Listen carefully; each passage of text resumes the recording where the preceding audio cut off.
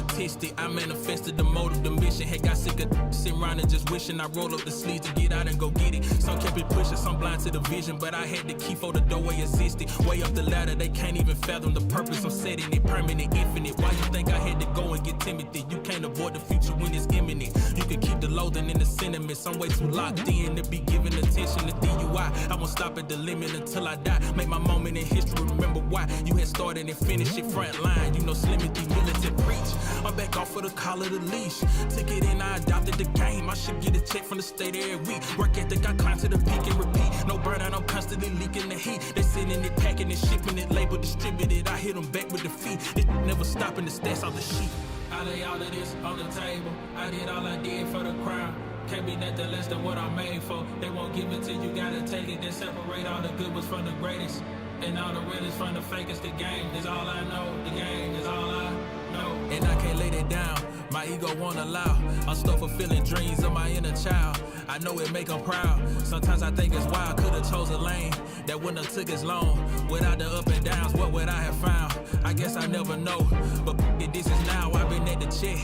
I've been in the lab. I've been in and out. I ain't weighing in. I'm the biggest I done been. I'm the biggest all around. Ain't no room to doubt. Cause the second that you let it in, it's never moving out. Tell them move around.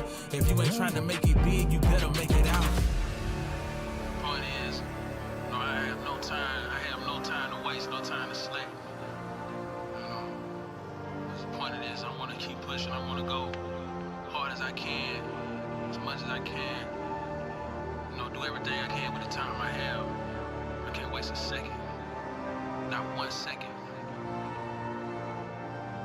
So, that's how I feel. That's where I'm at right now. Let's get it.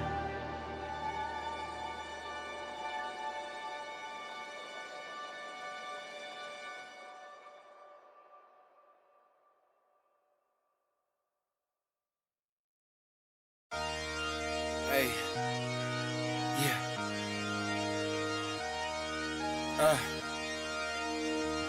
Yeah, hey, giving it all, hey, yeah, I'm giving it all I could give, run up and taking my pick, then bringing it back to the crib, hey, yeah, you know how I go, we finding the gold, the deeper we dig, so we just keep digging till we finally get it, like, get out, sleep when I'm dead, yeah, I gave you my word, don't break it for knowing, you know I'ma keep what I said, ready for war, I've been deep in the trench, been jumping since I had them squeaks in the bed, ice in my body, I'm cold under pressure, recovered like I had no heat in the vents, shooting I don't have a conscience, too much to accomplish, you know I can't leave it to chance, yeah, throw it in the bag, throw some dots, I'm Jackson Dart, I'm out of pocket playing tag, catch me if you can, empty out the mag, took the lead, I run the track, and I'm never looking back, for the moment, always rolling with the punches, find a way to see, through the ceiling, put above us, smoke is in the air, and keep it heavy and abundance, when the dust settles, let's see who remains, show up for the moment, always rolling with the punches, find a way to see,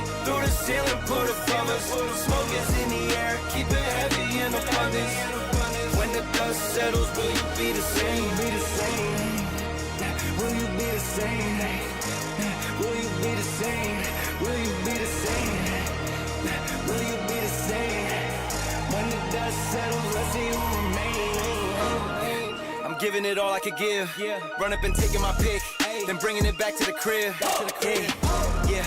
You know how I go, we finding the gold, the deeper we dig, so we just keep digging till we finally get it, like get out, sleep when I'm dead, I keep those around me I trust, only the family, not much to discuss, ashes to ashes, we brush off the dust, when they say get the f*** on my nuts, they me the villain, get I'm the villain, I'm waiting at dusk, a bag in the trunk, cover my face like I'm hush, you know they not f***ing with us, show up for the moment, always rolling with the punches, find a way to see, through the ceiling, put above us, smoke is in the air, keep it heavy and abundance, when the dust settles, let's see who remains, show up for the moment, always rolling with the punches, find a way to see, through the ceiling, put above us, smoke is in the air, keep it heavy and abundance, when the dust settles, will you be the same?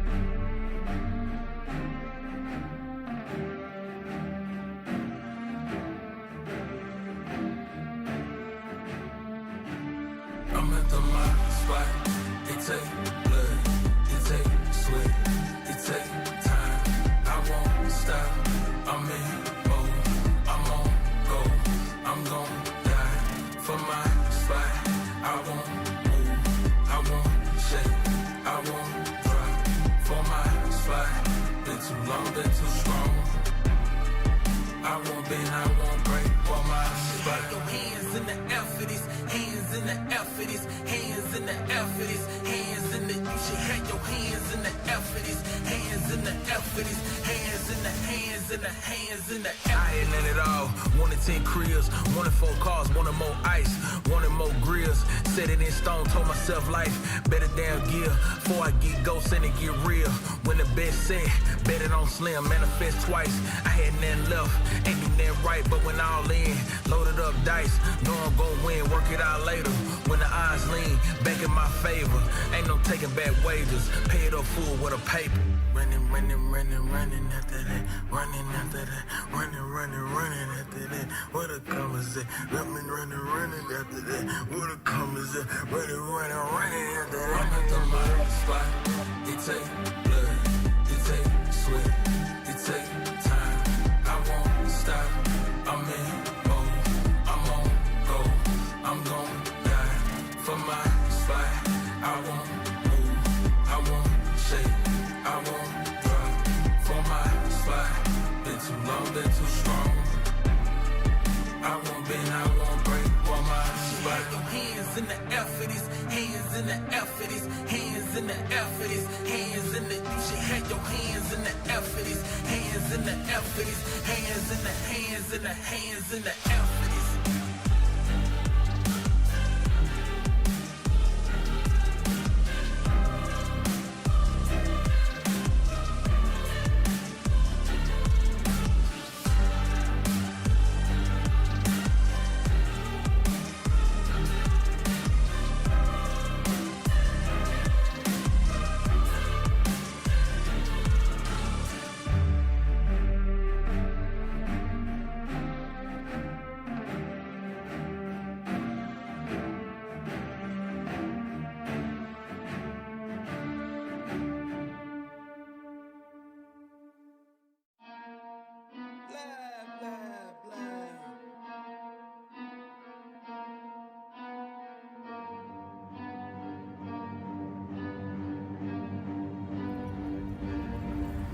I got problems on problems on problems on problems on problems on problems I solve them. I run through the money, the pressure be calling. Left on my blessings, I feel like I'm falling. The birdie is back, tell me I'm garbage. I'm going through something, that's why I ain't calling. Phone and progression, it's all that I wanted. The phone and affection, I summon and dub it. Cause I got problems on problems on problems on problems on problems on problems I solve them. I run through the money, the pressure be calling. Left on my blessings, I feel like I'm falling. The birdie is back, tell me I'm garbage. I'm going through something, that's why I ain't calling. Phone and progression, it's all that I wanted. The phone and affection, I summon and dub it. Why you be all on my line about nothing? Why won't you go get you $1 or something? Don't hang with a who line for nothing. I see that we different, you riding, I double. I don't do discussions on bragging about hundreds. Don't go to your places, I know that they sunken. Don't call me your brother, I barely could trust it. I talked to a shorty, she bagging the bugging. And I'ma need all of my dollars on corporate, so hand me the money, I divvy the pie. I'ma give all of my people a portion to build them a fortune on flipping the ride. I can't be mixy when iffy the vibe, and 40 on 50 is really the time. Why are you all on my phone like you want me, like you wasn't pushing the kid to the side? I don't know if you thinking I'm blind. Cross on my crosses and dot on my eyes. Done with your efforts, I'm dealing with pressures. I know it's a lesson, that's word of the wise. Dubbing the mixes I'm mixing, I know I've been missing. I needed some personal time. All the pictures, dimensions, I don't with your digits. I mean it, I'm staying inside. Cause they got problems on problems on problems on problems on problems on problems I solve them. I run through the money, the pressure be calling. Left on my blessings, I feel like I'm falling. The birdie is back, tell me I'm garbage. I'm going through something, that's why I ain't calling. Phone and progression, it's all that I wanted. The phone and affection, I summon and dub it. Cause I got problems on problems on problems on problems on problems on problems I solve them. I run through the money, the pressure be calling. Left on my blessings, I feel like I'm falling. The birdie is back, tell me I'm garbage. I'm going through something, that's why I ain't calling. Phone and progression, it's all that I wanted. The phone and affection, I summon and dub it.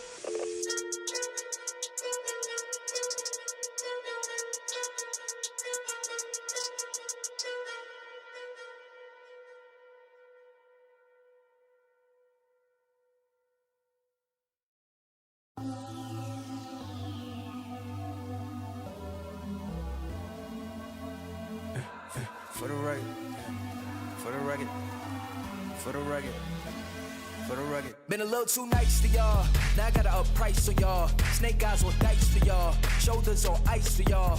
8-6 all the hate. I won't get involved today. Got lost in the ball and A's. I'm flipping the bars. I'm flipping the on record, off record. I still count wins when they got it. On record, off record. I let them take advantage, I was wildin'. On record, off record deals. Tell them talk to Colin for the quote. On record, off record, I still want to act, not the ghost. For the record, I'm done trying to make y'all comfortable.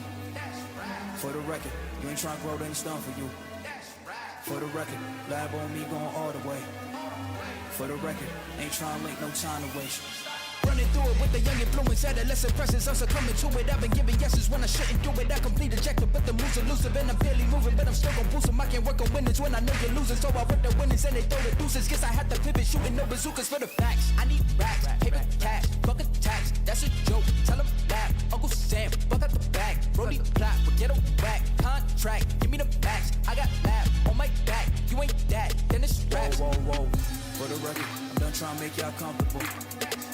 For the record, you ain't tryna grow, then it's done for you. For the record, lab on me going all the way. For the record, ain't tryna link, no time to waste. Facts, I need racks, paper cash, bucket tax, that's a joke. Tell 'em laugh, Uncle Sam, buck out the bag. Brody plot, forget a whack, contract, give me the max. I got laugh on my back, you ain't that, then it's raps. Whoa, whoa, whoa. For the record, I'm done trying to make y'all comfortable. For the record, you ain't tryna grow, then it's done for you.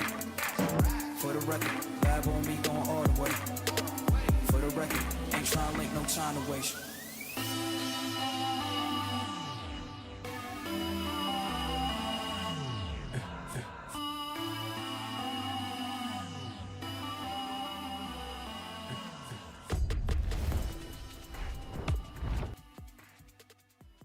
The esports extravaganza is right around the corner, and we at Surge aren't too far behind.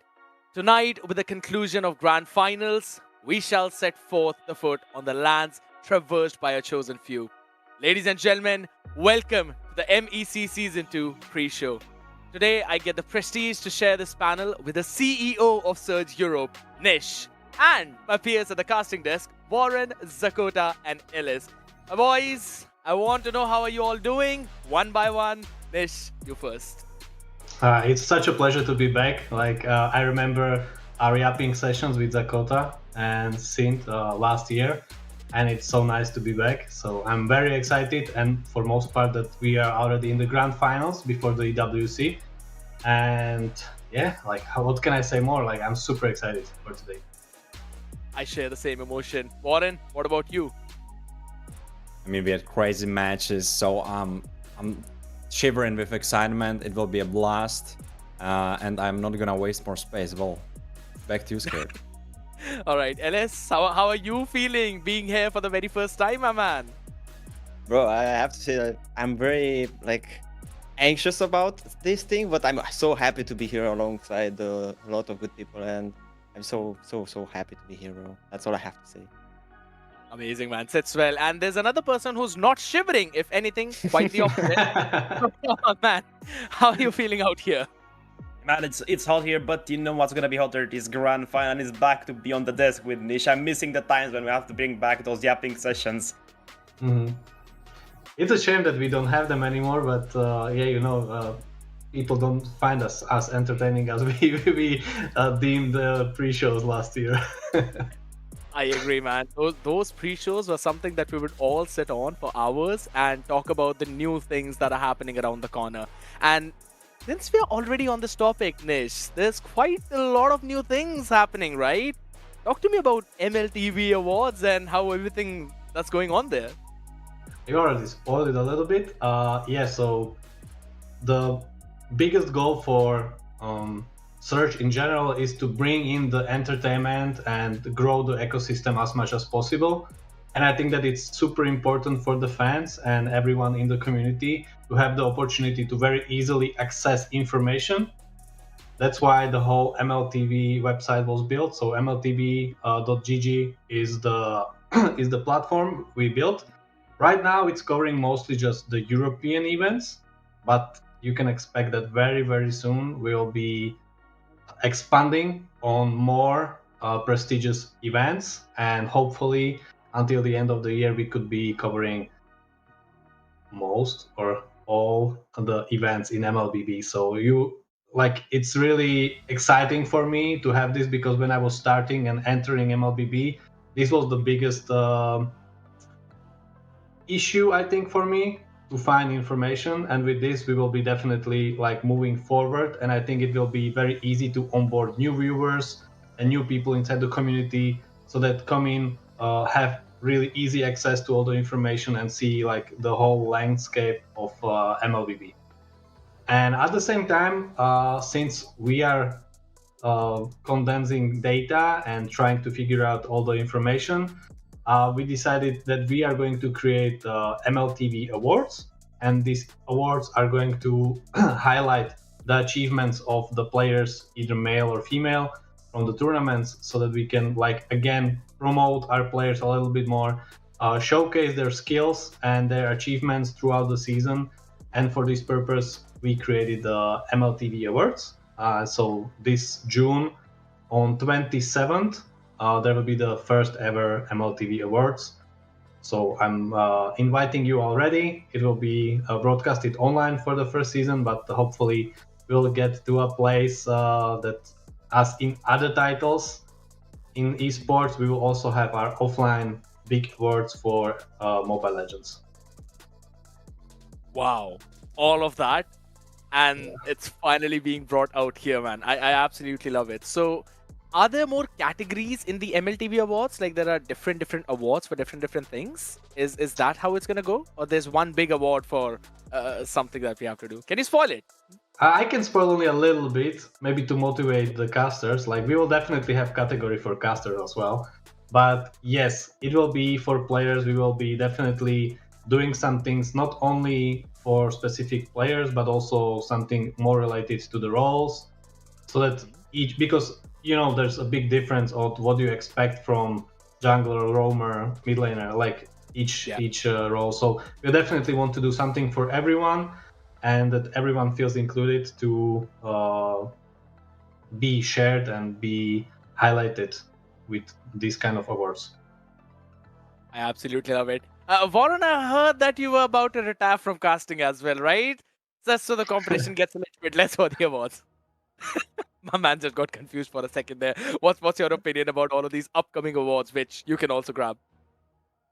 Well, thanks for confusing me first. And second of all, it's beautiful. I, of course, had a little bit of those leaks because, yeah, you move around Niche. He sometimes tell you something, some tidbit there, some tidbit here. Lemon tells you something like that. So I knew a little bit, but now hearing it all in full, beautiful. I'm very excited about it. I especially love MLTV, the stats, how they are designed. I know it sounds like I'm paid to say that, and low-key you could say I am, but not really, not really. I just love the page. It's great.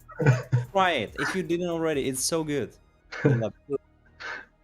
Ellis, you showed up here, and guess what? We're having all of these awards show up as well. So how are you feeling right now? I know it was anxious first, but now since you know that the competition is going to get tough, what are your opinions about the MLTV awards? Bro, coming in with this is like me new here, MLTV here new as well. It's like a big thing happening, and I'm happy that something like this it appeared right in Europe as well. So even though it's getting tougher, the competition, it's something that it's needed to be done at some point. True. And finally, we are at some place where Zakota cannot say that, yes, I'm the best, I've already done that, because guess what? At the same level on the competition, Zakota. What's your opinion? I mean, you already won the first ever award for Caster Scared. I still remember that one. You know, you still have the medallion. This year, man, you know, and the next year after, I don't know if you're gonna hold on to it for so long, man. You know. Keep your doors locked, that's all I'm saying. Keep them locked, bro. You know what?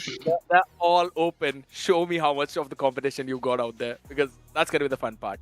Now, just adding my opinions as well into the mix, right, Nish? It's amazing to witness the entire structure growing so very well, and not just with the way of the teams, but rather including the entire community in it. So that's something we absolutely love.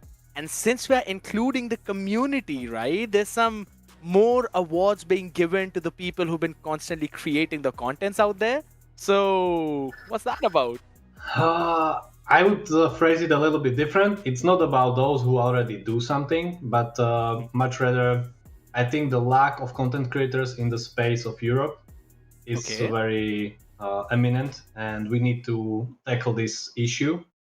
And since we know that Moonton right now don't have as big of a priority in Europe, we decided with Surge that we are going to create our own content creator academy.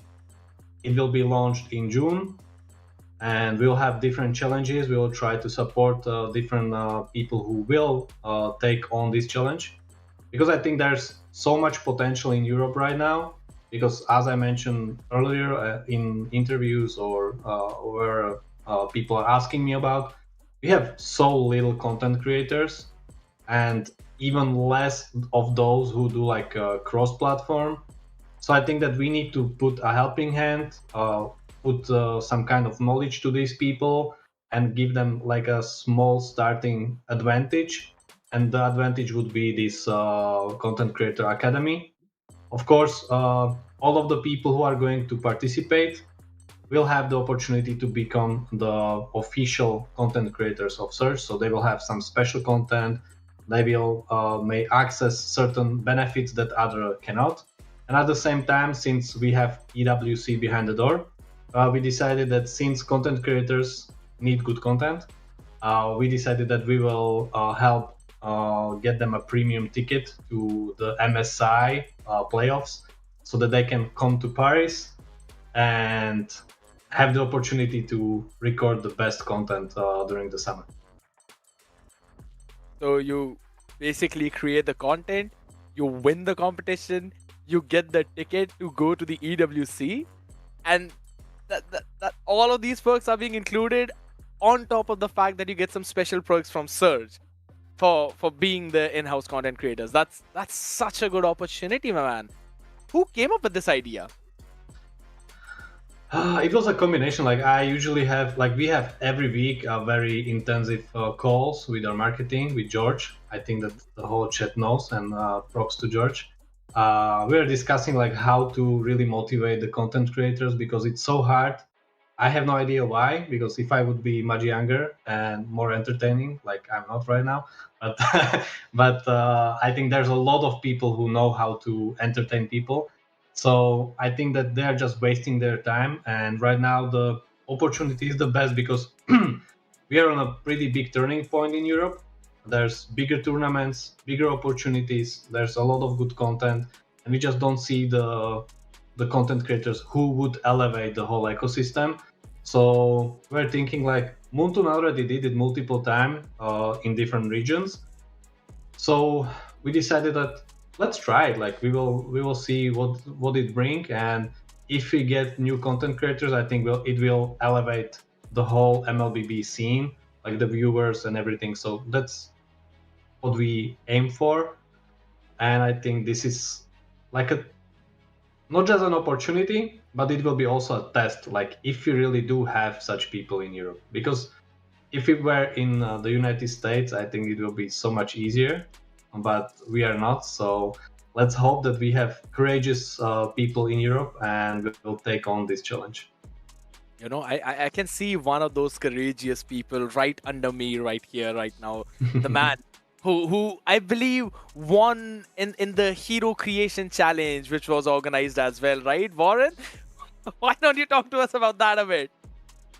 I mean, yeah, that was pretty exciting stuff. I really liked it. So many exciting ideas. I think Muntun should get a sneak peek into the room and, you know, just try to make some heroes out of there. And I wouldn't really mind if Carl came into the game. For those who know, I think they would love it. But on that note, I think we should have another one, because I have another idea brewing actually. So good that you asked me that. I might have another guy. All right. I mean, yeah. Go ahead, Nish.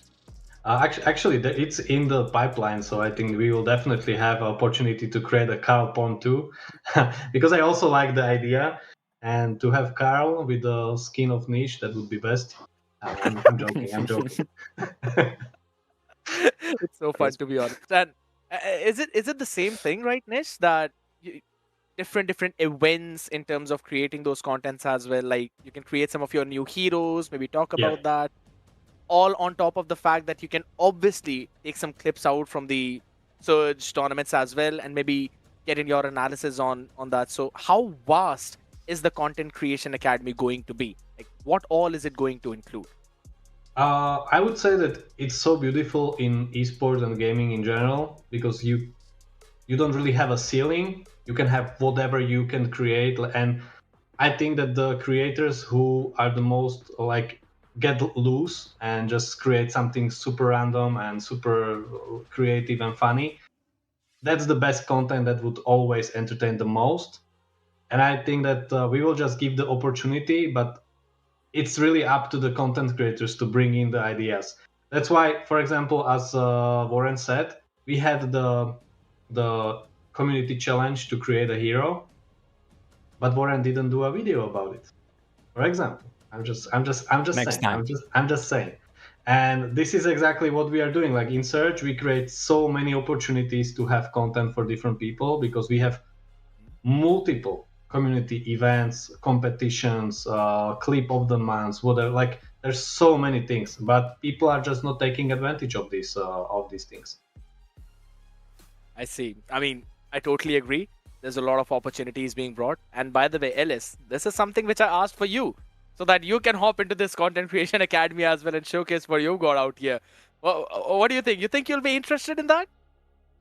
Oh, of course, of course. I'm not gonna let Warren just have the ticket to to going next without a little of a fight, man. I told you I'm interested in it, and it's a good opportunity for me, for Warren, for everyone that's gonna try. As Nish mentioned earlier, everyone should try it. It's free, man. You just have to try it. Test your imagination and do whatever you can. It's Whoa. Is it a okay. call? That was one of the opportunities. We are talking about opportunities, so I thought that I will just pop one out. All right. Just have it. That's so random and that's so nice. All right, that's a nice side. Let's see which of the viewers will have fast fingers. Ellis, Too late. Too late. You're 15 seconds too late for that. All right, Zakota. You know, you have one of the wildest opinions out of all of us. Finally, for showing those opinions on your streams, you can also have a chance, in the academy as well for the content creation. How much of it are you going to be a part of? Man, I used to stream a lot when I was still actively playing the game, but like me losing my friends with not playing anything, it really demoralized me from streaming, because I had good times on streams. And now I think with new people coming to Europe, new people coming to the scene, it would be good for me to maybe try to jump back on the streaming scene, just to see maybe some of the faces. You don't hear the voice of the players when we're casting, right? You only see their cameras. Maybe you're curious how Vladik sounds, or like maybe Pelmetroni or like Macaron. You never hear these voices. It could be a cool concept, just seeing what the players think. Just seeing how they're actually casually playing, how they're talking, how they're communicating. That would be cool, I think. All right, that I totally agree, and that's also something, Nish, which you rightfully said. It's going to motivate a lot of people, and if there's one thing that I have noticed, at least in my region as well, is if you have good content creators for a certain game, if you have good people explaining that certain game, then the community it's inevitable that it will reach that growth curve which we normally look forward to. So I think so this is a very nice plan which Surge is eventually going forward with. Now, how many tickets are there? Is it just one or are there multiple? You never know. Oh my god. Like I will say it differently. For me, if I see more people who have great potential, I have no problem give more tickets. But then again, like we will see who will join, how they are going to perform, and with that we will see. All right, that does make sense, and I could see the excitement of Warren as well, side by side, because when it comes to ideas, Warren has a lot of them. When it comes to the potential, Ellis out on top notch, Zakota as well. My man, this dude is someone I'd really enjoy watching on streams. But since we're already talking about those opportunities of going to the EWC, right? There's going to be a lot of things happening there. You'll meet your favorite players, and some people might meet their idols as well out. And I'm pretty sure that Surge has also planned out something for the EWC. I can see that smirk, Nish. What is that? Since it's super close and we are so blessed that the EWC is going to happen in Paris, so it's really accessible for our community. We decided that we will do multiple sessions, maybe 2. We will see about what will be the response from the community, but we're thinking to do at least 2 meet and greets during EWC. We definitely want to bring in the teams that are qualified for the event. So we already know that GK will be there. So we will definitely try to organize a meet and greet with GK. I already asked Zadel to be part since he's living in Paris and he will have to take me to some good food. But yeah, and there's also the Wildcard. So we definitely also want to do with the winner of today grand finals, like a meet and greet. We also are thinking to create a player cards that you can get signature of all the players, and also for all the participating people from the community at the meet and greet, we will do some kind of shuffle also for premium tickets to EWC so that they can go and watch the whole week events, because those tickets are for, like, the premium tickets are for 1 week. So it will be really nice for the people to get there, to get to know the people, talk to people. Like, I will be there, so you can like give me questions that I wouldn't be able to answer on stream and such. How poetic it is, right? In the city of love is where you find all the people that you really love in the esports industry. I think so that's amazing to even think about the meet and greet at EWC, because Warren, I know for a fact that people rarely ever looked at that. Imagine you've been following the European ML scene for such a long time, and now you get a chance to go to the EWC, not just to enjoy the MSC there, but also to meet your favorite creators, finally getting that stage as well. So, do you think you're going to be excited about that? I mean, it sounds so good. It sounds absolutely fantastic. I can already imagine a lot of fun can be had, and also you can, you can get to know them a little bit. As Zakota was saying, you don't know how they sound. Maybe you hear some jokes from them. You tell them a joke, maybe, or you just shake their hand and they're like, "All right, you're doing great. Keep doing the good work." Because a lot of the times, as the player, you just read the chat, all right, but the connection is not really there. So I think even the players might really appreciate that. I agree, and it allows you to get to know your favorite content creator a little bit better. It basically lets you see how they are in public out there, right? And Ellis, do you have your eyes on someone that you'd want to go at the meet and greet? Hey, bro, I honestly want to meet everybody, and not a single exception. For me, I'm curious about how everyone is in a real person, right? Face to face, feel the emotions, feelings from them, right? Everything. I just want to see, I want to talk, I want to, I don't know, ask a lot of questions. But yeah, not gonna skip any single person. Right? It's just one of my little dreams, I can say. I mean, I totally agree. And Zakota, how much do you think this is going to actually boost the entire scene of European MLBB by showing themselves on such a big stage and basically getting the awareness spread through multiple audiences? Well, I think it's going to boost the players a little bit of their ability to talk to people in front of the crowd. Maybe they're a little bit shy when they're doing the interviews on camera. I think that's going to help them if they're actually face to face with people. It's going to be easier to communicate to strangers, because when you're casting, you're also talking to strangers, right? We don't know who's going to watch the stream, who's going to watch the games, but for the players, it's the same thing, but they don't have that much pressure because they actually have to win the game. Not like us, we're just casting, we're just explaining the game, we're just having a little bit of a good time. The players have everything on the line, and that's building a lot of pressure. And when they have to do the interview, they're just done. They won the game, they were sweating, and they just want to relax after the games, but they have the interview, and that's not what they're used to, right? True, I totally agree.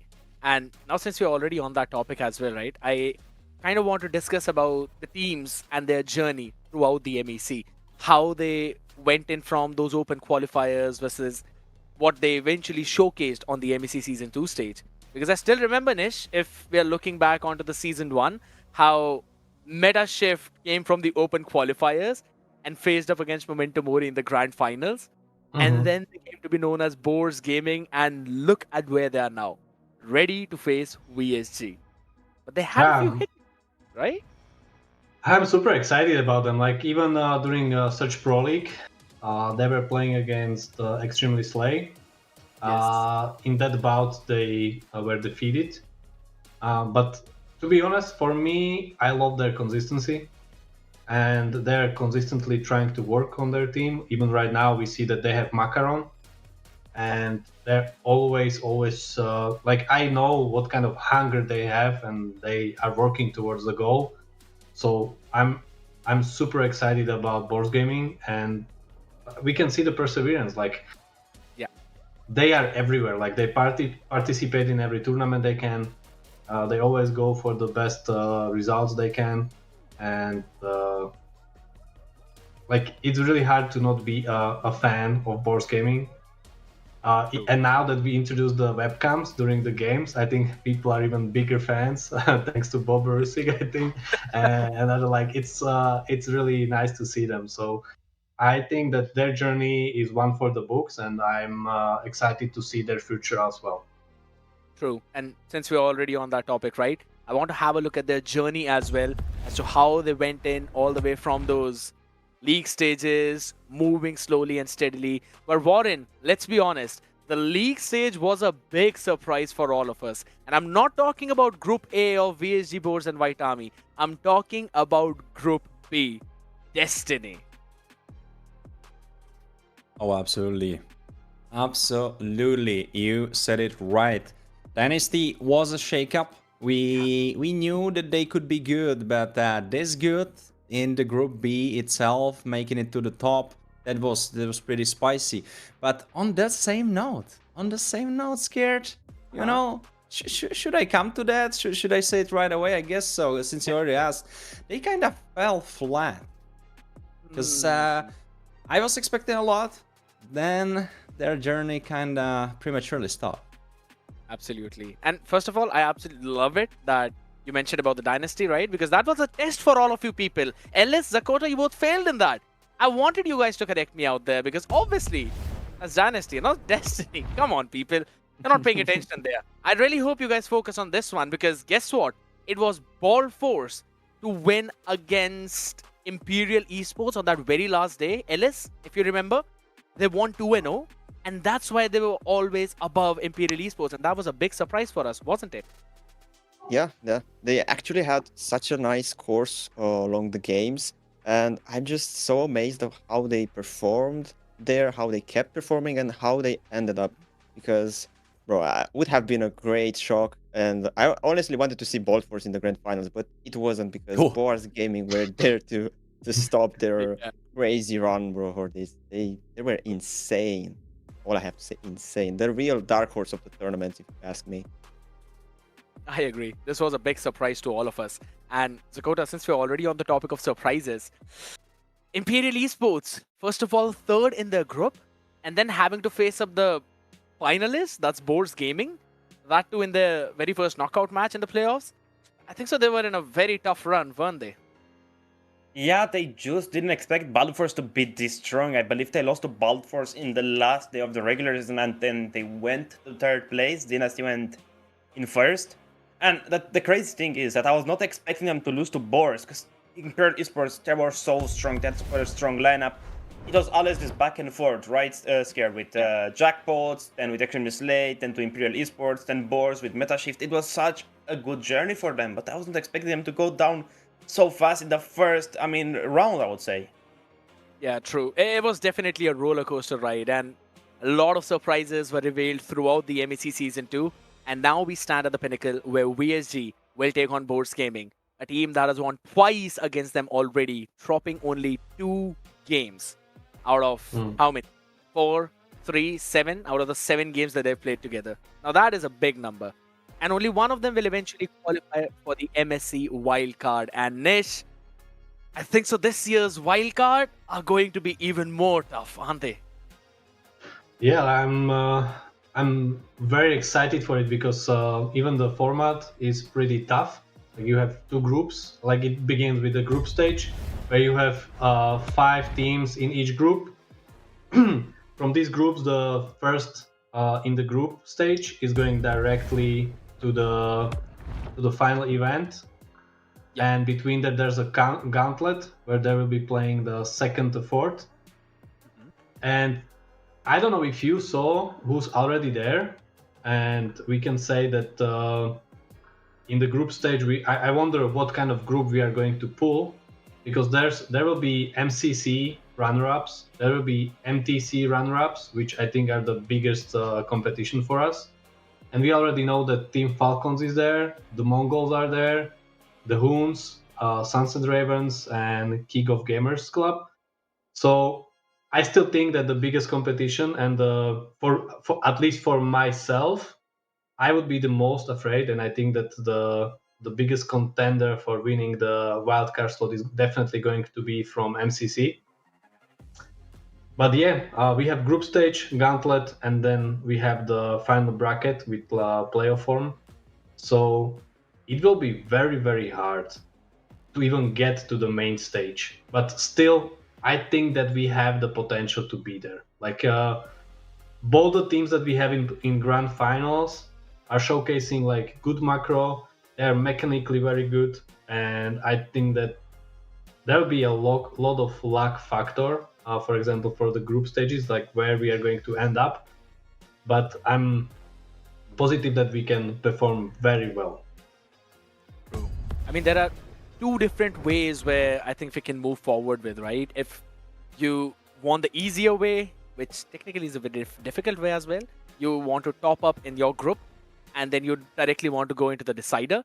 But if you want a little bit more experience, want to know more about your opponents, then you rather want to go in from the gauntlet stage, face a few more opponents, and then go to the decider, which is going to be difficult. I agree. But I think so I'm going to relate with you, Nish, on this one. This time, pretty sure either one of these two teams can have got this in the bag. Maybe we can see Europe on the main stage of MSC? Will we? Hopefully. Yeah. I believe that. I believe that. Warren, you've seen the journey, and you see where they have to go. You see the destination. What's your thought on that? I mean, it will definitely be hard, as you both mentioned already. But you know, I would like to highlight one important fact, and that is, it's the first time Europe has that option, has that slot, and no matter how deep they make it, the best part is that the whole Europe will stand behind them. No matter who goes there, the whole Europe stands behind them. And I think that's such a great moment to be a fan of European MLBB, to just, you know, it doesn't matter if you support Extreme Slay, if you support Bold Force, if you support BOARS Gaming, it doesn't matter at this point. Because one team makes it and everyone cheers for them. And I think this will be beautiful. I will definitely be there screaming, shouting, hyping it up, dropping some spam in the chat. And yeah, I'm looking forward to that. True, because Ellis, watching this entire wildcard schedule, it seems like we have a mini MSC before going to the MSC, right? And I think so that's going to be even more difficult for the team. So what's your take? I mean, definitely it's not going to be an easy way going. And by the way, I've seen those two teams playing. They're definitely working hard for this position, and I'm sure that they will continue. They will keep going with the work harding on this. And bro, all I want to see, Warren said it, you guys said it, no matter which of those two teams are going, we are gonna full support, because we need to do that, bro. We need to support the team, because if they're having our support, it can give them a little boost of confidence, you know, to go there clear-minded. Okay, we have the full support no matter what's happening. We need to put a good show, and that's all I have to say. They need to just put a good show. Do that, and we are happy with it. Totally agreed. And Mr. Well of Pond, Zakota, Mr. Well of Pond, the knowledge of Pond, my man Zakota. What's your take on this? Because you have seen the entire competition in Europe. You have been seeing it all across the board, even the international competition. Where do you think Europe stands right now? And do we have enough to move to the main stage? I think we have what it takes. I believe in both of these teams, because they made the grand finals. They are at the top of the game in Europe. And, you know, you're in your home continent. You're going to be playing even better because you're going to have the support of your friends. You're going to have to wait at, like, watching, like, 9 in the morning, 8 in the morning, the streams. It's going to be a little bit better for your family and friends to watch. But, man, I just have a lot of faith in these teams. It doesn't matter where they play. I'm just really happy that they got there, you know?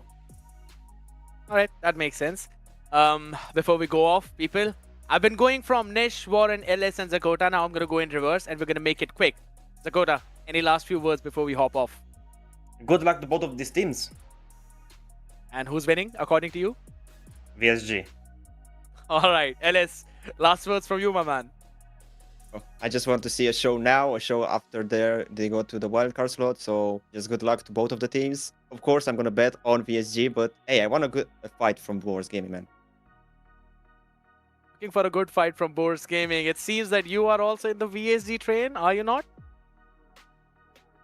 Seems he just tilted his head and he's like, yeah, I am. I can't say it. I am. Warren, what about you? You were leading the prediction charts. Now the competition is dead even. So do you think your prediction will basically be true this time?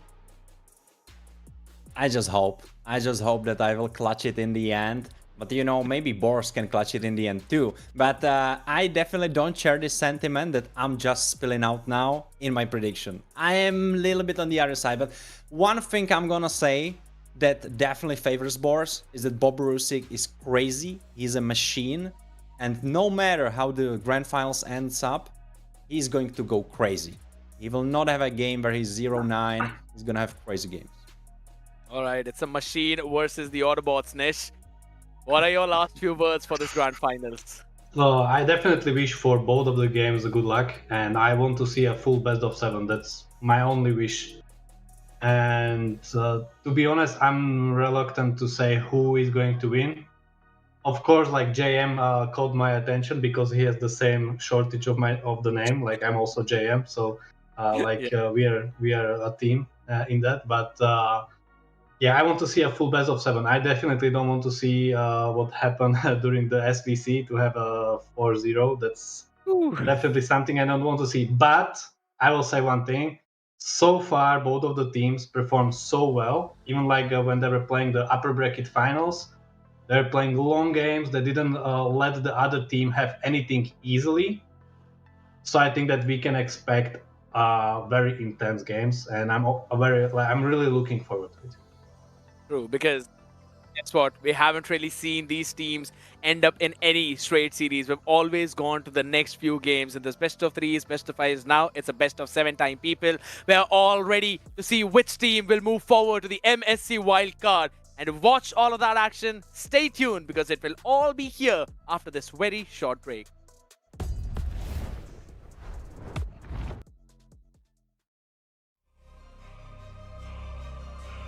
Fear none, gotta stand tall too many times.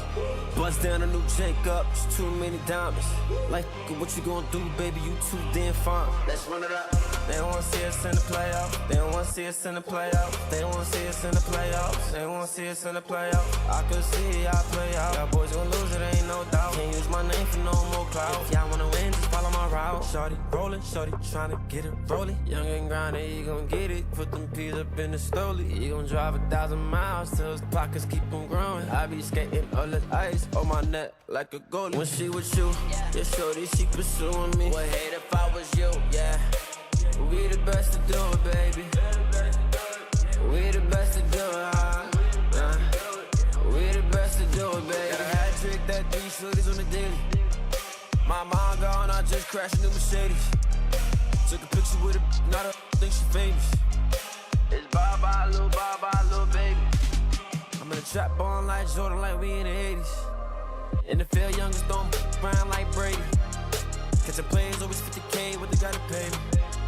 Gotta go on this, can't let them play me. Don't be crazy. No. They don't wanna see us in the playoffs. They don't wanna see us in the playoffs. They don't wanna see us in the playoffs. They don't wanna see us in the playoffs. I could see y'all play out. Y'all boys gonna lose it, ain't no doubt. Can't use my name for no more clout. If y'all wanna win, just I got the motion. Like 24/7, we get it, we run up a check. I'm in the Irish. They call me a goat, black 4Gs, they make them upset. BV's a bustin', can't with no SIs. My jeweler a chef, the king of the city. I'm the best of the best. Shorty rollin', shorty tryna get it rollin'. Young and grindin', he gon' get it. Put them peas up in the stoley. He gon' drive 1,000 miles, so his pockets keep on growing. I be skiing all this ice on my neck like a goalie. When she with you, yeah, shorty, she pursuing me. Would hate if I was you, yeah. We the best to do it, baby. We the best to do it, we the best to do it, baby. They don't wanna see us in the playoffs. They don't wanna see us in the playoffs. They don't wanna see us in the playoffs. They don't wanna see us in the playoffs. I could see y'all play out. Y'all boys gonna lose it, ain't no doubt. Can't use my name for no more clout. If y'all wanna win, just follow my route.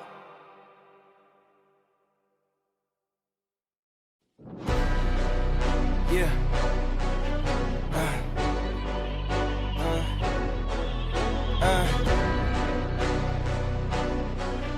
Yeah. Hey, yeah.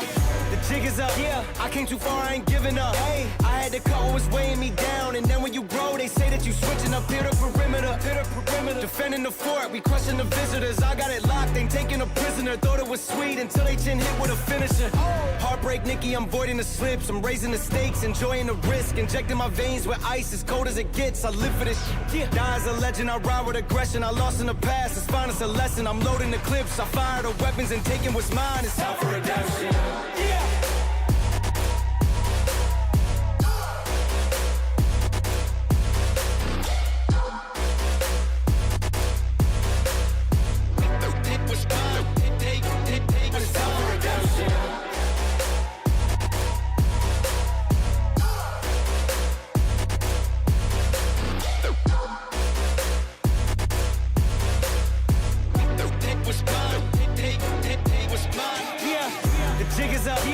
Too far, I ain't giving up. Hey, I had to cut what was weighing me down. And then when you grow, they say that you switching up here to perimeter. Defending the fort, we crushing the visitors. I got it locked, ain't taking a prisoner. Thought it was sweet until they chin hit with a finisher. Heartbreak, Nikki, I'm voiding the slips. I'm raising the stakes, enjoying the risk. Injecting my veins with ice, as cold as it gets. I live for this shit. Yeah. Die as a legend, I ride with aggression. I lost in the past, it's fine, it's a lesson. I'm loading the clips, I fire the weapons and taking what's mine. It's time for redemption. Yeah.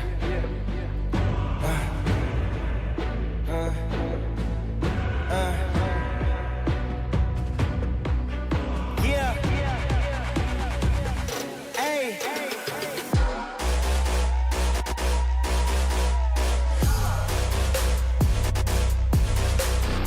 Yeah. Take what's mine. Take what's time for redemption.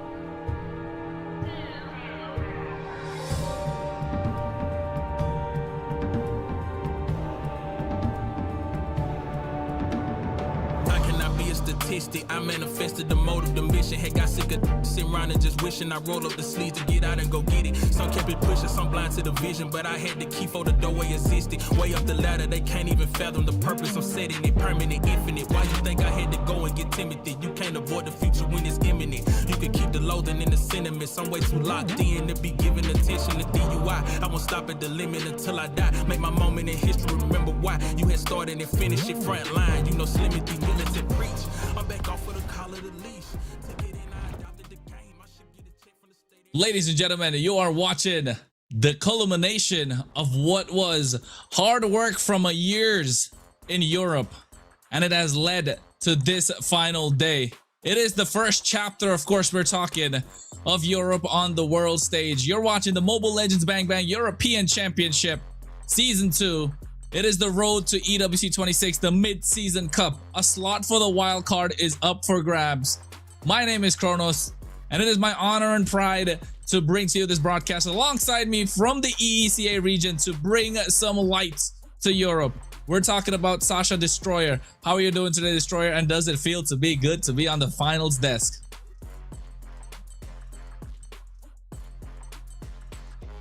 Grand finals. And you can rewind 2 days ago. BOARS Gaming and VSG. And what's happening now? VSG and BOARS Gaming? Oh, who can predict it? Oh, I don't know. Yeah, I agree, right? 6-7, the way that it went about, we kind of predicted this coming a long time. That we want to see some of the best action taking place in the Land of Dawn, of course. And now we've come down to this grand finals between these two teams, and we know it is going to be a big one. Because, folks, we're seeing the journey of these players and these teams in the playoffs brackets right now. Ball Force went against VSG, but VSG came out on top 3-1.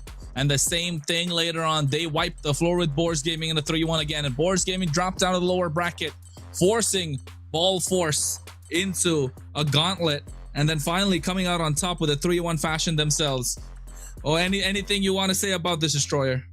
It's a sweet revenge for the BOARS Gaming. They really waited. They want to see how it's gonna be, and we want to see how it's gonna be, because previously in best of 5 we won. Victory Sound Gamers won BOARS Gaming, and now they're so angry. I'm waiting for this. Yeah, they're so angry indeed. We're waiting for what is to come, folks. Taking a look at the roster as well, we're talking about VSG, Victory Song Gamers, Carvey in the gold lane, Mark TZ in the jungle, Dixon in the mid lane, Boro in the roam, the playmaker, and of course JM on the EXP side. Here are the best guys. They literally lost nothing during the playoff, during the group stage, and they are ready to go to the wildcard. And of course, about their opponents, the BOARS Gaming. Yeah, BOARS Gaming, they have been down and out before, but you can't count them out. Pel Metronio in the gold lane, a Macaron in the jungle, swapping out for Leave Me, which has worked out for BOARS Gaming. Many doubted them, but here they are in the grand final stage. God Believer, the MVP machine in the mid lane, Rise and Roam, and of course Bober Rushik in EXP. And take a look at some of the head-to-head. You got anything that you want to highlight over here, Destroyer? Nothing. Everything gonna be decided right now, right here. The guys who gonna go to the Paris, to the EWC or the MSC 2026. The best heroes on our screens, the best players are here. They're all from Europe, and they're going to show us the absolute cinema. I'm not afraid to tell these words, because they're gonna prepare us something special. I'm pretty sure about it. 100%. I think it's going to be absolute cinema indeed with the way that these games are going to be played. And you know what I was talking about, Destroyer, the entire time? You know what? We'll get to that. Look at the head-to-head, though, between Carvey and Pel Metronio. 3-2. Carvey leading the stats. And the most important thing I'm looking at is the gold per minute. Yes, definitely. And also, if you are speaking about the KDA, it's 6.9 versus 5.3. So Pel Metronio is, you know, it's so hard to me to decide for whom cheering, because I'm cheering for the both teams. They're like, that's my boys, that's my buddies. I want them to participate both, but only the best can go to the Paris. Yep, only the best can go, because there's only one slot this time, and of course we're hoping for more in the future, but we get what we can get. We take what we can get, right? But, and I was talking about the head-to-head of Pelme and Carvey, but now Mark TZ and Macaron. Mark TZ miles ahead. Is this where we're gonna see that gap that we like to call it? He's dominating, definitely, especially if you are speaking about the KDA, 7.5 versus 4.9. It's 3 points ahead. Wow, VSG seems like more confident if we're speaking about the stats, of course. Yeah, I know it looks a little more favored to the side of VSG, right? Not just in terms of statistics, but also when they've gone head-to-head against each other. They met each other in the group stage once, and that VSG won that 2-1. They met each other in the playoffs in the upper bracket final. They beat them 3-1, right? So now it's the grand final. It's a best of 7. In the interview yesterday, we asked God Believer what's gonna be the grand final. He said, forget about everything else that took place before. Tomorrow is what matters most. We forget about everything, and grand finals, we're gonna bring everything. Do you believe that, Sasha? You know, we are raising the stacks. Best of 3, best of 5, best of 7. Right now, everything can be changed. And head-to-head, the Dixon versus the God Believer, and we can see the difference. Here is the God Believer dominating, actually. Yeah, God Believer a little bit more controlling, right? When it comes to the mid lane, he's definitely that's why I kind of call him the MVP machine. Every single series, every single game, he's got to get an MVP. There's very rare, not even rare, I think impossible that he doesn't get an MVP ever in these series. And most of the statistics on his side, even the team fight participation over Dixon, who likes to play a little bit more with the team. So I think God Believer overall, one of the best mid laners here in Europe, and showcasing that as well. But also, Sasha, they lost them twice. It's third time the charm. Huh? Someone It's third time the charm. What? Oh, sorry, it was you, Kronos. Yeah, I'm here. Oh my god. No, we're also third cooking time the something. charm. We're also cooking something. You know, we should make a show for our unbelievable and the most prestigious viewers. Guys, you're the best. That's all for you. Without you, we could do nothing. And please support us also. Don't forget to subscribe. Don't forget to put your fingers upstairs under the broadcast. You can do it. I know. I believe in you. Yeah. Like, subscribe, do all the good stuff. Follow our socials as well at the same time, because that's going to be important. It is the grand finals after all. A slot for the MSC wildcard is up for grabs. And again, is third time the charm? Do you think so? For BOARS Gaming? They lost twice. Will third time be the charm? It doesn't matter. It doesn't matter. Nothing matters. Everything that existed before matters nothing. Because right now, it's the series of, it's the history series, I would like to say, for European Championship, for the Europe overall. Because right now it's a chance to go to the Paris, to the MSC 2026. It's the most important thing that ever happened with these players. And I'm pretty sure BOARS Gaming gonna fight so tough, so hard that VSG gonna, they're gonna be sweating, maybe. I agree. I think if they're sweating, then you got to make sure they're sweating. Not just sweating, you got to push them to the point where you can take them, make them uncomfortable, not for one game, for more, because you want to take this, right? Everyone's expecting a 7-game series coming out of BOARS Gaming and VSG. We're only going to find out. The draft is underway. Valentina, respect band to God Believer. And you know what? BOARS Gaming yesterday, or rather 2 days ago, when we saw the upper bracket final, they took out the heroes of Boro, the playmaker. So are we going to see the Cho taken off, the Atlas coming off, the Marcel? These are the 3 heroes we've been seeing, right? Marcel definitely the ban, 1000%. It's the hero. It's like a change game hero, I would like to say, because if he can use his ultimate perfectly, that's changing everything, especially on the objectives when we are speaking about the Lord, the turtles, etc. So it's the hero that you should respect. 100%. And look at that, Paquito being taken off, but Bober Rushik was a monster on this Paquito, able to control the game. And Paquito has finally found a little bit of a way in the meta, hasn't it?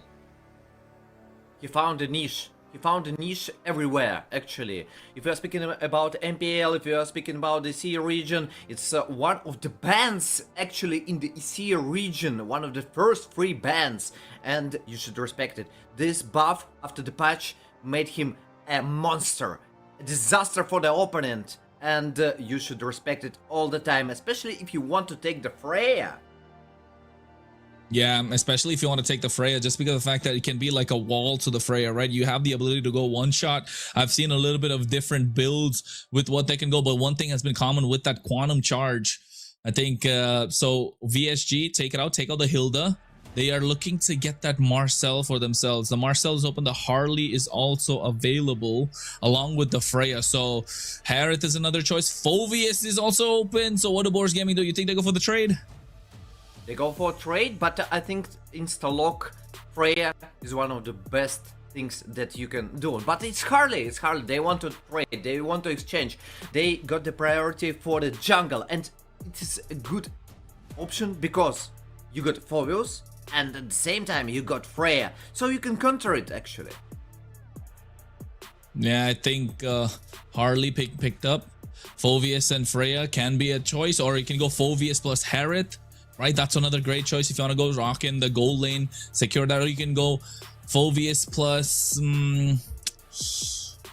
you want to go Eve right away because there's no Valentina. Phoveus plus Eve is also a great option, you think?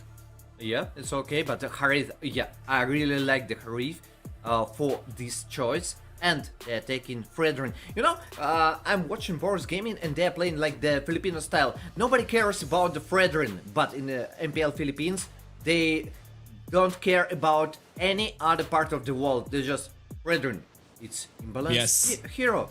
We don't care. You, Indonesia, don't pick it. Pfft, we don't care. Asia, don't pick it. Malaysia, never mind. We're gonna take it every year and we're gonna dominate with it. I think it's because of the fact that they can control these neutral objectives, right? That's what the Frederick brings to the table. We don't want to let it go, but there you go, the Phoveus and the Eve being picked up on the side of VSG, and I think Harriet here needs the space, is going to get the space through the Fredrin, yes, but needs a little bit more peel. Are they going to go full dive with the composition that they have? Khalid is an option that they can go with. I don't think Sora is great. Alice is too slow. Lapu Lapu. Lapu is a good choice. It's a good choice. He can go in front, he can save his teammates, especially the additional physical damage. Fredrin plus Lapu is nearly the perfect things for the BOARS Gaming, especially when they got the Harriet. Harriet needs a good front lane for him. So right now BOARS Gaming got it. And actually I like more the BOARS Gaming draft right now. Yeah, I like a little bit of what BOARS Gaming are doing with the full dive, right? But I also like VSG, front to back, play the box. I like it when they're able to play a box composition with this Eve. So, I don't know, with the first half, it's a little, I think you and me, a little 50-50 on that. But carry being taken out, and also the Kimi from the mid lane. BOARS Gaming's God Believer got a savage with that. Actually, the Kimi is one of the best choices again for the BOARS Gaming, and a good prediction from VSG, because again, a good front line already for the BOARS Gaming, and we even don't see the roamer right now. So that's a good opportunity for VSG, and I think they have to ban Valentina. Otherwise, BOARS Gaming should pick it. Yeah, I think at the moment, I think Claude, so 2 goal laners taken out from the side of BOARS Gaming, not a lot of options left open. Good decision. Yeah, and now you push back Carvey, who we've only seen him play what? Claude plus Carry? I think, no, Harriet's already taken off. God Believer's Farsa's gone right now. You lock in the roamer and then leave the mid laner for the last? I think Valentina right now, why not? Valentina's banned. Oh yeah, sorry, bro. I've been talking about Valentina and you stopped me only now. I thought you were talking about Valentina could be a counter, but I think you can take out the Hylos here if you're BOARS Gamer, right? Pick up the Hylos so that you don't get Freya on the other side, because it looks like Freya can be an option for VSG because not a lot of goal lane options left. Actually, you got Clint. Why not? You can take an early game advantage. That's the thing that VSG can let win this game. They need early game. The Harley is an early game champion. Phoveus, okay, like all the stages, you can use it. And Gord, a good composition versus the front lane, a good poke damage. But I'm not sure about it, just because we don't see the last pick, and maybe it's gonna be Kalea. Kalea for the BOARS Gaming with the Gord. It's a good composition, a lot of magic damage, but they also got the physical damage. Yeah, it definitely balances things out for them. But if you're VSG, how do you top this off? There's Khalid, right? They can go for the Khalid if they want. Maybe they can go for the Freya plus the Belleric also if they want. That's another option. Belleric is bad. No, not here, not here. Belleric is bad? Yeah, I think so. First of all, you don't have any physical damage on the BOARS Gaming side. And whom you gonna stop? Fredrin? Lapu, bravest fighter, and he doesn't care. So yeah, Atlas is good. Atlas is good. So Atlas plus the Moskov, so you get split map plays. You're able to play the 1v1 against the Harriet. Boro has been very clean on this Atlas. We saw him 0-0-16 the other day on the Atlas, if you remember that one. So not every day we get to see something like that. So BOARS Gaming, what's going to be the answer in the roam? They need another body at least to peel. Kalea, you think? Not Khalid? Kalea or Hylos. I think that's the option. That's the option. First of all, because of the additional slow with the Hylas and the Harry, you can slow down your opponents. The taunt on the Fredrin, you can make a good position for yourself. You don't make the... Oh, but it's actually the Gatot.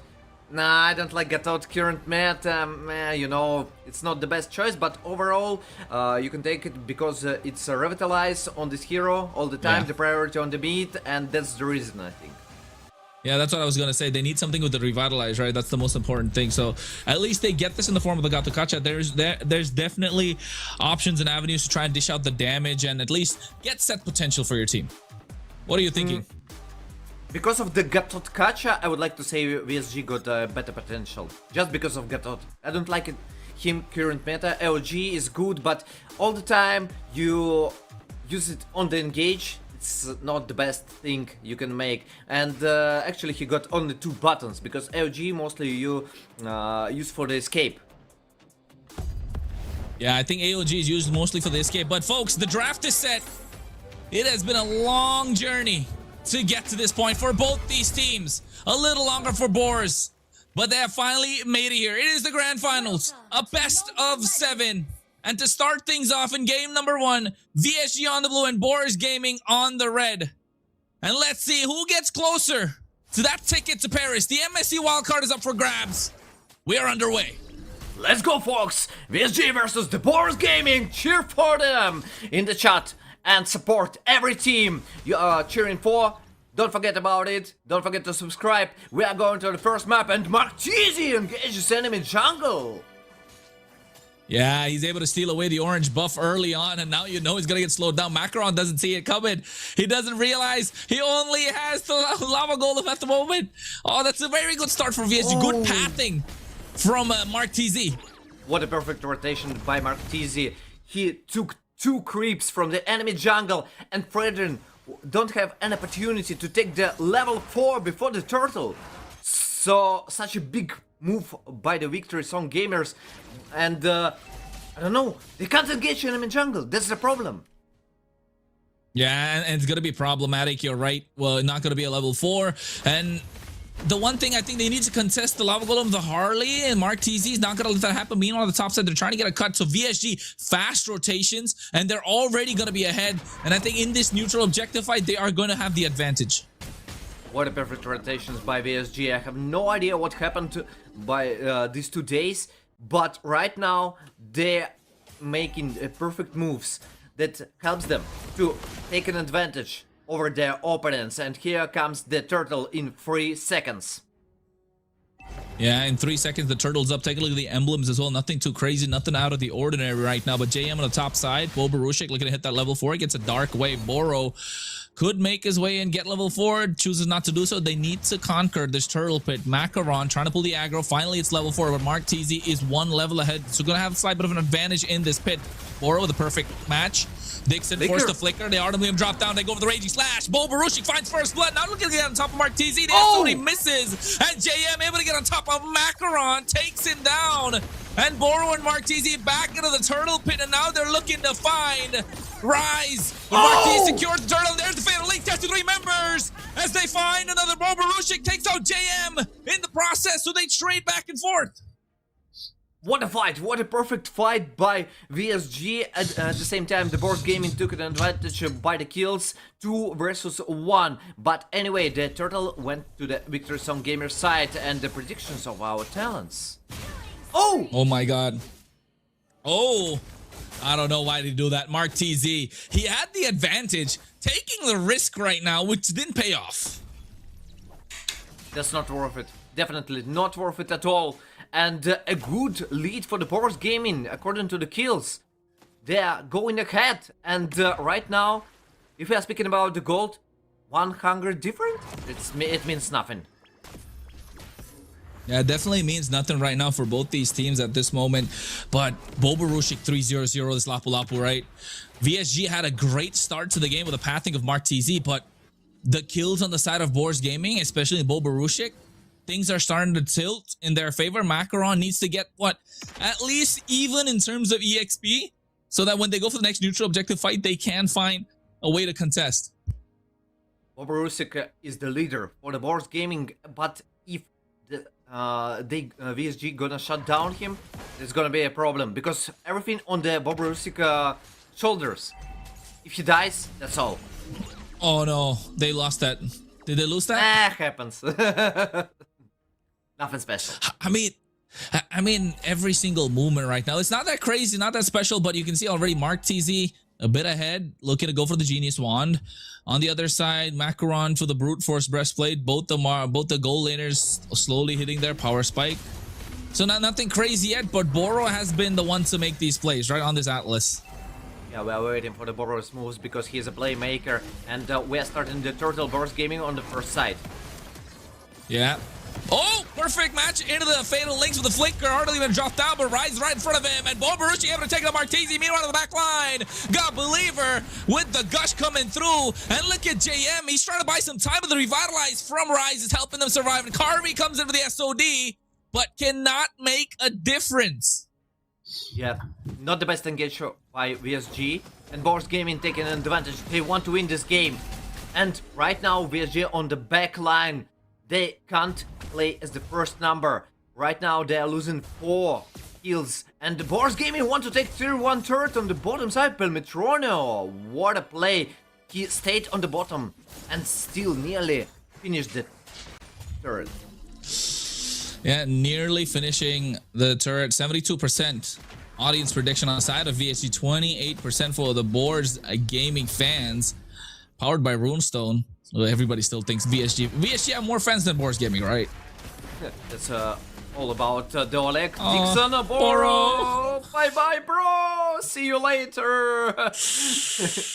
He got no flicker. I mean, yeah, he didn't have flicker. He used it earlier, but the position from God Believer has been good. Slowly taking control of the game. Bro's going bye-bye. And, but Bobarushik 4-0-0. BOARS Gaming have more kills, but they're all in Bobarushik. He's an EXP laner. He's looking to get shut down at some point, right? When he has to make the play, and I think that's going to be the big turning point for VSG. But Bobarushik already have a War Axe. That's important, super important for Lapo Lapo, one of the main items. And right now he can build more defense. After that, it's gonna be uncontrollable force for the BOARS Gaming. And how VSG gonna counter it? A lot of questions. But they got the opportunity because of the Boro, I would like to say, but not the best engage. Yeah, and opportunity has been the word for this game, at least. We need BOARS Game to find the opportunity, but Boro's the one who takes the initiative to pick these fights. He's the one who starts the fights with the Fatal Links. And the AOG, like you mentioned, has been an escape tool so far. He hasn't used, if you haven't seen any big AOGs, but we have seen Bobarushik going crazy with this Bravers fight. Ardle being dropped out. Fatal Links come through as well at the same time. Dixon able to secure the turtle. Revitalize, pop, and try to survive. There's the AOG to put them in place with a perfect match. Able to get on top of Macaron. They take him down. The gush coming through. And Dixon goes down. Unstoppable is Bobarushik. He gets 5 kills off the bat. And now Moro even goes down. What's happening?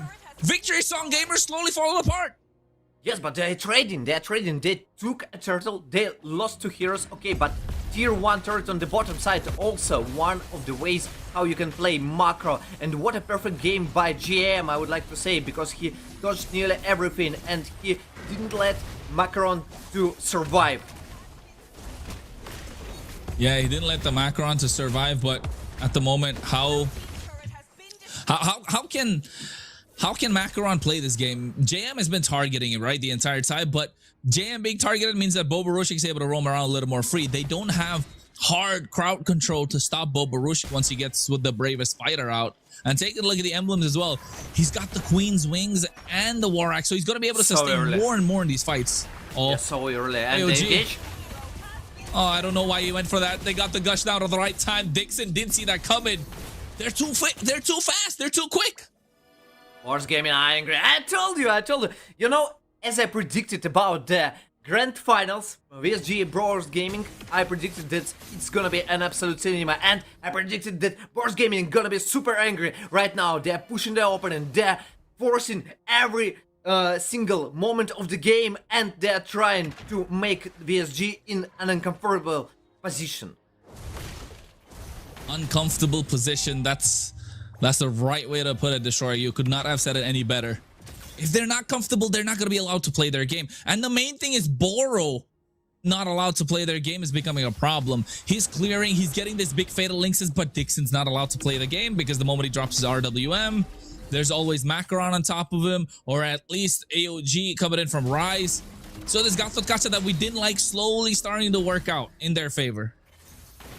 Thanks for this good gacha, thanks for the Rise, because I mentioned that I don't like this hero, but Rise showing us how it should work. And here's Engage, 10k HP for Lord.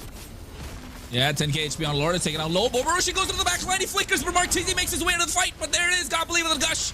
And Macaron able to secure the turtle. AOG trying to cut off their path of escape, but JM going in, buying a lot of time, being the body bag that he is. Deadly magic onto Pelme. Martini able to find him. Oh, they lose a member, and now it's all starting to fall, but there JM goes down, so they trade 1-for-1 still, but Rise is still in the fight. Boro and Dixon looking to get that kill, but Bobarushi comes in. Dixon does it on the mana. He tried to bite off more than he can chew. Raging Slash trying to take him out as well. Bober looking to get top of Dixon. He's still able to survive the slightest bit of HP. Oh, Dixon! This fight was 4 versus 5 for VSG because Carby all the time split pushed bot. He destroyed the tier 2 turret, but Lord is marching bot also. There are problems for VSG, they can find out themselves because of the Bobarusic. He is dominating this map. Bobarusic is 100% dominating this map. They have no way to kind of stop them. And 502 AOG to the back line after the RWM was used as well.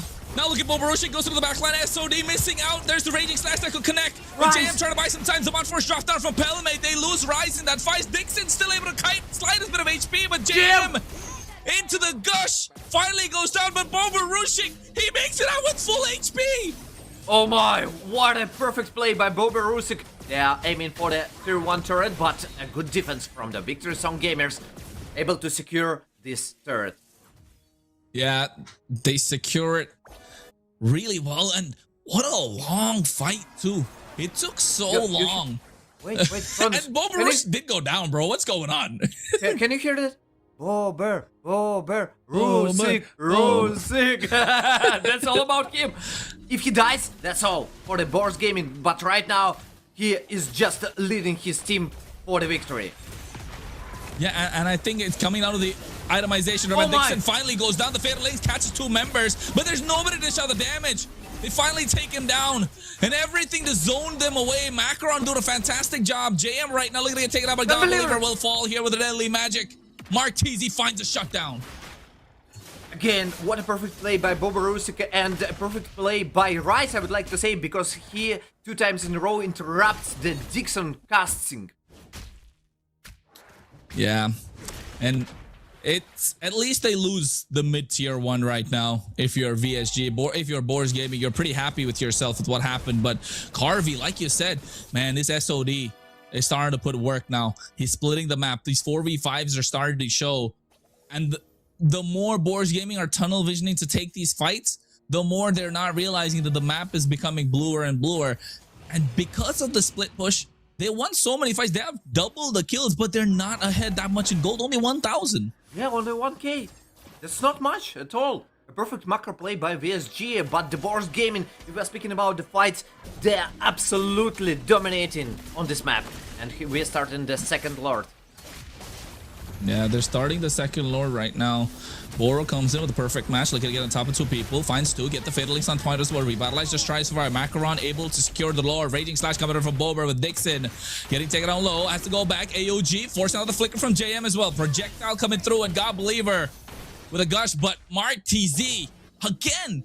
He goes in, he goes out, comes back and finds the kill, and now that was tricky. A good play by the jungler of PSG. Even if he died 2 times, and if you are speaking about the deaths, he also died 1 versus 1 versus Bobarusic. But anyway, he's finding his place, and he all the time in the perfect position to take the kills. Yeah, perfect position to take the kills. I think at this point, with the level of execution that BOARS Gaming have, it's great that Mark TZ is able to find these angles, right? And it's all the pull coming out from Dixon. Dixon's not having a good game here, if you ask me. It's tough. Oh, it's no, tough wait. for him because of AOG, problems for Boro. Yeah, Boro able to get out easily. SOD misses. Pelme. They're playing. Are they boxing out for Pelme here?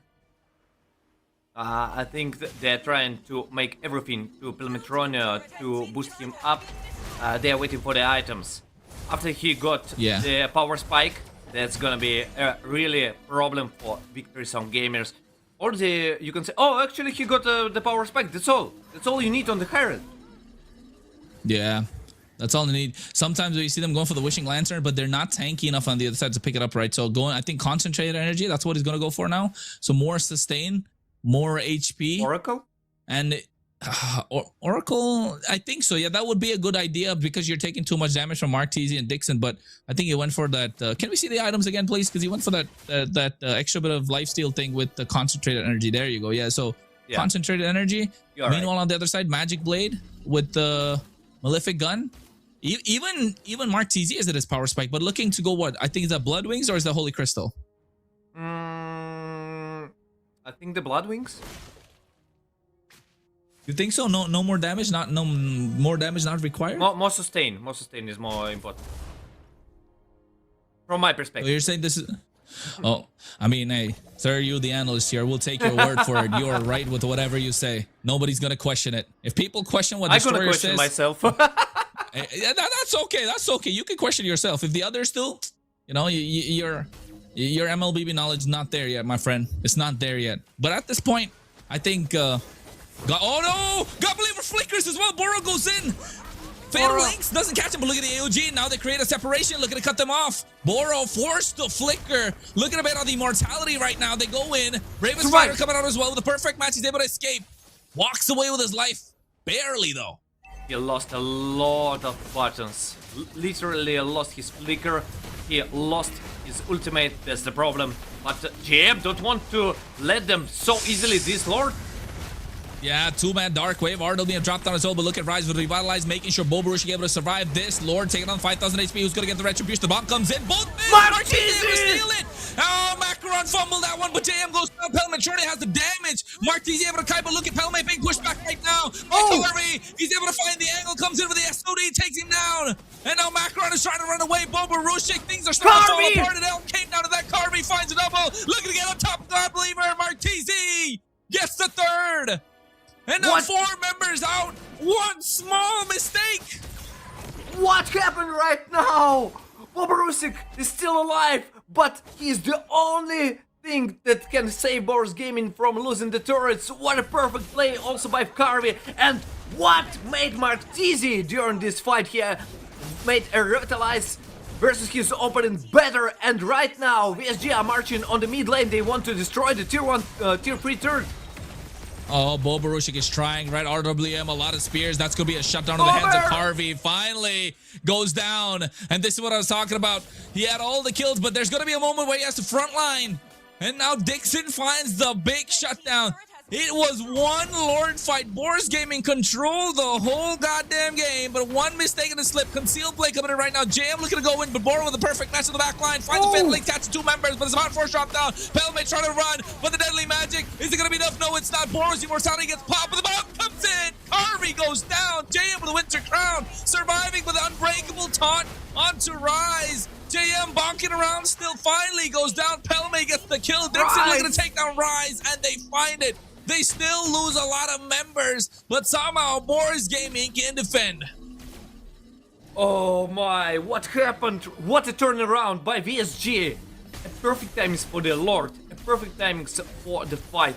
Yes, they lost it, but still, they lost. The BOARS Gaming lost 2 inhibitors on the mid lane, on the bottom lane. And the bottom lane is super important because the Lord are spawning on the top side. Yeah, bottom lane is super important because the long lane, right? The super minions are gonna push in. BOARS Gaming have to keep that under check. Can we get a replay of that Lord? What happened? That one mistake? I don't know. I think it's too late for it now. But if we do, you can take a look. That, you know, Appraiser's Wrath Macaron got it. He dropped the Retribution. It was what, 200 HP on the Lord. 200 HP. And Mark TC was able to take that. BOARS Gaming. If they got the Lord, they would have been so much better. I think the panic started to hit when they lost the Lord, right? I think they just lost themselves because they got so much advantage during the board. Oh, thank you for the replay. Oh, look at that. Let's check it again. 18, 15, 14, Macron on the first lead, Marquise. And what's happened? What's happened? Here. How? 6K? Oh, too early. 262. Yeah, too early. 262. 206. It was 500 and something. He tried to use a skill one too, but 262 damage on the Lord. That must be hurt. If JM forced the flicker, so he won't have the flicker now for this next Lord fight. It's an evolved Lord. And Boro, look how much he's zoning away God Believer. He's too far in now. Pelmetronio forced to go into the demand force. Rise able to survive with the revitalize. They finally find Dixon. Sori misses. So Carvey can't make his way into the fight. Rise goes down, but look at JM. He's trying to survive. Winter Crown popped it as well, but finally gets taken out. Boro, Carvey, and Martese left standing. They have enough members to split the map. Yes, they still can play, but the spear, if Carvey could reach the target, that would be an absolutely different game, the absolute different fight, because he couldn't join. Yeah, he couldn't join the fight, and that's the risk with the Moskov. If you don't make it into the fight, you just can't. Both the teams are at full build right now.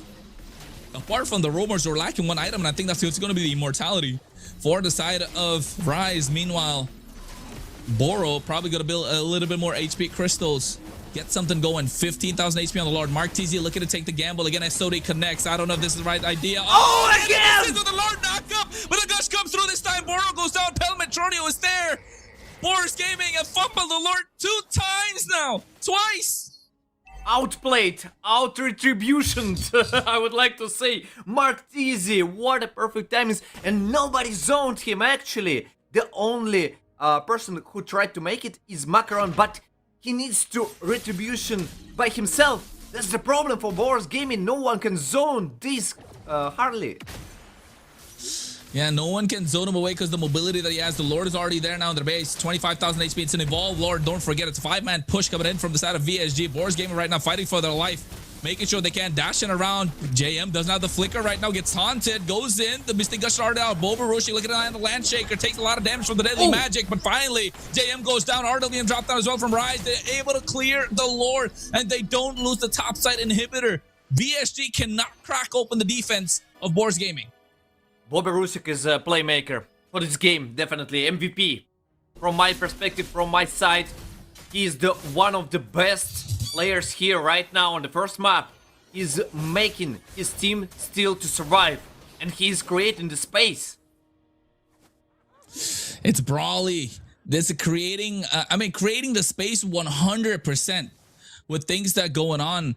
But at the moment, I think if you're Macaron, the first fight you lost with the retribution. The second fight, the Lord knocks you up, so you're not able to get the retribution. Mark TZ, a thief, smooth criminal. Michael, is it you? I know, right? He should just change his name, not Mark TZ. He's Michael TZ with Michael 2 TZ, lords. yeah. Important lords as well, right? Destroyer, that was an evolved lord. And you're right, I think nobody able to zone him out. Boba Rushik is not there in the fight. He's got too much on his plate. Rise is looking to protect God Believer because he can get flanked as well. Things are not, yes, BOARS Gaming have found a formula, but when it comes to those lord dances, they're not able to control VSG, who are very mobile around the map because Carvey is able to play the long lane. You should stop coin flip from the BOARS Gaming perspective. Just stop this coin flip about retribution. And that's all. BOARS Gaming can still win this game. Yes, victors on gamers are leading, but overall, I don't see during the fights that BOARS Gaming got the problems. A perfect engages by the Boba Rusik, a good damage by the Pelmetronio. Yeah, good damage by Pelmetronio. And they're able to bait out Boro, right? Boro is chasing God Believer, and God Believer is going a little too far. And they're not able to catch him. He still has to flicker also in these fights. JM is all... The God Believer position is really good, and those projectiles are able to land those crowd controls where JM can't get in. And now you can see they're trying to box out for him. Macaron has the Lord, 22,000 HP. They're taking the coin flip. Again, Rise goes in on top of Pinkman this time. Mark TZ looking to be near the Lord. Boro comes in. Macaron goes as well. There it is. The Lord taking out super low. The rest of the hands of Mark TZ this time, but God Believer able to take him out. They find a mega kill in the hands of Pelme. The Fatal Ace comes through as well. Look at JM going in with Infernal Pursuit. Vixen trying to kite but rise, and that's a 3-man Dark Wave. And Pelmetronio, look at the damage, doesn't have the burst, is back right on time as well. JM will be taken out. No, he doesn't. Oh my! As the Element of Survivor Rise goes down, Carvey comes into the fight. Pelme is trying, but Carvey penetrates through and gets the shutdown. And Macaron right now, Immortality gets popped. Vixen eats a face full of the Gush God Believer, flickers, but he goes down to help with the projectile. Carvey is still alive, and that is enough for BOARS Gaming to back off. But here comes Bubba Roshik. Seems like Carvey's top on the Immortality. The bomb comes through, but a 3-man fatal links. At the same time, Boro is doing everything that he can to protect his goal laner. But look at the base crystal. The minions are marching in, and they have to protect it. They have to go back, and the Lord has come through as well. Oh, what a fight! What a fight! What a turnaround by BOARS Gaming! What a perfect play by Macaron, but it's not enough! And VSG taking the first game! They take game number 1 in... I don't know if they're gonna be happy with it, but they're happy that they won the game. It's so back and forth. It's so messy. It's so messy, but they still managed to find the game, overextending these team fights. Karwi came in clutch, and Boro MVP for me. No, GM definitely. JM? Yes, just check how much work he did. Because of him, the enemy team could do nothing. He just zoned 3 people all the time. And if we are speaking about the BOARS Gaming, it's Boba Rusik, definitely 1000% MVP. But if we are speaking about the team fights composition, yeah, I would like to say it's all about GM and of course about the retribution coin flicks. Oh my god. And just when you said, right, because you were right with the coin flip, BOARS Gaming really needed to stop taking that coin flip. You don't want a coin flip on your side. MVP though, Carvey. Yes, JM did a lot in these fights, but Carvey worked the map, and that's what helped them win the game. Yes, you got the micro fights, but the macro, pushing these towers, the SOD making his way into the fight, definitely changed the way that this game took place, and they just didn't have any answers. Oh my god. What a good rotations and macro play from the mid game to the late game by VSG, because early game the rotations and the plays from the BOARS Gaming, except the orange buff. Yes, that's the only problem I would like to say at the beginning about the positioning, about checking the enemy jungler. That's the only thing that happened with the BOARS Gaming, but overall they made a lot of good things except the coin flip with the Lord. That's the only problem that BOARS Gaming faced. If they could change this, or maybe if they gonna change it, they gonna win. Yeah, they're gonna win. I think here, if Pelmetron instead of going concentrated energy, what if he went for, the Oracle? That could have, the little too greedy to go full damage also. Yes. Right. I feel like that's another thing that we can see, and not just that. They had a good early game for BOARS Gaming after losing out on that rotation from Mark TZ, but Mark TZ, man, came in clutch with those retribution. It's too much for them to kind of deal with at this point. But if you're BOARS Gaming, are you tilted right now, or you just shake it off? No, nothing. Okay, it's just the first game. Best of 7. Look at JM. Best Look of at 7. Look at how much damage JM took. 267,000. That's what I'm talking about. Sheesh. That's what I'm talking about, Kronos. JM made a lot of things, and for the Pelmetronia, I would like him to change the Light and Truncheon for the Blood Wings, for the Oracle, something that makes you more healthy, something that makes you more defensive. Yeah, and it's I'm baffled. This is you, God Destroyer. You got this highlight section. Okay, bro, no problem. So the beginning was pretty okay for the BOARS Gaming. They took an advantage. They took a lead. They took nearly everything, but they got problems with the objectives. I don't know what's happening with the Macaron, but he needs to fix it right now. Or if you are not that confident about the coin flipping, then just skip it. Just skip it. Make a good position for yourself. Make an advantage by the force of the people that you have. And that's all. Yeah, I think just use the Lord as the bait, right? That could have been the play that they could have gone for also.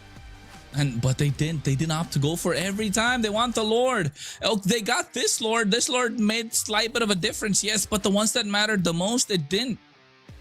And I don't know. Is it pressure? Is Macaron not able to this would have been a turning point 16 minutes in. Martizi's position. Martizi makes his way into the fight. If you look at the map, he comes in 10,000, 12,000, gets the taunt, goes in 6,000 HP, appraises Wrath, Retribution 262 HP, and Martizi hits the Retribution to steal the Lord away. He wasn't even near the fight. All it came down to was hitting it. But here, when Carvey started popping off, they had no answer to it. Carvey played just Macro. You know, his game was like, pew, creep, pew, creep, pew, creep. Oh, fight? Okay, spear. Oh, I'm there. That's all. That's all his gameplay, but it doesn't make him the bad player or like the things that he did wrong. He played the macro game that from the beginning VSG put on their mind. Okay, we got Carvey, just split pushing. We got Retribution, coin flips, okay, coin flips, okay. We win it, okay. Not Carvey, macro, still no problems. And the Lord Pit, they lost 4v5. That's the other thing. Like you mentioned with Carvey not being there, Carvey always splitting, and Moskov. Boards Gaming, gotta feel for it. You can feel for them a little bit, right? But what a game, number one. This is how we want grand finals to start, right, Destroyer? This is how we want grand finals to be every single time. And it's a best of 7. I'm gonna be tired. We only started. You can't be tired. Promise. Not Wake now, by the end of it. By the end? Maybe. But maybe. If it's gonna be a roller coaster, I would like to say no. Because the main thing I'm afraid of during the grand finals, that is gonna be one-way direction for one team. But right now we see the BOARS Gaming are fighting. The VSG got a tough time to win this game. Expanded Rivers, by the way, on our draft phase and the buffs during the map. And we are starting the draft phase. BOARS Gaming on the first pick, Victor Song Gamers on the second, and minus Phobius instantly. It was a problem, like you mentioned. It's not just a pick that kind of, that kind of works wonders here, but it counters so much, right? It counters the Paquito, counters the Freya, counters the Harriet, a Leomore to a certain extent. It's such a big frontline body to deal with. So just take it off. JM was a monster on that. He put 267,000 damage. He tanked. Every single fight he was present, always extended long enough for VSG to get re-engaged into the fight with Carvey coming in. So I think that the triple Filipino connection is showing for VSG. Filipino connection always works for any region. You know, agree. when you got the Filipino players, you instantly see like, oh, this team gonna be boosted somehow. No, but yes, in a way, you're right. The team does get boosted, but I think in this case, VSG, Dixon, and Boro also played their part. Boro was really good, and Dixon, early game didn't really have a good one. Mid game didn't, but he got the crucial kills, staying in the fights and getting those bursts, keep going longer and longer. Definitely helped them out. But look at the draft. Along with the full waist, Boxia and Atlas taken off as well. What a respect, Ban versus Boro. But I would like to mention BOARS Gaming actually got a super good positioning. Boro couldn't find himself. Yes, he was super annoying. He always made his opponents nervous. But overall, the BOARS Gaming can position themselves versus this hero, and I got no idea.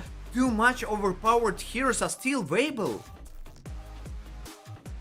I think some of the I want to see if the Paquito is going to be let through again. If you are VSG, they take out the Valentina respect ban for God Believer. Paquito. BOARS Gaming want the Paquito. They want the Paquito, but what are they going to trade for the Paquito here? You don't want to first pick. Okay. During the Filipino MPL today, they first picked. But overall, yes. But overall, That's Sanford. Yeah. Yes. That, You know me. That's you know Sanford. me, bro. You know Yeah, me, bro. that's Sanford. That's we, Sanford. we don't got Sanford yet, but we do have Boba Rushik and JM, and I think they're still okay. We've seen Boba Rushik go for the first pick, Paquito. It makes sense. They've got a different play style with it, so I'm not opposed to the first pick, Paquito. I don't think that's Paquito gonna be the first pick, because overall too much heroes available, especially if Jushin gonna be available. That's the problem. That's the problem. You can't trade. You can't just ignore this hero. It's too OP. It's too sustainable. It's too good on the mid, early game, late game. A lot of crowd control. And it's expanding rivers also, so he's already rotating Yes. fast, but you're gonna make it faster now. So I think there's Jushin also left open, right? There's Harith. Yes, these are all. But I think right now, even with Harley being present, but if there's Paquito up, he normally automatically gets prioritized. Yes, there's a counter with the Esmeralda, but I mean, still, if No Paquito one gets a takes good early Esmeralda. game, if there's a counter, if he has a good early game, he's not gonna be able to take him down, right? So Yu Zhang gonna get banned. I think Paquito comes in here. I think Jushin more priority. Jushin? Yeah, still. Even if you got Paquito, Jushin is still more prioritized for the mid lane, for the mid prior. Because at the beginning of the game, it's the most important things that you can make is to take mid prior, go to the enemy jungle, take enemy creeps, and take an advantage during the first turtle. Yes, SP laners are important, but the mid trio is more important. Yeah, mid trio does set the pace of the game. So Paquito never say been nice. Paquito too expensive. Too expensive. They get the Jushin plus what, Harley on the other side? Harley Hilda. Jushin sloping. What's happening? Jushin, hello? Are you here? Sorry, I got a call. Yeah? Oh, yeah, I'm busy. I got it. I got it. Sorry. No Jushin today. I was staring at the draft so much I didn't realize we were on the screen. But I think Jushin plus, well, what could be your Jushin? Fredrin again? Jushin Fredrin is okay. Jushin, And Jushin Harith? Jushin. Oh, no. They need a front lane on the jungle. Yes, so maybe Fredrin. When you take Paquito, it most likely the bruiser Paquito, but overall you need, yes, that's why. That is a good decision by you, Kronos. Maybe you are a coach. Thank you, sir. Yes, sir, I do. But Harith, they don't go for Jushin still. So Fredrin and Harith, now I think Jushin gets picked up on the other side, right? Should be. I don't understand. Like, literally ignoring one of the best heroes overall in MPL, in EC region, in MTC. Like, all the regions are prioritizing this hero. Okay, can you tell me the most top three? What is going on? Destroyer just walked away. He saw this carry. For what? What's going on? What's going on with the carry? I mean, we understand the carry, but they don't have the front line to box out for this carry, right? Carry is good, but you need the front line. You need the heavy front line. You don't have the Fredrin. You don't have the boxer right now. I think you're not going to get the Leomord in the jungle. The EXP lane, what's left? The Phoveus is already taken out. No Yu Zhang, no Paquito. Take out the Lapu Lapu and take out, what, a Belleric? I think if you take it out, VSG are still going to do well, but James not going to play the Belleric. So, unless they put this Hilda EXP lane, It can be XP lane. It's still flexible. But mainly when you take Hilda, you want to play versus Uranus, for example. It's one of the counter picks that helps you to push the lane, always make pressure, and rotate first. But I still don't understand. Jushin just ignored. I'm shocked. I'm literally shocked. even now in the bans, it's still ignored. Right? I'm looking at frontline. I think a glue for VSG will work really well. If they put glue Rome and put Hilda EXP, I think they still have the front line kind of. It's a counter to the Fredrin, makes it a little difficult for the Fredrin to work with. So if you're VSG, they're probably going to go for the glue after, but there's still the Jushin left open. I don't know if BOARS Gaming are going to take out Jushin right now. VSG can take out Farsa. Oh, Yves, okay. Okay, Eve is a good ban, but if BOARS Gaming still gonna Jushin, this not gotta be Jushin here. Maybe It's she's gotta be busy Jushin today, here. really. I got no idea. Maybe She got an she's appointment? busy. Yeah. I need a call. Yeah, baby. Here. Yeah. June, baby. Oh, you're busy. I got it. Oh, you're working out. Understood. Working out what with the lantern? Maybe. But I think Jushin's gotta go out here. Jushin's definitely gotta go out because Eve counters the Jushin as well, right? So if you don't take out the if you take out the Eve, you really want to get the Jushin for yourself. So there you go. Finally, we start talking about this Jushin now. But in the mid lane, not Farsa's left open. Lunox, Kadita. What else? Zetian? Yeah, Zetian is good. Zetian is good to counter pick versus the Predator because of the passive, because a good counter for the Paquito because of the passive also. You don't have Valentina, so a good counter engage. I think that's an option.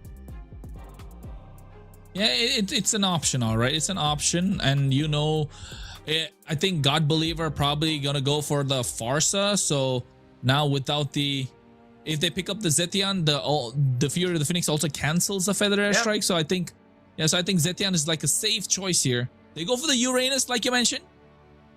I mentioned about Uranus like versus Hilda, but overall versus Hilda. I mean Hilda versus Uranus. So they took the Hilda and said that it's a good pick versus Uranus, and they're still flexible. But right now on the right side, can you tell me who gonna make crowd control? Tell me, any hero. Only at least one. Skill. I'm just kidding. No, and oh, look at that. That's the Farsa they're talking about with the Khalid Zetian. being picked up. Zetian, right? This is Zetian. They pick up the Khalid to get a little bit more aggression on the physical side. Early game, pop the passive, the Zetian. But apart from Zetian, what's left? Lunox. Hey, wait! You were talking about Sicilian of Dixon. Is that good here? Yes, but no crowd control. Too late? Wait a second. Need to think. Yes, too late.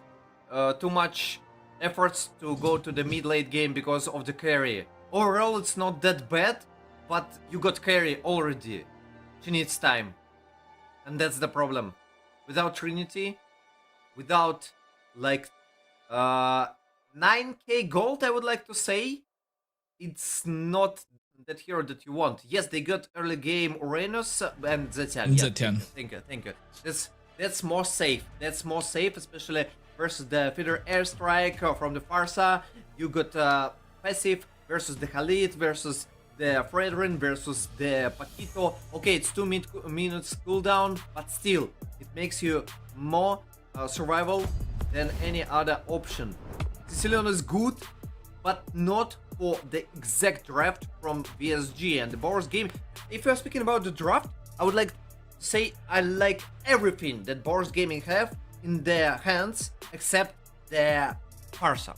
That's the only thing that I don't like. Yeah, I agree, but you know what? If anyone can make a Farsa work, it's God Believer. That's the only thing that we can believe in. And they believed in game number 1. They didn't get it. But I know BOARS Gaming's fans will definitely believe in them to take game number 2 because it's going into the land of Dawn Forks. After a back and forth fight in game number 1, they let it slip and VSG found the jugular and took game number 1 in their favor. But now we're moving on. It's the second game out of the best of 7. Who's going to come out on top? Are they going to even the scores? VSG going to further the lead. We go in, Chronos and Destroyer to bring you the action. Let's go, folks! Let's rock and roll! Let's BOARS and VSG show us the cinema on the second map. And we're gonna check who's gonna take the lead, or maybe it's gonna be equal for the BOARS Gaming because they lost the first game. Right now, they're angry for the second round. Yeah, and you can see already early game pressure. And the other thing about this Zetian is outranges the Farsa, right? With the second skill, at least in the early until the Feather Airstrike comes in. So Rise, oh wait, taking a lot of poke. Am I right about that though? I know the Zetian definitely outranges the Farsa with the skill too. Yes. Yes, definitely. And we got the predictions, the talent predictions. And nearly everyone, like, no, not nearly, everyone are cheering for VSG, expecting them to win these grand finals. But overall, the situation is different. 4-0, 4-1, 4-2. The expectations are super different. And I'm waiting for 4-3. Yeah, I mean, you're saying 4-3 what, VSG or BOARS Gaming? I would like to say VSG, just because of their macro plays, just because of their positioning during the fights. Only about it. If BOARS Gaming somehow can fix this during this series, they're gonna win. Yeah, I think they can. Oh, wait, Bobarushik goes in. Takes a lot of damage. Deadly Magic comes out, but Mark TZ goes down first blood. Fear the Phoenix popped it as well. Rise looking to get taken down. Flickers out of harm's way. JM is still in the fight. Bobarushik looking to get his path cut off by Boro. Goes in with a jab. Knockout strike. Feather Edge strike coming through at the same time. Boro goes down. And JM able to find Macaron. What a mistake by Bobarushik. He didn't expect the opponents be here, but it's kind of surprising for me. That's about the overextension, about the overextending during the lane phase, right before the turtle, and turtle going to the VSG. That believer, 1 HP. Oh no, not like this, not like this. Rise, try to survive, not even level 4 yet, but look at Bobarushik, knockout strike coming in, another knockout coming in from Macaron. Man, they're too tanky, he survives. What's going on? What's going on? Kronos, what's happening? Just brawling after brawling. That's all. We keep brawling. We keep. That's what this is. I move out. Oh, but look at Bobarushik. He's trying. Again. He's trying, right? He wants to get out of the lane so bad, but goes down. Mark TZ able to take him down. I think that's a good answer to the Paquito, the Uranus. Bobarushik, like, not playing his best game. Previously, he positioned himself perfectly. And right now we see the accent from the VSG. They are aiming for the XP lane and they are just destroying Bobarushik instantly. They don't lend him any chances to go further. And right now, Bobarushik should play more safe. Yeah, I think Bobarushik not allowed to get out of the lane means that EXP is not going to be a threat. The Paquito is a threat if he can get out and roam around freely, right? If he's not a roam around freely, how is he a threat? And not just that, the bigger the Uranus becomes, the harder it is going to take. It is going to be to take him down because they don't have DPS. They have Pel Metronio, but he needs what, 3 items? Even then, Radiant Armor plus Athena Shield is going to be difficult to take down the Uranus. They need the Wishing Lantern to dish out any sort of damage onto them. But JM right now having a very good time on that Uranus. Look at how he's keeping the Paquito in there. No chance whatsoever. And they're not going to be available for this turtle fight either. That's the thing that you should make versus the Uranus. From the beginning, you just need to aim him. Boro, problems? Oh, Boro, see. Beautiful Fury of the Phoenix to cancel out the Feather Airstrike. Boro could have got taken down. Now they don't have that big ultimate for this turtle fight. Macaron again misses out on the retribution. This time it's the turtle. The God Believer baits Boro underneath the tower. Not yet taken down, but look at JM looking to get on top of him. Goes in, finally finds the angle. Pelme falls down as well. Macaron is trying to survive with VSG. They're able to take 2 more. And look at JM. He's just being so annoying. Bobarushik went into the fight. He can't do anything. And now Macaron is bullied out of his own jungle. JM, stop bullying the opponents. It's literally a school bullying. Bro, stop it. What's happening? Can we see the items, please? Can we check the items? I really need to check the GM. Thank you. He got only 1 death item, but still no options for the opponents. Antique Keras and that's all. That's enough. Versus Paquito. Yeah, that's all enough. Versus the Paquito, we got Antique Keras is just neutralizes the Paquito. He does get the tier 1 on the top side. That's a good thing. But looking at the audience prediction, ladies and gentlemen, that's coming your way, powered by Runestone. Again, 76% VSG, 24% BOARS. Not changed. Nothing changed. Still the same. More audience are thinking that the VSG gonna win this game. But overall, about the macro, right now VSG gonna lose tier 1 turret. Oh. Fear of the Phoenix comes out, cancel out the Feather Airstrike, but at the same time, they lose Rise, who dove underneath the tower. But they do get to tier 1, though. They do get it. At least some kind of trade, Carvey. The problems for Bobarushik. too late, and actually he gonna lose tier 1 turret on the mid lane and the top side for these rotations? Oh, Bober taking so much damage. Deadly Magic coming out, trying to survive. He can't. Bye-bye.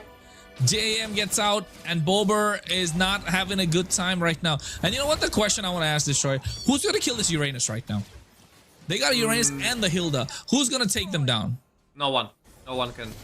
If they got Gord, no problems. If they got carry, no problems. But right now, with this advantage from the VSG side, I got no idea who can deal with GM. Yeah.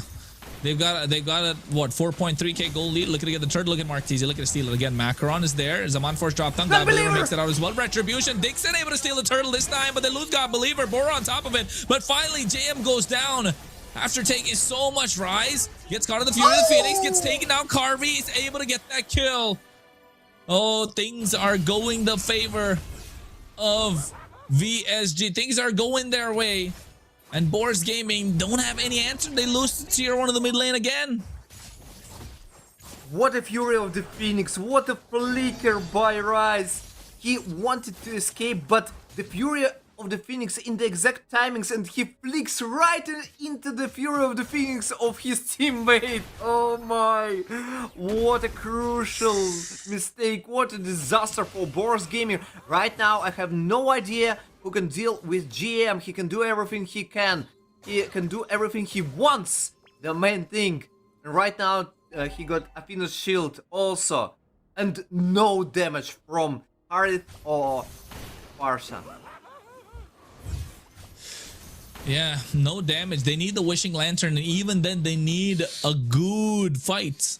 A really good fight. Macaron not able to do anything.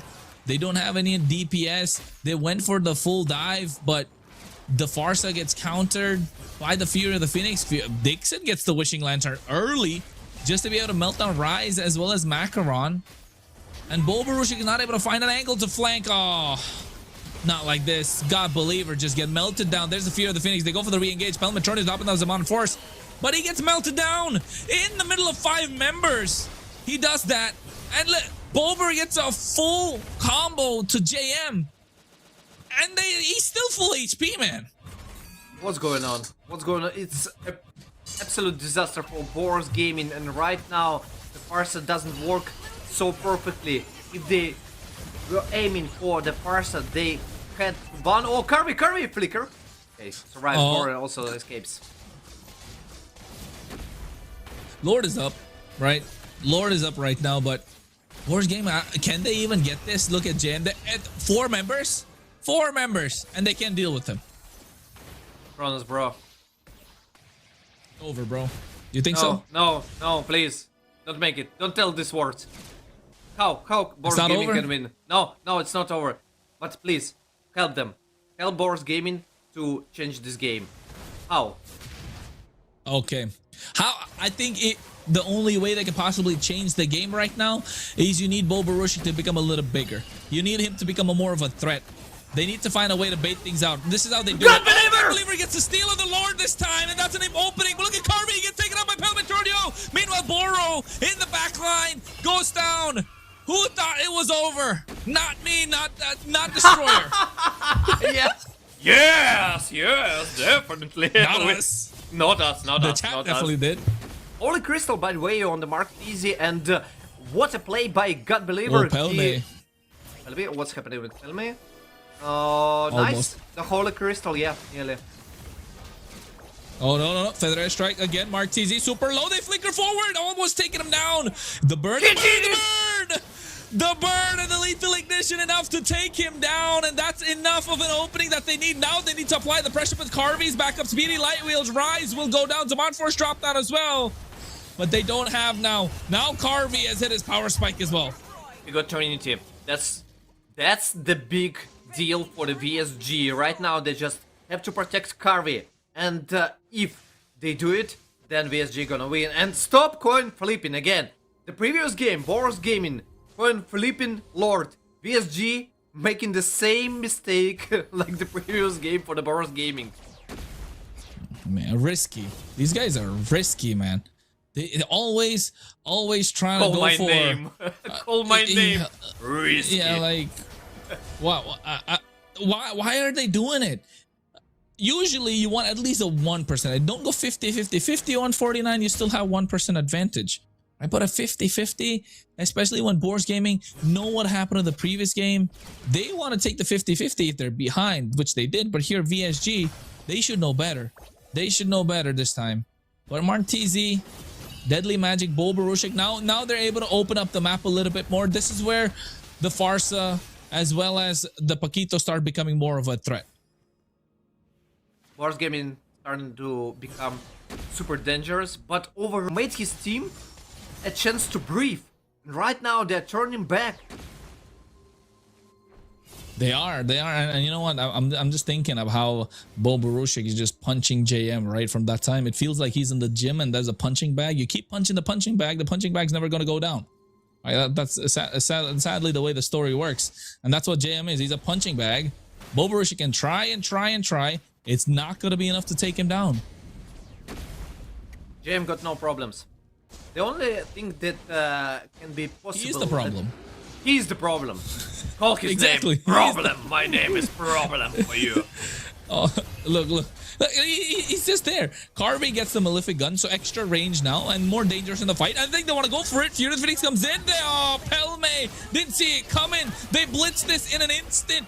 They took the decision. After JM took enough of a distraction, they saw Bober on the map. No feathered airstrike even right now. So they're not going to be able to contest the Lord. They lost 2 members. What a fight. What a problems for BOARS Gaming. JM literally joins the bush and hello everyone. Hi, I'm JM. Welcome. Hello, hi. Nice to meet you. Oh, you are taking purple block? Thank you. That's for me. I'm gonna take it. Yeah. And now look at Bober. He takes a Deadly Magic. Feather Airstrike comes in. Oh, not the best. Early, they can't defend. But not the best Feather Airstrike. Sadly for the BOARS Gaming right now, they got no opportunity to defend at the same time 2 lanes. But overall, Martizi are joining the party on the bottom side. He's pushing creeps and they want to take the tier 2 turret. Lord is marching on the mid lane. And right now the rotations, but BOARS Gaming for the GM, but he's too huge. Too big, too huge for them to deal with at this point. Oh, God Believer baits out the Deadly Magic, but what? It's such a low cooldown at this point. The Lord is coming crashing in. I don't know how they're gonna be able to defend this. Only with Deadly Magic, without even auto attack, minus 90% of HP. What a problem for the Farsa. Oh, look at that. Feather Airstrike comes in. They immediately cancel it out, and the pink JM gets on top of him as well. They lose the inhibitor of the mid lane. No high ground. Rise, forced to flicker. Carvey is a monster. JM goes down on a killing spree. The recall taunts are showing. It's game number 2. Bobarushik looking to catch Martizi. Still not able to find him. Macaron fighting for his life to try and defend this. Will they be able to do so? Goes for the knockout strike. Appraiser's Wrath drops down. But the next set of waves are crashing in, and VSG take game number 2 and move closer and closer to going to Paris. 2-0. This game was an absolute disaster for the BOARS Gaming. This Farsa pick, I would like to say not logical. Before you see the enemy mid laner, you can't take it right now, right here. Also, Harley was the problem for the Farsa. Deadly Magic instantly reaches this hero all the time, and GM. This accent on the top side, on the XP lane from the VSG, made them roll on this map. They could do everything they want, just because GM is too huge. And the Paquito insta-lock, I said, it's not the best thing on the first pick. It's a good pick on the trio. You are not Sanford, don't forget about it. So there are problems with the Paquito pick, you can counter it. And the Farsa, also the problem. Overall, the problem was about the draft for the BOARS game. In the first game was super okay, just because they make good picks and counters versus the enemy. And the opponents got a tough time. Right now, no problems for GM, no problems for Carvey, no problems for anyone. 100%, and I think you can tell with the MVP performance, this last pick, Zetian, just working out really well. The Fear of the Phoenix was on the right point. They didn't really need any sort of a initiator. You were talking about crowd control, right? Boro on the Hilda, they had JM on the Uranus. This was one of the only, not the one of the, I think the only form of crowd control that they had, and that was enough. 3-0-10 KDA. That was more than enough. That's a perfect pick from VSG, but the main problem that BOARS Gaming let them pick Zetian. Actually, VSG should take it earlier. It's super lucky for them that BOARS Gaming let them this option. Otherwise, I have no idea how could they counter this Farsa. Yes, Deadly Magic, okay, but it's only one button. It's only one hero that can reach. Only one hero that can reach through there, but I don't know. I think BOARS Gaming need a little bit of, you know, reset. They need to reset. They shouldn't tunnel vision like this. The Herod is not working right now. It did work in game number 1. Game number 2, not so much. The Fredrin, it's good, but I think if you're shutting down Boborushik so early, he's not gonna have a good time. You need to find a way to make Boborushik big enough so that he becomes a problem for VSG. More and more we look into this series, the more and more we've looked back as well in the group stage and the upper bracket. I think Boborushik versus JM, that's been the story for the series.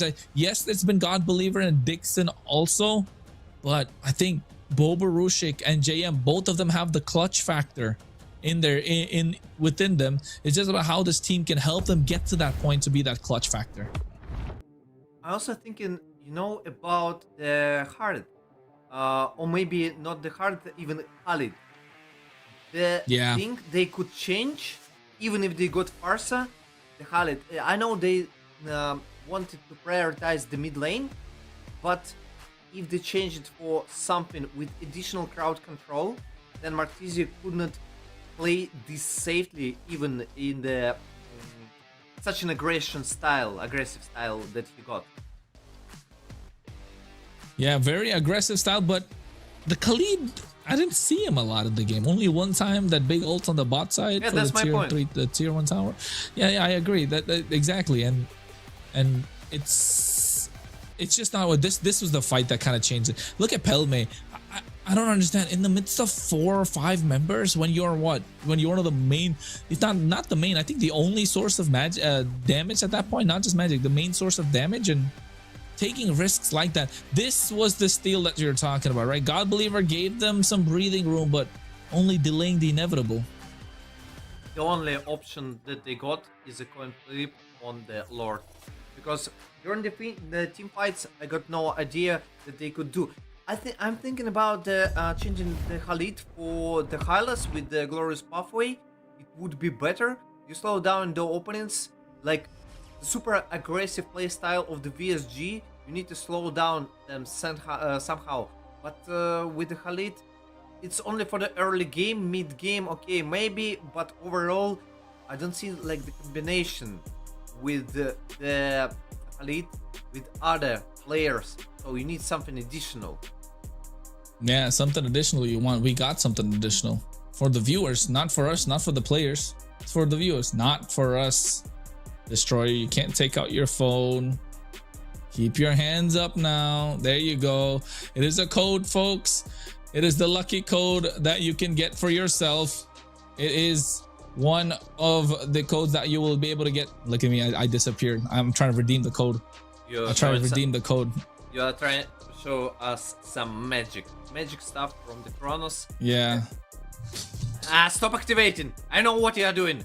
Put your hands down. Put your hands down. Stop it. It's the lucky code, of course. It is the one that you can pick up for yourself with when you go into the game. Yeah. So use it, guys. Don't forget about to redeem it, and I hope you're gonna take the skin that you prefer to play with. And definitely write down in our chat what you got. Okay, you did it. You already activated. I know, Kronos. How did you know? I tried to steal it away. I tried to steal it. Don't do it. For the viewers. Yeah, I know. It's for the viewers. I'm not trying to steal it. I'm not trying to steal it. I didn't. Call him so yourself? folks. Kronos, don't do it. Don't do it. Bro, I know you're not gonna do it. No, I'm talking to myself. Yeah, I know. Me too. Me too. I'm trying to figure out how this game right now in game number 3, how is it gonna work out for the favor of, you know, how is it gonna go into the favor of VSG, or rather BOARS Gaming here? I think if they change the draft, I'm speaking about the BOARS Gaming, if they change the draft, like on the first map, stop like 50-50 on the Lord, they can win it. They can win it. They just need to change their mindset, to calm down, and stop making mistakes that they did on the second game. So literally a lot of problems for the Paquito from the beginning. 2 kills in a row on him overextending.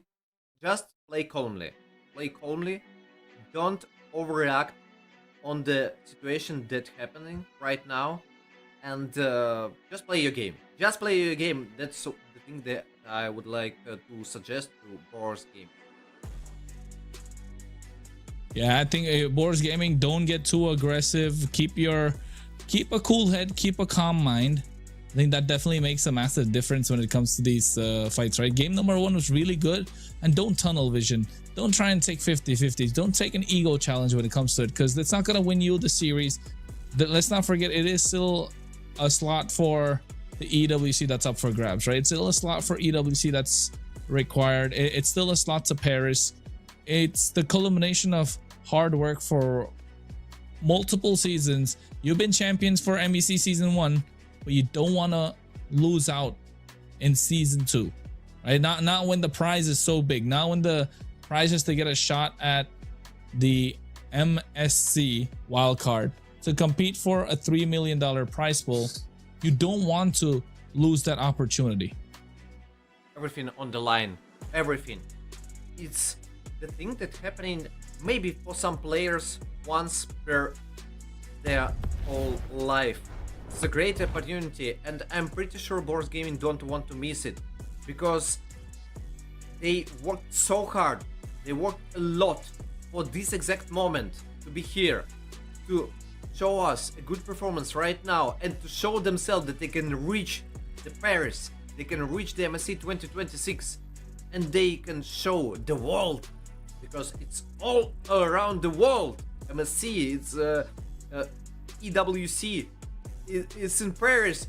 Previously it was in Riyadh, but right now it's in Paris, and it's a huge opportunity for the European players to show themselves, and it's a huge thing for the BOARS Gaming. They need to concentrate. Just adapt to your opponents. Don't let your opponents play versus you. Play your personal game.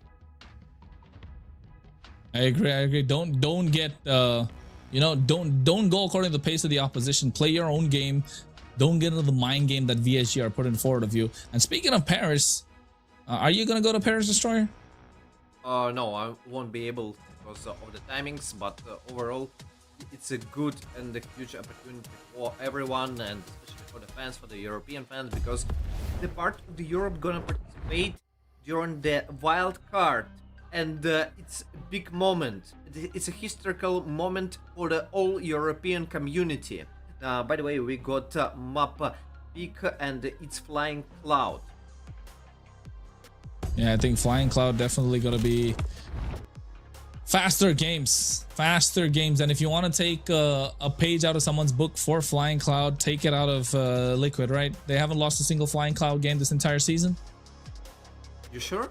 But that's, yeah, they haven't lost one single Flying Cloud game entire season. TLPH. Nice statistic.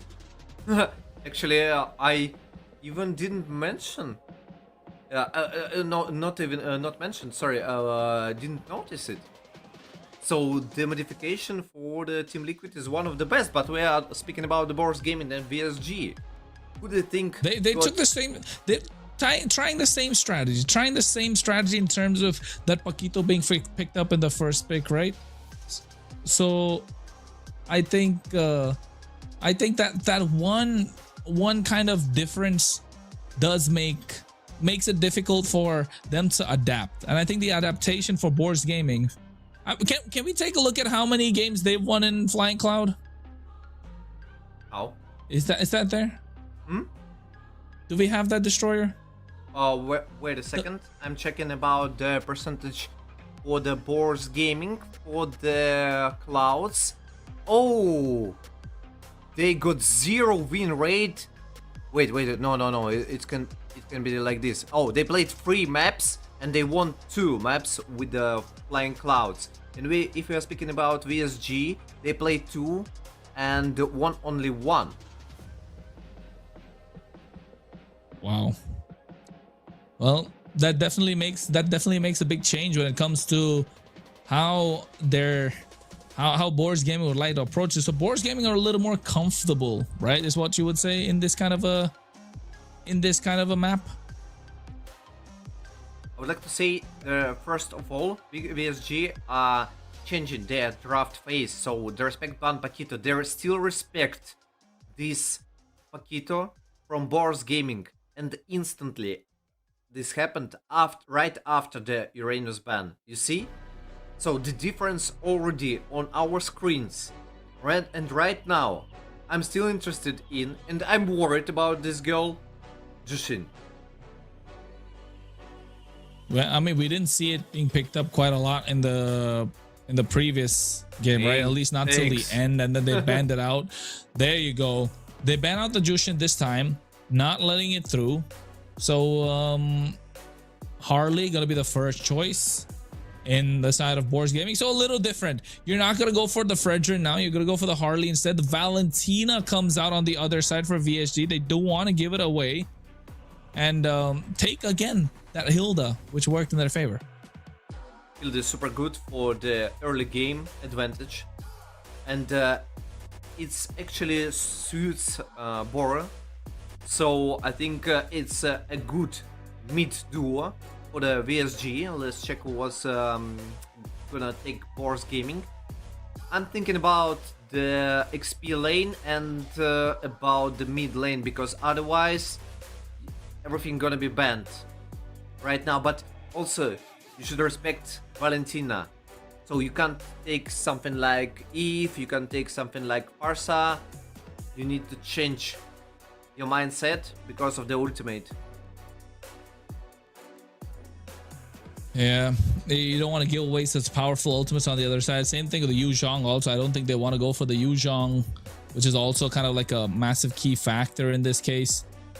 But BOARS Gaming, what can they go for? Pelme goes for carry plus the Hylos. So they get the carry this time. They want to play late game. I'm not sure that it's a good decision when you just skip everything on the mid lane, because VSG gonna ban it. The Hylos is okay. Carry is normal. I would like to say normal, but the Harith is better, definitely, from my perspective. And also, when you take Hylos, you should understand that you let your opponents to take Glorious Pathway, because Valentina already got 1 button. Yeah, I agree. I think already has the Glorious Path right now. The Kimmy, I was going to say, is going to be a good choice in the mid lane against the Valentina. They banned that out right now, so God Believer is not going to get this pick in his hands. BOARS Gaming take out maybe more gold lane options. No, sorry, not gold lane. More jungle options. What could it be? Fredrin, Leomord, maybe YSS. Guinevere. Oh, Suyo definitely. Guinevere also one of the best choices. And by the way, Suyo is one of the top 3 picks for Filipino Indonesia and Filipino Indonesia and Isaiah region. Okay, it definitely is. It has been a topic here in the MEC as well, right? In terms of the pick rate. The Harley is definitely one of the most contested picks, that's for sure, and then comes down to the Harriet. Suyo has fallen down the pecking order after the slight changes to the patches, and now in a grand final situation like this, it just shows that they are prioritizing the Fredrin more and more. And speaking of Suyo, it's already taken off. Yu Zhong coming out on the other side. I think Fredrin's got to get banned, right? Destroyer, you don't want to let the Fredrin through. I don't want to let VSG, I mean, from the BOARS perspective, I would not like to let VSG take this Fredrin, because it's too massive. It also, oh, but it's Gwen. it's Gwyn, but I'm not sure it's a good ban versus VSG draft exactly. So overall, it's a good pick or ban, but not on the right side. Right now, we already see the Hilda, and if we are speaking about the Gwyn, it wants to play with Kalea, for example, or some additional buttons like the Fury of the Phoenix from the Zetian. You want to combine it with something. And here's the Gwyn just for Gwyn. Yeah, they get the Leomord for themselves. I think if you're Boards Gaming, Belleric plus Gord. I don't like Belleric. Well, Alice plus Gord. Oh, Alice and Eve. It's all right. I think it's nice. Alice, Eve, they got a lot of magic damage, that's for sure, and carry to shred down the opposition, whoever's in front of her. But here in EX playing Glue. Let's think. No, Glue Or is Sora. bad. Glue is bad versus Alice. So Sora is not that bad. Additional crowd control, additional engage. It's one of the best options, I think. Also, Lapu looks normally. What else? Oh, Terizla, by the way. I think about It. Terizla and I think Lapu Diroth? maybe the priority. What? Diroth. No. Oh. What? Wait. EXP lane XP lane Valentina. Valentina, yes, XP lane Valentina, interesting choice from the VSG. Additional poke, damage to crowd control from Gord, but I don't like it. I have no idea why I don't like it either.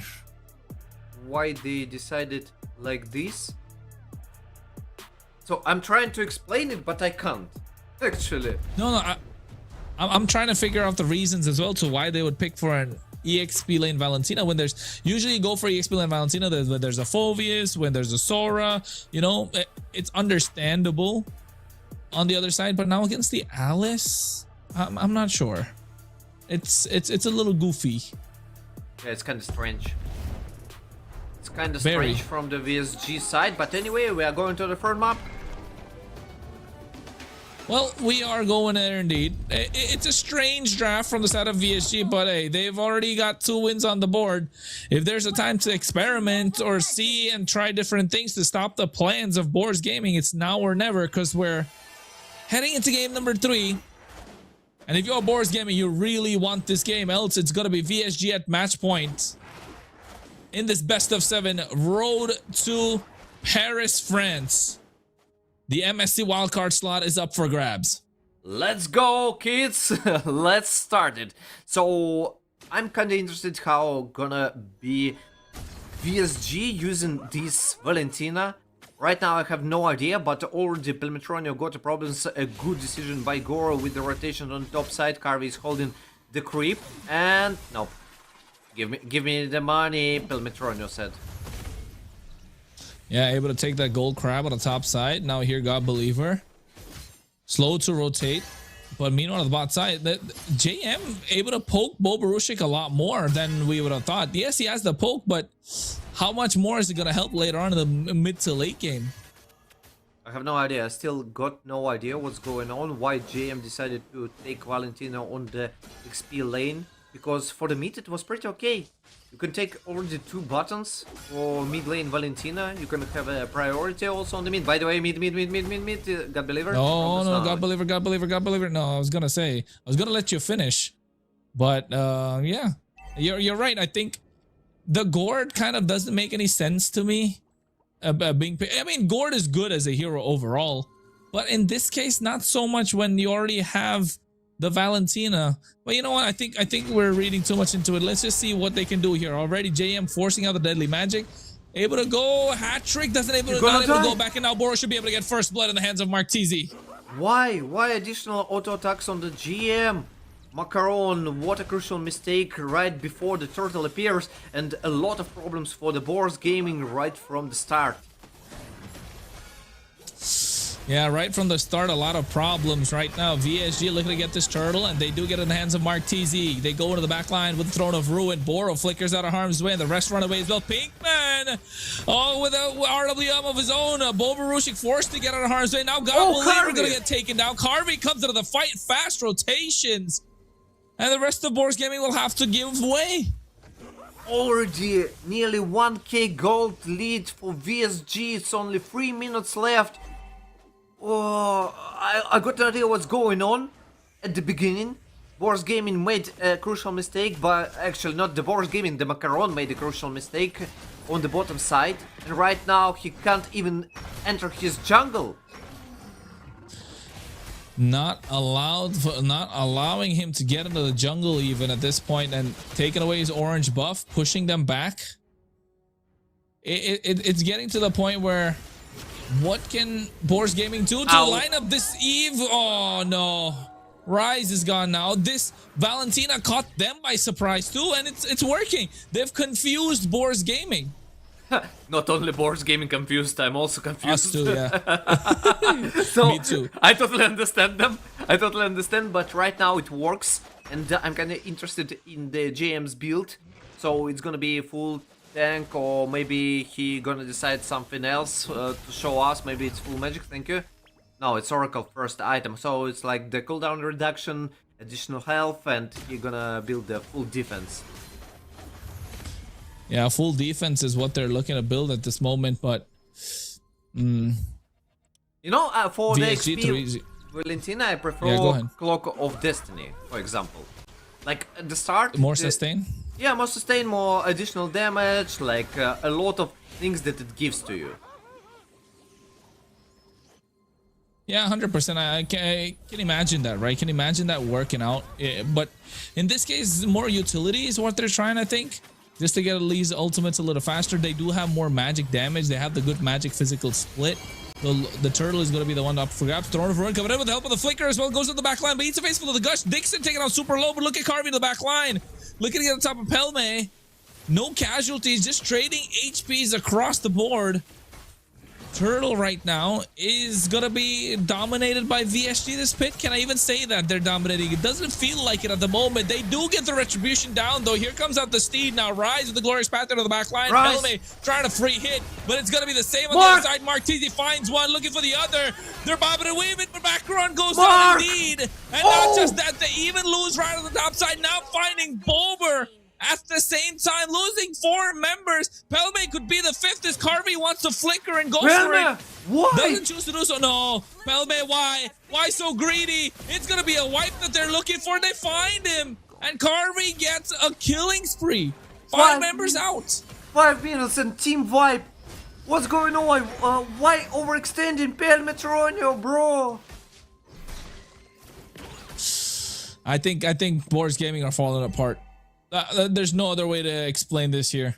BOARS Gaming are falling apart, and right now, audience prediction is more to the side of VSG. Even more, powered by Runestone. 80% for Victory Song Gamers. VSG right now dominating even Valentina Peak. And if we are speaking about the confusing the opponents and also the audience, maybe us, that still works. No, Throne of Ruin catches them, but look at that, Dixon. Mystic Gush. BOARS Gaming are falling apart. It's 9-0. They can catch him, and finally looking to get on top of JM. He drops down the RWD, and Macaron gets that kill with the help of the deadly magic, but look how much it took out just to take him down. Still, totally absolute domination by VSG. Rise, why? Okay, they let him escape, but overall that was kinda strange path. Very strange path. Now Carvey even gets the Feather of Heaven, so gonna be more damage. This could be a 4-0, you know, with the way that things is looking at Destroyer. The more I think about it, I don't know. I don't want to talk about that at the moment, but BOARS Gaming just lost their heads. 5k goal lead inside of VSG. It's too fast, too swift. Flying Cloud. Just not allowing BOARS Gaming to play their game. They actually can come back, but there are problems for the Pelmetronio. Pelmetronio gonna die. Macaron? Off position again, and now look Macaron! at VSG. They want to go for it. No, Macaron goes down next. JM goes in. There it is. Nice use of the Glorious Path, but they get a Glorious Path of their own through the help of the Valentinas. IMU, Throne of Ruin coming in to try and put them in place, but God Believer looking at Kite gets taken down by Mark TZ. Rise follows. Oh, BOARS Gaming. Dreams are starting to shatter. They're melting down. BOARS Gaming got a lot of problems, but actually at this game, I still see the opportunity for BOARS Gaming to come back. They need time, they need a lot of time, yes, definitely, but problems for Boborusik. He's melting down. In 1 second, they're shredding him. Too much damage. No crowd control to kind of stop them. No way to keep them at bay. And JM's Valentina, they had they had the tool to take the ultimates away, but now they go for the re-engage. God Believer, it's gonna get taken down by Carvey. Rise is next to follow, and they have the damage. The clutch factor from BOARS Gaming is gone. And VSG are showing up tonight, with a 9k goal lead in their favor. Absolute domination by VSG, 16-1 kills, and already on the 9 minute, the passive gonna... Okay, they saved it. Why engage Boborusik? No, they're going in. Throne of Ruin coming in. But look at that. JM with the Throne of Ruin of his own. And they still get 1 kill. They still get 1 kill after that, too. Glorious Path to slow them down. The Steed to cut them off. 2 kills, but 9,000 goal lead. Still, BOARS Gaming got a chance. If we spoke about the previous draft, I saw no opportunities for the BOARS Gaming to win that game. But right now, I see this option. They need a lot of time. Yes, 10 more minutes, maybe. But they can potentially. If there are any crucial mistakes from the VSG, it's a possibility to come back for the BOARS Gaming. Because the shutdowns are real. Martizi, 5 kills, 0 death. Carvey, 5 kills, 0 death. Boro, 4 kills, 0 death. At least if you remove them, 3 shutdowns, and you are back. You're on driver's seat. Again, you can. Yeah. They need to get the shutdown. They do have the carry, so late game is definitely possible right now. As long as the carry exists, the late game is possible, but the longer they're gonna take, the more gold VSG will start accumulating as well. This is what they can do. Just take out Pelme. Throne of Ruin coming in. Catches 3 members. Enough damage down. Now Pelme able to find JM. Looking to get on top of Boro as well. But look at Dixon. The gush coming out. They can't keep it at bay. Rise goes down. Meanwhile, on the bot side, they're pushing the Lord as much as possible. At least they are winning time. They are trading their heroes just to win the time for the Macaron to push the bottom side to remove this Lord, the additional creeps, and they're engaged. No, Carvey gets on top of them, able to find one. Mark TC is the one who gets the double, looking for the third. Boborusik take it out, and they find him with the help of the projectile. Oh, things are starting to fall apart. The base crystal is wide open. They lost the inhibitor on the top side. Rise goes into the Glorious Path to try and slow them down, but Macaron needs a face full of the gush again. They're trying everything just to stop them from getting to the crystal. Only Macaron left, about 5 seconds for God Believer, but might be 5 seconds too late, but thank goodness they got the minion wave coming through if you're a BOARS Gaming fan, but here's the Steed. They're looking to go, get the inhibitor in the mid lane. Pelme's back up, and I think VSG will have to respect the damage and back off.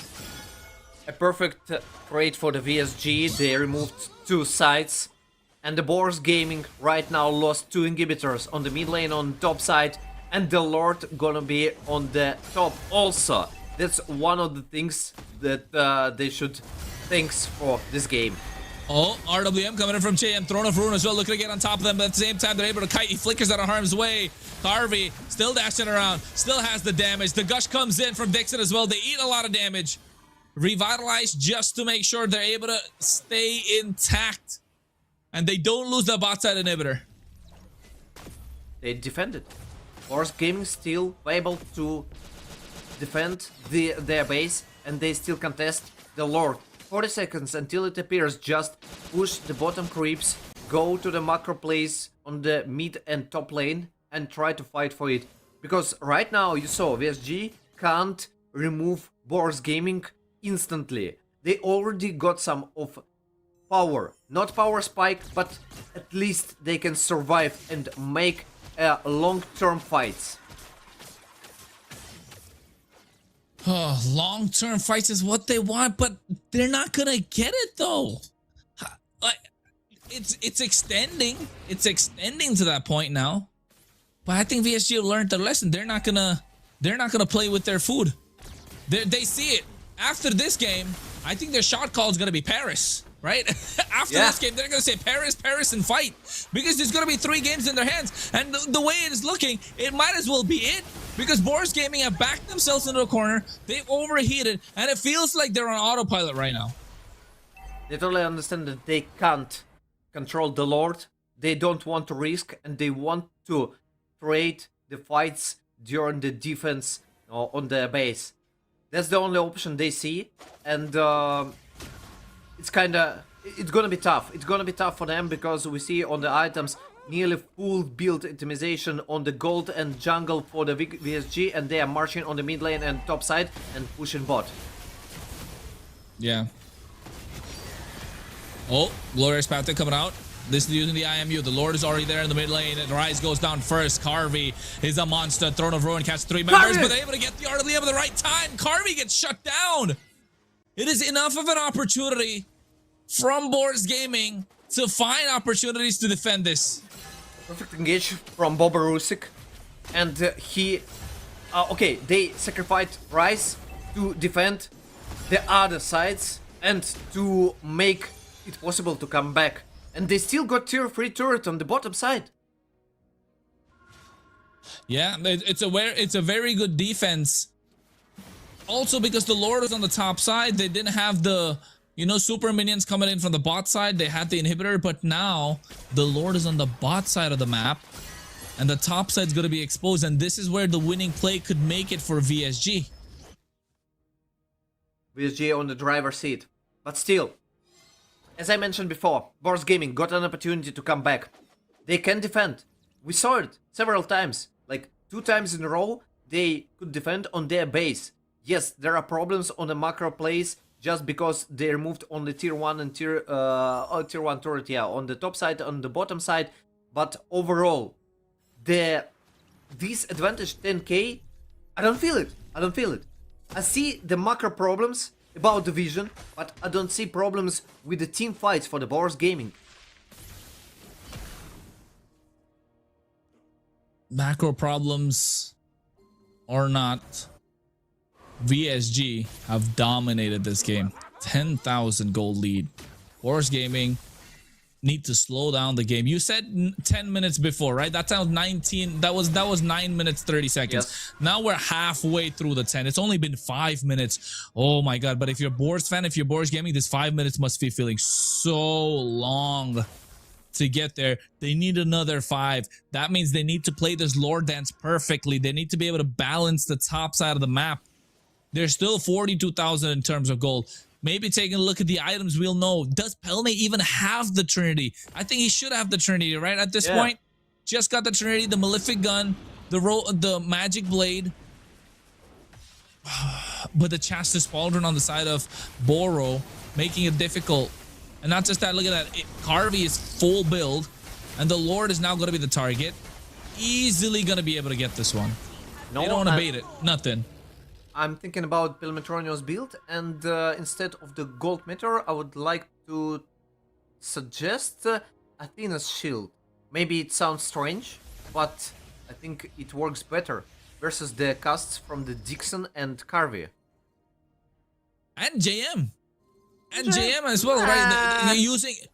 I mean, they're using it at the right time. If they use it all together, the Athena shield passive keeps them alive enough for enough time to kind of buy time. Enough time to keep the damage dealers from dying. So yeah, that's my suggestion, but anyway, he already took the gold meteor, maybe he gonna rebuild something. Let's check. Immortality also super important for the BOARS game inside. Tier 3 turret is down. Oh, it's down indeed at the bot side, but they're able to clear out the Lord. It's working. The carry is starting to become a problem. And look at Mark. He can't go in, but Bobarushik does. RWM comes out as well at the right time. Carvey forced to flicker on harm's way, but there's the Gush coming through, and Marais will go down. He flickers forward for the play. Boro looking to get to the back line. Bober is the one to fall. Macron able to find the opening with Palme. Dishes out the damage. Finds a shutdown onto Boro. Mark TC going for the angry engage. God believer mispositioned himself. Goes down. Now they don't have what it takes. Mark TC looking to take up Palme. No wind of nature. And they finally pop him. They get the crystal. It's 3-0. VSGF dominated. Why you outposition yourself? What a good defense. They even tried to re-engage, but overall the Victorious Sound Gamers just punished instantly God Believer for this misplay. Instantly. Perfect game by VSG. A lot of questions to the Valentina XP lane, they just disappeared. Everyone who was kind of hoping for a back and forth series doesn't feel like it right now. VSG have dominated the Valentina EXP. We're still scratching our heads, but hey, it works. It worked so well. BOARS Gaming, in that last minute, like you said, God Believer misposition. If he, instead of going front, if he just went back, defendable, right? They have more time. They could just wait. They just could play another 5 minutes, and they were so close. They were so close to come back, but that overextend, that misplay made them lose the game. And the MVP is Mark TZ, 9-0-11, day 20. 833 gold per minute. He was what, 20 out of, is that 174%? I was gonna say that's 74% kill participation. Look at the end. He sold everything to buy the immortality, and he still didn't go down. He was in the crystal. Only thing they had to do was just overload the damage on Pelme. He didn't have the gold to swap the items and get a wind of nature, and that was enough. They called it and they dove in, and it became a problem that BOARS Gaming are not able to solve. More than 10,000 goal lead. But still they could. They still could. BOARS Gaming need to change their mentality. They got a lot of problems during the early game. They were super confused about this Valentina pick, but GM, he made it work, and it worked perfectly. A good decision by VSG. Unexpected decision, but it was good.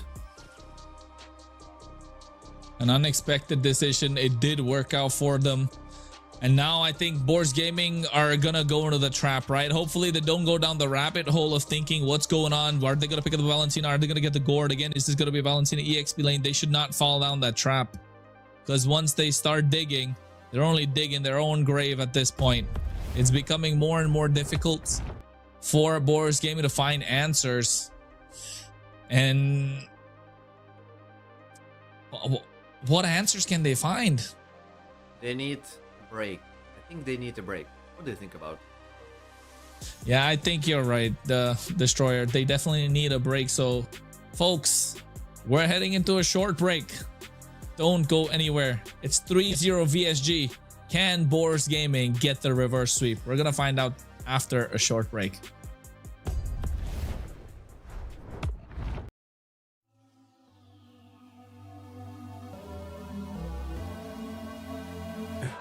For the record, for the record, for the record, for the record. Been a little too nice to y'all. Now I gotta up price on y'all. Snake eyes on dice for y'all. Shoulders on ice for y'all. 8-6 all the hay. I won't get involved today. Got lost in the ball and A's. I'm flipping the bars. I'm flipping the. On record, off record. I still count wins when they got it. On record, off record. I let them take advantage. I was wildin'. On record, off record deals. Tell them talk to Colin for the quote. On record, off record. I still want to act, not the ghost. For the record, I'm done trying to make y'all comfortable. For the record, you ain't trying to grow, then it's done for you. For the record, lab on me going all the way. For the record, ain't trying to make no time to waste. running through it with the young influence, adolescent presence. I'm succumbing to it. I've been giving yeses when I shouldn't do it. I complete ejected, but the moves elusive, and I'm barely moving, but I'm still gon' boost 'em. I can't work on winners when I know you're losing, so I work the winners and they throw the deuces. Guess I had to pivot, shooting no bazookas for the facts. I need racks, paper cash, fuck a tax. That's a joke. Tell 'em laugh. Uncle Sam, fuck out the bag. Brody plot, we get a whack. Contract, give me the max. I got laugh on my back. You ain't that, then it's straps. Whoa, whoa, whoa. For the record, I'm done trying to make y'all comfortable. For the record, you ain't trying to grow, then it's done for you. For the record, lab on me going all the way. For the record, ain't trying to link, no time to waste.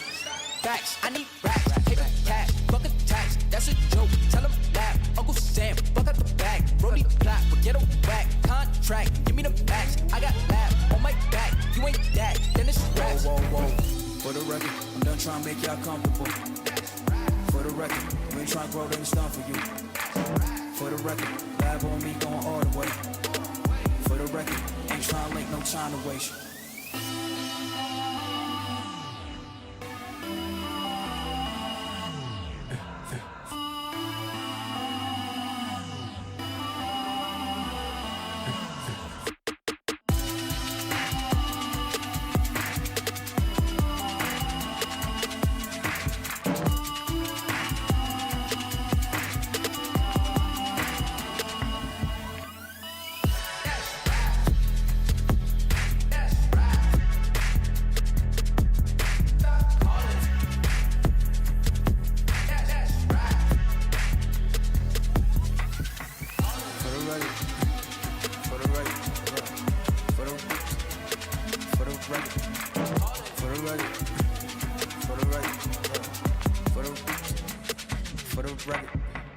For the record.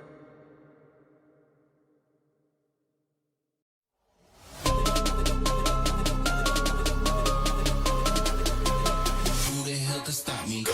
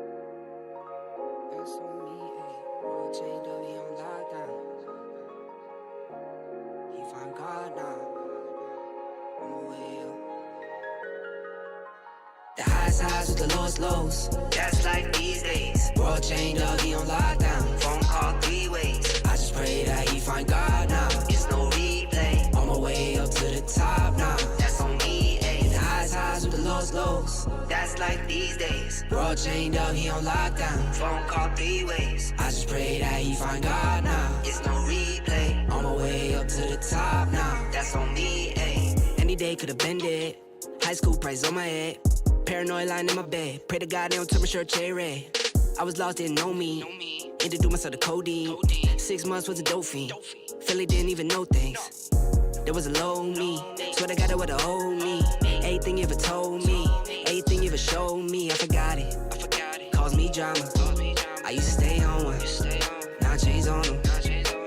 The highs with the lowest lows. That's life these days. Bro chained up, he on lockdown. Phone call 3 ways. I just pray that he find God now. It's no replay. On my way up to the top now. That's on me, ayy. Hit the highs with the lowest lows. That's like these days. Bro chained up, he on lockdown. Phone call 3 ways. I just pray that he find God now. It's no replay. On my way up to the top now. That's on me, ayy. I just saw Jizzy got a plane. Guess that's what he meant when he said nothing was the same. Lately I've been grounded, energizing off the pain. Some things gon' change, I'm just soaking up the game. Through the mud, out the rain, like I remember all those same nights. Now I'm on top, no stage fright. Now I'm on go, no brake lights. Hit the pedal, hit the engine roar. No fear like a matador. Breaking trends and I'm making more. Going up, climbing ladders more. I can't be stopped. Now I do what I want. Real, no front. All the way to the top. Highs with the lowest lows. That's like these days. World chained up, he on lockdown. Phone call 3 ways. I just pray that he find God now. It's no replay. On my way up to the top now. That's on me, ayy. Hit the highs with the lowest lows. That's like these days. World chained up, he on lockdown. Phone call 3 ways. I just pray that he find God now. It's no replay. On my way up to the top now. That's on me, ayy.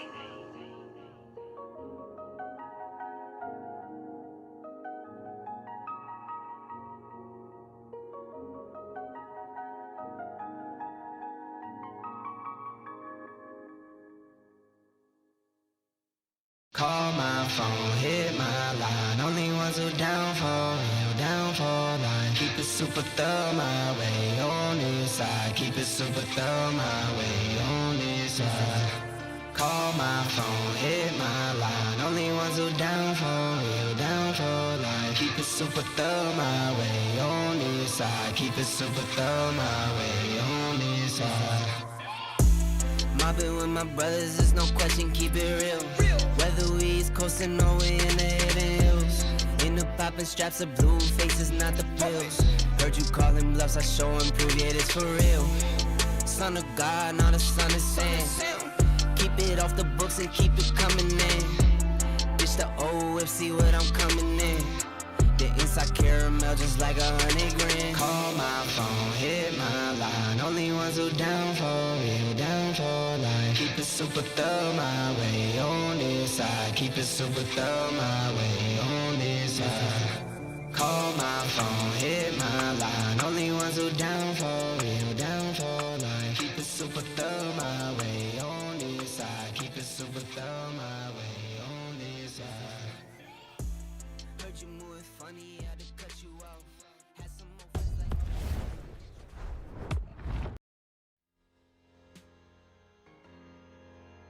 3-0 is the score, ladies and gentlemen. 3-0 is the score right now for the side of VSG. And BOARS Gaming needs to find a way to make the comeback possible. Otherwise, the dreams and hopes of them going to the EWC are going to start crumbling down. But guess what? We have your dreams coming through the mystery codes. So make sure you claim it. Go to the game and then claim a code and get yourself a lucky box skin. And we even changed the I to the Y, okay? Folks, those have been complaining about it, saying that it's mystery MY. Grammar, the folks that are crazy about grammar, there you go. Mystery chest. Now get the code right, because everything else is right. That's right. And that's for me, not for you guys. Sorry. Yeah, I'm kidding. What's I'm kidding this for you. What's your best hero? What's your best hero destroyer? Oh, the best. Your favorite hero. My favorite. Your favorite hero. Okay, my favorite is Makita, I guess. Makita and Nolan. If we are Makita speaking Nolan? about, I like Nolan too. if we are speaking about the most funny things I play and I like it, is Cyber Rome. Oh, you are one of those people. Dark that's system. me. Yes, that's me. I got 200 games on Cyber and 0 times in jungle. 0. 0 times in the jungle. Yes. I mean, at least I bet it worked out for you, right? What's the win rate? 60%. 60, not 6. Okay, 60%. I was like 6%. No. Somebody I'm not him. that. I'm not that mad guy. Don't make evil of me. No, about it. That's why I said like 6%. You're crazy to say that one. But I mean, it started to show with the way that they've played this entire series for VSG at least. These out-of-pocket picks are working. Like your Saber Rome that you mentioned, they went Valentina EXP. It worked in game number 3. BOARS Gaming were confused. And that was supposed to be the game where BOARS Gaming were looking to come out on top. Just never happened. BOARS Gaming had game number 1 in their hands. They kind of let it slip.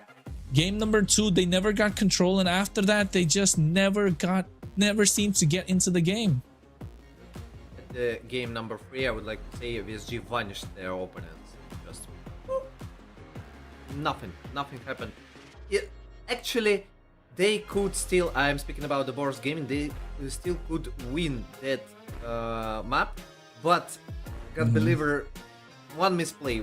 It's every esport is about the misplays, about the taking opportunity into your hands, and right before we saw the God believer, one misplay, VSG taking an opportunity, and that's all. They're just finishing the game.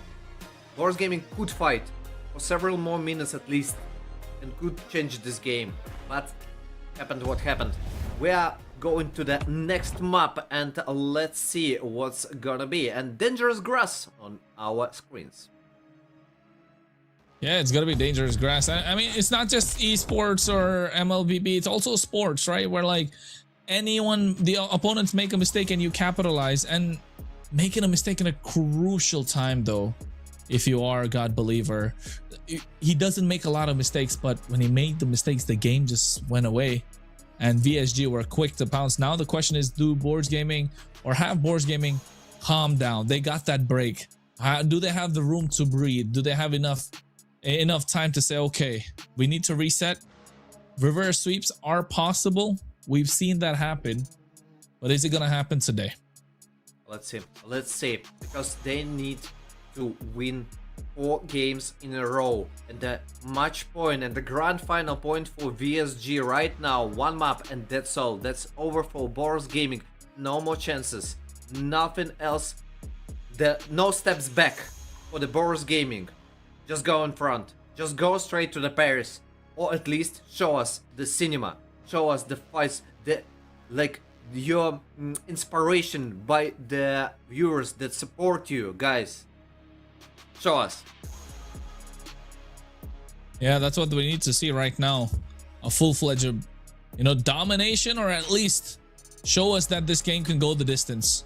BOARS Gaming ban on what? Hilda, Phovius, Harley, VSG take out the Valentina, take out the Boxia, the Jushin now. Jushin, yes, one of the options, especially if you got Paquito also. They prioritized Paquito. Marcel. Yeah, we forgot about Marcel. One of the heroes that changing the game by himself. A perfect golden hour, and that's all. So yeah, play the Jushin, aggressive game. Please. Paquito. Jushin. Paquito. Jushin. Paquito. Suyo? I know, it's like a meme with Shrek. What is going on? What is going on? No Suyo, no Paquito. They go for the Suyo. I mean, no. Paquito instant. Jushin, no Paquito. There you go. Paquito and Jushin also, I think. Yeah, that's the option for the VSG. I don't know why both teams are ignoring this hero so much. It's one of the best, the most sustainable, the most stable heroes on the mid lane. laner, yeah. And both teams are just, nah, we don't like it. Maybe she's still You working know what? out. Yeah, I think they might have found answers to kind of take down this Jushin, right? So maybe that's why. But here, I think Gord is a great option if they want to go, but Carvey, carry. I don't know. A carry right now when the other team is desperate to get a win, right? Because we know BOARS Gaming have to take the risk to get the win. VSG are okay, they can sit back and they can take it long. That's why they lock in the carry right now. But BOARS Gaming, on the other hand, are they going to go for the Claude? Are they going to go for the Harriet again? It has been only Harriet in the hands of Pelme, or are they going to go down comfort route and take the Melissa? Melissa, yes, one of the pocket picks for BOARS Gaming, but right now, I don't think they should take Melissa instantly. Maybe on the last picks when they see the enemy jungle. So if they already Melissa not bad versus Paquito. Oh, okay, okay, instantly. Melissa plus Gatotkacha and still absolute ignoration for the Jushin. Yeah, I'm pretty surprised. ignore the Jushin. But if a VSG or Gord, I think no. Just get the Gord. Gord is okay, but AOG. So Jushin is better here. If we're speaking about the Suyo, about the Gatot, you can escape from them, you can control them, you can irritate your opponents, you still can reach the Melissa, and I think that's the better option. But it's Eve. Not bad. It's still good. You get control in the but box. AOG again. Yeah, that's what I was saying. In the AO, they have options to play, but there's already counters on the other side. The AOG, not just that, the Melissa also has enough range to reach the Eve right from outside the box also. Suyo is very mobile, not going to get caught quite often. So I don't know. I think VSG definitely have a decent draft, but a good protection for the carry so far. Good protection. I would like to say not yet. They need some kind of front lane additionally. By the way, you know what I'm thinking about? Kaja for VSG. Right now it's even good. It's not only not bad. It's good. With the Paquito, with the carry, you instantly melting down your opponent. And you got, I think you can check the bushes also. Easily. And the front lane. Hylos. Hylos also okay. So if you want to play with the Revitalize, it's Hylos or Belleric. By the way, Belleric versus Melissa and Suyo. It's so good. So good. It's Fredrin. Fredrin. Okay, good front lane. Control. We're looking at more control coming out from the side of VSG, right? Freya EXP, okay, and the Selena, the hands of God Believer. Risky. Ooh, they're going for broke here. I don't like the BOARS Gaming draft right now. VSG Me neither. are far ahead. And VSG last pick, they can take nearly everything. Hylos okay, Belleric Belleric is super amazing actually. Especially when I see the Freya. On the left side, Freya, Melissa, Suyo. He counters 3 heroes instantly with 1 pick. You got a good front lane with the Fredrin and Belleric. You got additional crowd control. You got everything. You nobody can reach carry. Nobody can reach Eve. Paquito can also build bruiser or tanky build or I mean damage build. Kalea. No. I don't understand this. But I guess they prevent the dive, right? They prevent the dive from Suyo as well as God Believer. Macaron and God Believer, so in a way. But you know what? Destroyer, what is it saying? Is it a bird? Is it a plane? It's VSG. Exactly. Feels like that's gonna be the end of the story right now. Anything of the draft? I'm not sure about only 1 Purify on the left side. I think Freya should take it also. I understand like the Vengeance is better sometimes, but Purify they need it because of the Tsunami Slam also. Actually, Kalea can aim for anyone. No, and we are reaching the 4th map on the grand finals during our European Championship. Yeah, it is going to be the European Championship that you're watching, ladies and gentlemen. VSG at match point. They're soaring above the competition right now.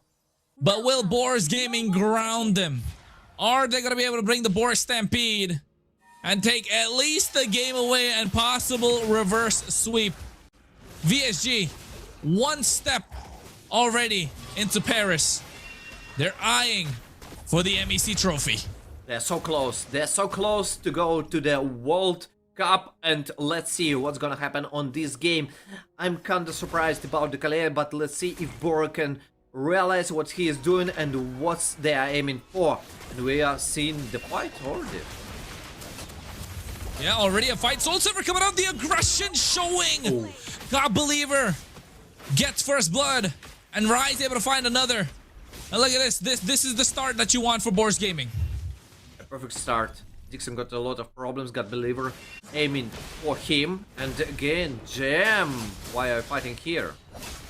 JM just preventing him from taking it away. But look at the talent predictions powered by Runestone, ladies and gentlemen. VSG, Zakota, Scariot, and Ellis all saying 4-0. Warren says a 4-1. I was the one who said 4-2. Seems like I'm the furthest one out of the predictions right now. Maybe you're gonna be the closest one after this game. Let's see. Oh, God Believer! Able to take down Dixon. Now Boro's gonna be next. Seems gonna flicker out. God Believer could go when he does have the flicker. I don't know if he wants to go. Yes, he does! He gets himself a double! This Selena is starting to make a difference. They're so angry. They really fixed their mentality. And right now, BOARS Gaming wants to win this map. I see it. They definitely want this one, all right. They don't want to go down to the sweep. Look at the Abyssal arrows connecting. Revitalize from Rise just to make them survive. Boro taking a lot of damage. He's not even. He's only level 2. He's only level 2. Rise is 4 already. A lot of problems for VSG. They're already 2k gold back. And BOARS Gaming are leading and dominating all over the map. Each objective, each position are under their control. Yeah, everything in their favor so far. But this is kind of how, game number 1 went, right? VSG are okay. They can bide their time. Don't forget, they have the Eve, they have the carry, but right now, what they don't have is control over this game, which BOARS Gaming are taking away by force. That's one of the reasons why I don't like Kalea. If you are playing as a second number, you can do nothing. Literally nothing. If he got Belleric, I would like to say, okay, not the best start, something, but in the future, you got an opportunity to move forward and to protect your teammates. But right now, I have no idea how can they use this hero and to win this game. But let's see. Now let's see indeed, but look at JM on the top side. A knockout strike on the Bober. He might be going on Vengeance, trying to survive. He kept getting pushed up the trampoline, jumping around, the crowd control overwhelming. They find one thing on the board, and this is where VSG can start making things happen. But oh no, Macaron comes in, able to get the kill. And I wish we could take a look at the build. Does he have the Sky Piercer? God Believer, no. Not yet. Right now, yes. Oh, Macaron. He just bought it. He just bought it. Anyway, it's a good kill. 6-1. A lot of kills all over the map. 2.5k gold lead for the BOARS Gaming. Ooh. But you know what though, VSG, they don't really have to do a lot. They just have to sit back because BOARS Gaming are the one that have to play aggressive. If they lose control, BOARS Gaming will lose the game. They have a very aggressive lineup which doesn't have a lot of wave clear, which cannot take a lot of defenses. And I think if BOARS Gaming still go for that 50-50 flip, coin flip in the Lord, that could be a game changer and VSG could just take the game. So if you're VSG, just buy time. Wait for the right opportunity. It will present itself because BOARS Gaming have done this every single time, 3 games in a row. Let's see how it's gonna happen. And kind of interesting that Bora is building magic defense. Meanwhile, only Selena irritates them and annoying them. But the decision seems like just to take the marks off. Yeah, they have to find a way to stop the Selena. 3-0-3. Oh, JM, look at that double shield. Jab, jab. Oh, the punch ball. No. No. He might go down. No, he doesn't able to flicker. Now they're thirsty. This is too much. But still, God Believer flickers forward, finds the angle, gets the kill. 7 kills for the BOARS Gaming. They are leading. They are on the driver's seat. They fixed their mentality in just 10 minutes. And right now they are aiming for another game. They are aiming to win this map. And bye-bye Dixon. Additional 10 stacks for the Sky Piercer. Additional kill on the top side. Oh my! BOARS Game is so angry. They want to feed themselves enough. They want to revenge for all that previous maps. Yeah, hopefully they don't run out of gas, right? Because usually after a break, they come back with a lot of anger, a lot of vengeance, but they need to keep up the momentum. They need to keep the tempo. If they lose the tempo, they lose the game. And they're doing really well to keep it up right now. And God Believer has a lot of work to do on the map. He needs to keep pushing. They need to take towers. Only the first one right now down on the bot side. The turtle is up. It's going to be in control of BOARS Gaming, but they need to play the map, which they have not been doing so well. And now Carvey on the top side is looking to push through, but I don't know if they want to go down the mid lane. Let's see. 2 minutes until the Lord spawns. Big problems can be on the top side. Carvey instantly understands. Oh, no. Bye-bye, Carvey. He understood. He's dead meat right now. Bobarushik able to get that kill. Look how fast they're rotating. 4 members together. Super quick around the map. VSG right now can't find themselves. Boro can't use his hero. That's the problem of the Kalea. You don't want to play as the number 2. You want to play with an advantage. Yeah, you want to play with the advantage. Something that they're not getting right now. Praises Wrath dropping down already onto Macaron. Nothing gonna happen, but this is what I was talking about. They need to make moves on the map, and that's what Pelme is doing. Finds the tier 1 on the bot side, finds the tier 1 on the top side. Now Bober in the face of Mark TZ. Abyssal Arrow. He's been sniping, but look at JM. JM needs to find God Believer. That's the big shutdown. Cuddles and Muddles combination onto Mark TZ. JM looking to snipe the back line. Comes right now. Go away is there. God Believer looking at that back line. They're able to find Pelme. And now looking to get on top of God Believer. Oh. This is the big shutdown. JM is able to find it, the double. And no way! Rise is going to fall down as well. In the blink of an eye. They did not see this Filipino fighter coming through. And he came, a jab, a knockout strike, and gets 2 shutdowns. Double jab, double bye-bye. JM is the playmaker for VSG. He made it real. A perfect timings, a perfect ambush. And right now VSG are coming back. They're removing the turrets. Tier 1 turret on the top side. And they made the difference for the gold a bit less. Yeah, and the tempo now all of a sudden dropped. The tempo drop is not good for BOARS Gaming. They need to look at that. That's what God Believer is doing. More angles to make this tempo faster and faster. Boro right now. Tsunami Slam on a 1, but he'll get a cuddle to middle combination. Getting a lot of damage. They're able to get Boro. Go away being used as well, but JM still looking to get on top of them. And Dixon able to find the kill. AOG coming in. But Rise caught in the middle of 4 members. Macaron trying to go in. And Carvey gets the kill. Mark Teether with a taunt, but Dixon gets taken. Now is God Believer. He's sniping them now with these arrows, but Bobarushik comes in and they find JM.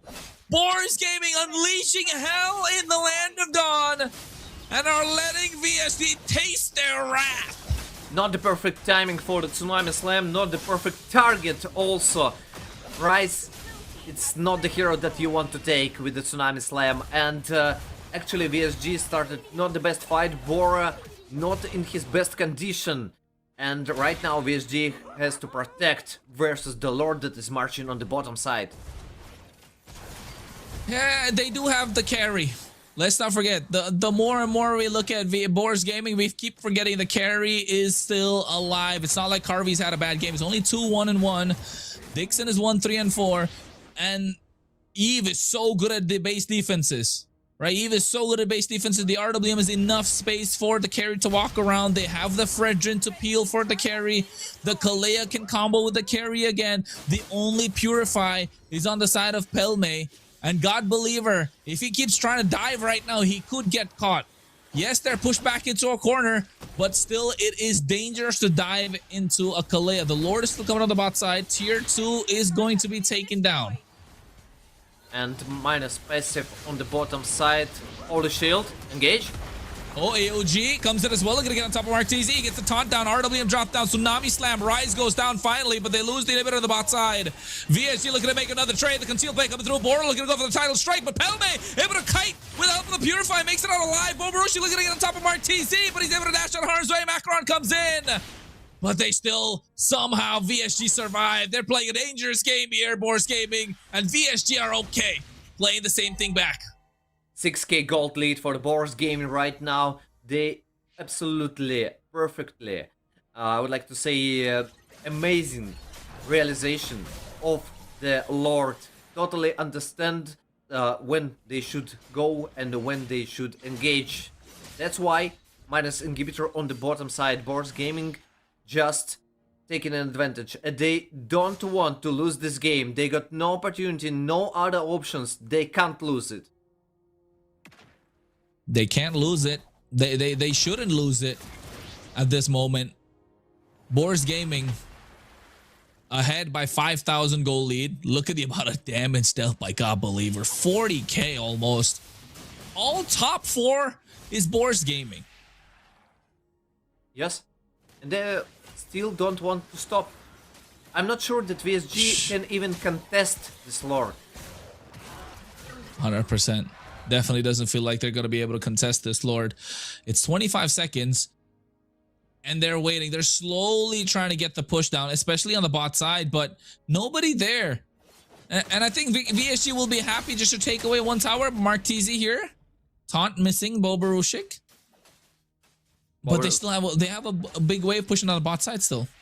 On the mid lane also. There are a lot of problems of macro games for VSG, especially when they lost the inhibitor, and as I mentioned before, oh, Martese wants to make a coin flip. I'm not sure that's the best decision. I mean, he's won a lot of the times at the moment, but a lot of damage is coming down. 15,000 HP. JM looking to go in. Boro comes in as well with a flicker. Low to the Tsunami Slam. Purify popped in for Pelme at the right time. But look at that. They get the rise. But now with the Cuddles Metal combination, Boro falls out of the hands of Macaron. The Lord is reset. I think VSG have bought enough time, but look at that. Dixon being pushed back. The RWM is not enough. This is what we were talking about. The range of the Melissa is too much. And it can catch up to the Eve. A lot of problems for Dixon with the positioning, and this Melissa irritates a lot, but I would like to say the God Believer carry his team on his shoulders, because his stance, he's just a sniper. Yeah, he's a crazy, he's on fire. He's on fire right now. God Believer's on fire. Macaron's looking to get higher. He needs to stack the Sky Piercers a little bit more and more. Yeah, but he lost 30% of the stacks just because he... oh, no, sorry. He lost, wait, he died? He not died. Why we saw like the timer? He didn't go down a single time. And not just that. Pelmetronio right now, no fear with the way that he's playing. He has to Purify, but the go away as well. It's helping him out so much. The Lord is coming on the bot side. Will this be the end destroyer? I don't know, it's hard. It's super hard for VSG, especially if they got Kalea. They got Kalea for the defense. It's not the best hero, not the best roamer for the defense.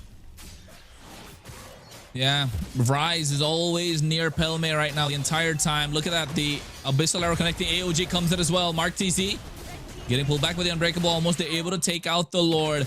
Bobarushik looking to attack JM, taking a lot of damage right now. Abyssal Arrow coming through. Have to respect the crowd control. They lose all their inhibitors, and BOARS Gaming are looking to back off.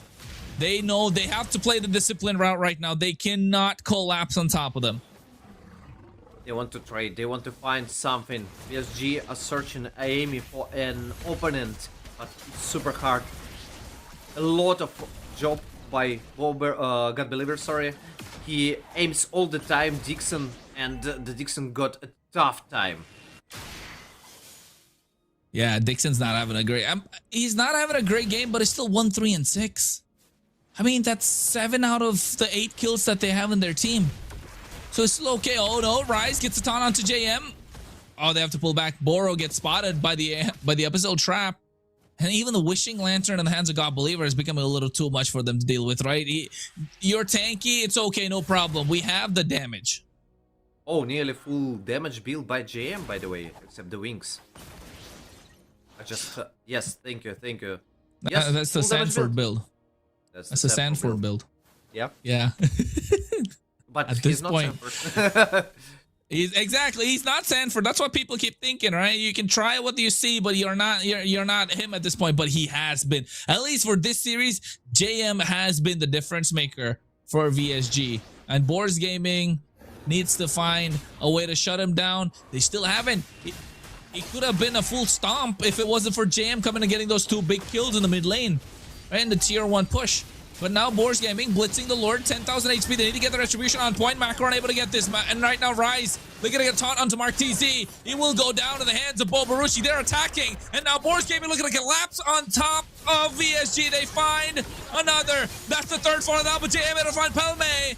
As Macron finds Sky Pierce attack, JM looking to get him back line. He finds God Believer, but now Winter Crown, he could get this on play. Macaron, he gets shut down as JM able to find a triple. He has been the difference maker, all right, by his lonesome self. He's changing the pace of the game. Now taking the 1v1 with Rise. He finds the spell vamp and gets his HP back up. The Lord is coming down the mid lane, but JM is there. He's trying to defend. Oberushik finds the idea. He needs to get the base with a knockout strike, able to push that minions back, but they find the crystal, and BOARS Gaming are not going to go down today.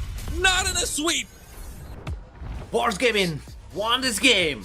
And right now, they're coming back. They're turning this around. The things are going another way. Not the victory of VSG, but the BOARS Gaming. Ooh, BOARS Gaming. At least we don't get to see a 4-0 sweep. Right, Destroyer, we don't get to see a 4-0 sweep, and with the way that it went about, it almost got to that point. But you were right. They were angry. They had fire burning within them, and it worked. And the MVP of the game is God Believer.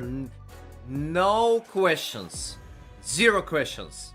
I totally agree. His Selena was amazing. He played super good. It was really nice to watch.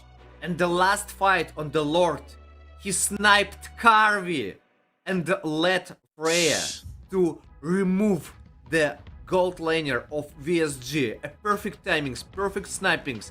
Everything was on the shoulders of the God Believer. Yeah, I think through all the pressure and the chaos, they definitely rose above, right? To try and take this game, and they got the win. But now, this is what separates a good team from great. This is what separates kids from legends. Will they be able to get this reverse sweep? It's possible. We've seen it before. But look at that. They take every single stat. Most kills, most damage taken, and the most assists on the board. I'm pretty shocked that the most damage not for God Believer, but overall Pelmetronio also played perfectly, nearly perfectly. He's the war machine, and overall BOARS Gaming took the lead. They just continued to pushing, dominating. The only option for VSG is JM, but solo he can't versus 5. Ooh, he can't 1v5, but it looked like he's a difference maker, is it not? JM looks like a massive difference maker right now. They need to shut him down. If they don't shut him down, it's gonna be difficult. And I don't know, BOARS Gaming, can they replicate the same tempo in the next game? Let's see. Right now, before the game, I was not that confident about the BOARS Gaming mental stuff, but right now I see that they got an option to win this grand finals. They can turn this game around. A reverse sweep is playable. It's possible. The reverse is possible at this point. But folks, get your phones out. We've got the code. You don't need me to tell you what to do. You want the skin, go grab it fast. It's only first come, first serve. And then if you don't get it, what can we do? Make sure you get it. You go to the in-game settings, redemption code, type the code in, you'll be able to get it. I would type the code because I don't think capital letters work in that. But at the same time, if you go to mobilelegends.com, you might be able to find it, but you have to go to the verification code and all that, yada, yada, yada. So, free skin. Free skin. Right. Test it, guys. And share with us the information. Can I test it? No. Oh, wait. Maybe. No, you can't because I can. Right? Hey. Oh, Hey. Not that way. Okay, it doesn't work for us. So, guys, be fast and use the code. I wish you good luck and hope you get skin that you want. 100%. And I think with the way that this game went about, it's a lucky code for everybody, but didn't feel like Boars Gamer were lucky here. It felt like Boars Gamer understood the assignment and got aggressive, up the tempo, and knowing that VSG had a carry that wanted to play slight bits of late game. They wanted to slow down the game with the Fredrin, control it. Fast. That's what Boars Gaming wanted. Yes, JM found an angle to slow down the game, not once, but twice. Still, it was okay. It was enough time that Boars Gaming found the base crystal, and now we go on to game number 5. Game number 5. Who would have thought? Well, best Who would of have thought? You thought. As I mentioned. Exactly. Right now, you're one step closer to the right prediction. One step. Exactly. And right now, One more step left. 3 people made wrong predictions already. Exactly. All 3 made wrong predictions. But you know what? There are Boars Gaming fans out there who are hoping every single caster, you included, Destroyer, make a wrong prediction because they want Boars Gaming to get their reverse sweep. And reverse sweeps are possible. And going into game number 5, folks, Broken Walls. Broken Walls. Let's see what's gonna happen here. And let's see how gonna perform VSG on this map. And if you're speaking about the statistics about the Broken Walls, let me check. Oh my! Boars Gaming, 6 maps and 5 won. Only 1 lost. And if we are speaking about VSG, oh, much better. 5 maps, 5 times won. That's an amazing situation when 2 teams prefer this type of the map, and they got both huge results on it. Yeah, I agree. I think both the teams like this map, and they know how to play this one really well. And that's what kind of makes a bit of a difference, right, for these teams. And of course, if you want such statistics, folks, make sure you go and check out mltv.gg. Just put !MLTV. You'll find all of it. But yes, in this game, it's game number 5 in this best of 7. I was gonna say, and Selena Van, VSG are like, you're not gonna do that to us again. Take out Melissa, take out Selena. What other options do you have right now? Kinda interesting. Paquito is still available, so one of the options for the Boars Gaming. And a lot of heroes open. I won't even speak about the Jushin. I already understood these teams just ignored this hero. Never mind, it doesn't exist. We totally understand. Yeah, I know, right? Freya Paquito? Ban Paquito or Fovius? Valentina, Fovius, I think. Paquito ban. I think Paquito ban. Okay, Valentina ban. And from the right side should be Paquito or Fovius. One of the options. No Freya? No, it doesn't matter. I mean, versus Freya, you can take or Paquito or Fovius. Fovius is okay, but the priority for the Paquito. I think, yeah, just ban out the Fovius here that way, right? So you get yourselves the... Yeah, there you go. They ban out the Fovius. Now they take the Paquito as the first pick. And then they get themselves the Freya on the other side. Or they go with the Eve for Dixon. I don't think about it right now. Arlie. Baxia. We forgot about Baxia. Ooh. Super I don't like nice. Baxia being left open. But it's super nice for VSG. But yeah, I agree with you. Boars Gaming not the best option. Right now, what do they decide? They take the carry, and I think that they should lock the Paquito for themselves. Yeah, I think carry plus Paquito, or you gonna go carry plus glue? No, Freya. Okay, carry plus Freya. Now Harith gonna come out on the other side, right? Harith plus Gord maybe, or Claude plus something. No, Paquito plus Harith.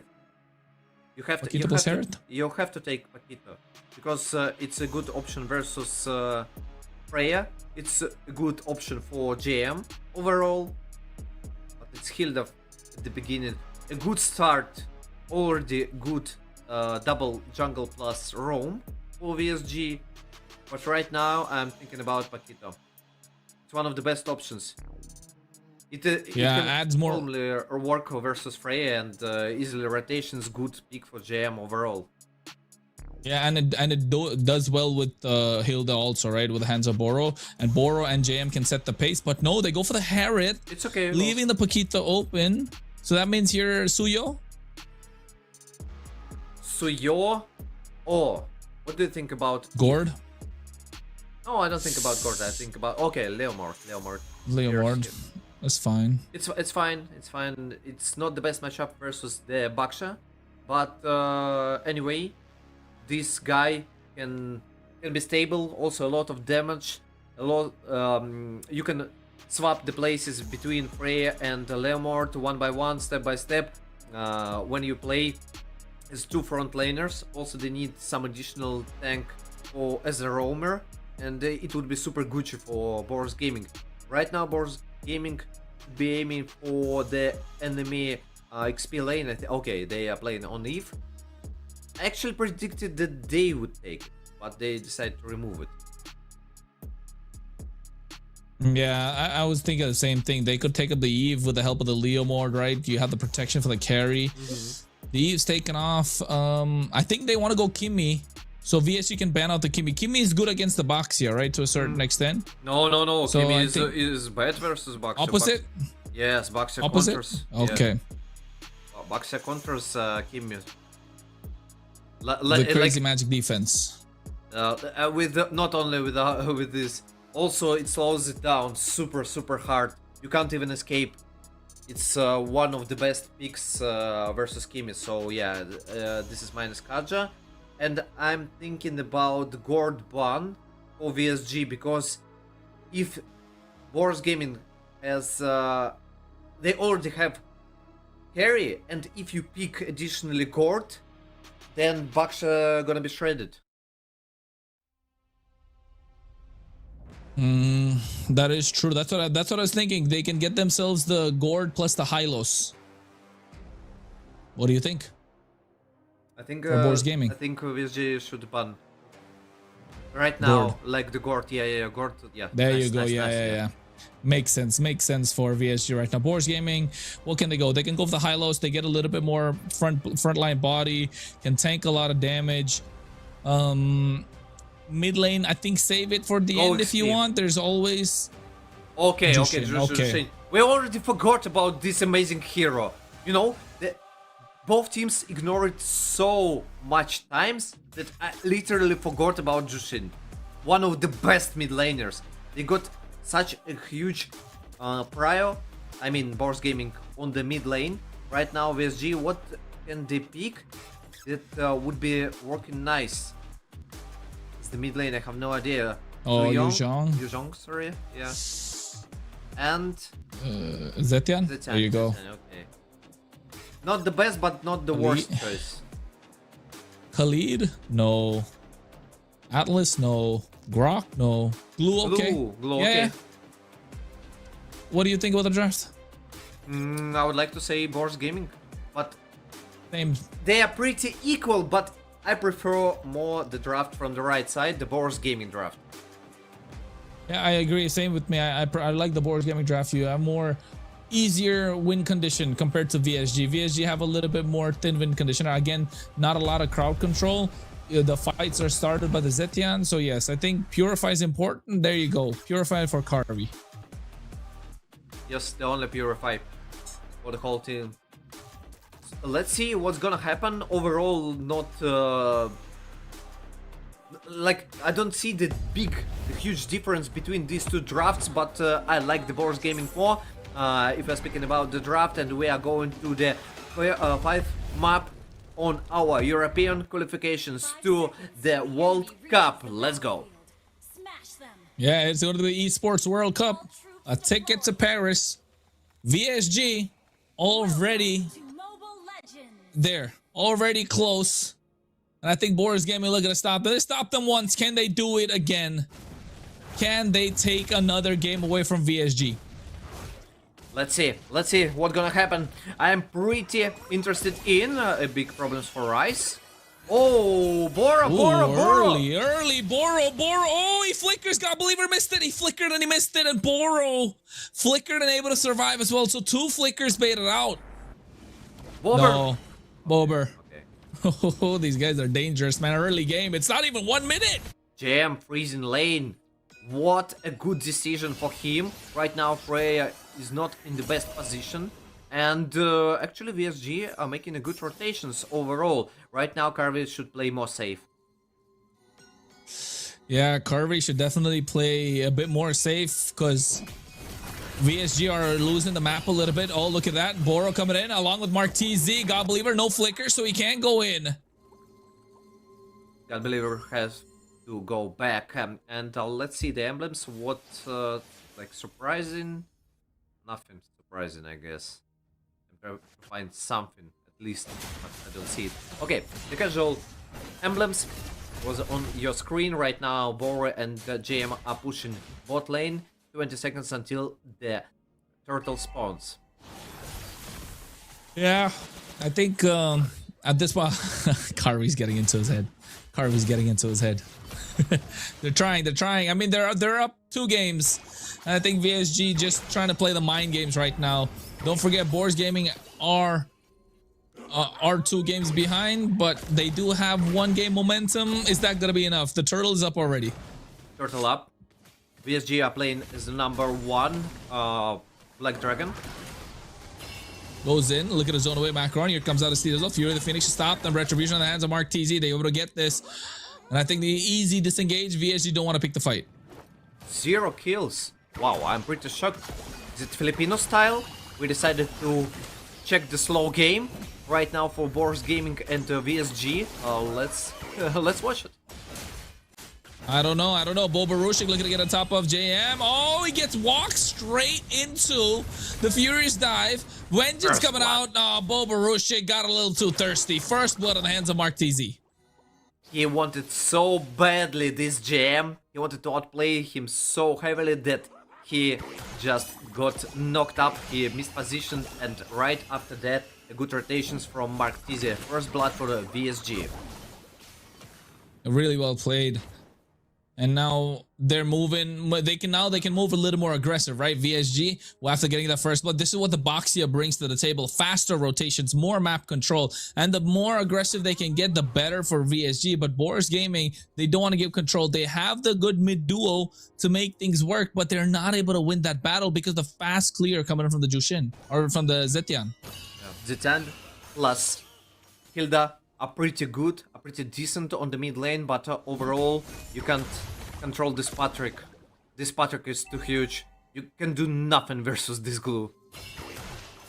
Yeah, this is the problem against the glue that teams face. There's no way to shut him down. I mean, and if they do as well, it's gonna be all right. The glue is okay being the sacrificial lamb. If he goes down 2 times, no problem for BOARS Gaming. He's done the job, and that's what the job of a glue is. He eats the damage. If he survives, it's good. If he goes down, no problem. They still have different ways to try and make it back into the game. By the way, just now Macaron lost his retribution on the gold crab, and this is the signal for the VSG to start it. Yeah, I think at this moment it's good. Mark TZ able to get that Fear of the Phoenix as well, just to slow them down. Black Dragon coming out from the hands of JM. Oh, zoning them away. Mark TZ still wants to go in. I don't know if this is a good idea. They do. They have 3 members there in that fight. They just slow him down. 5 versus 4 it could have been as Boba Rushik went on the bot side. the small second decision making so much of a difference. A lot of difference. And the audience predictions found by Runestone, 70% on VSG and 30% on the BOARS Gaming, 10% additionally for BOARS right now.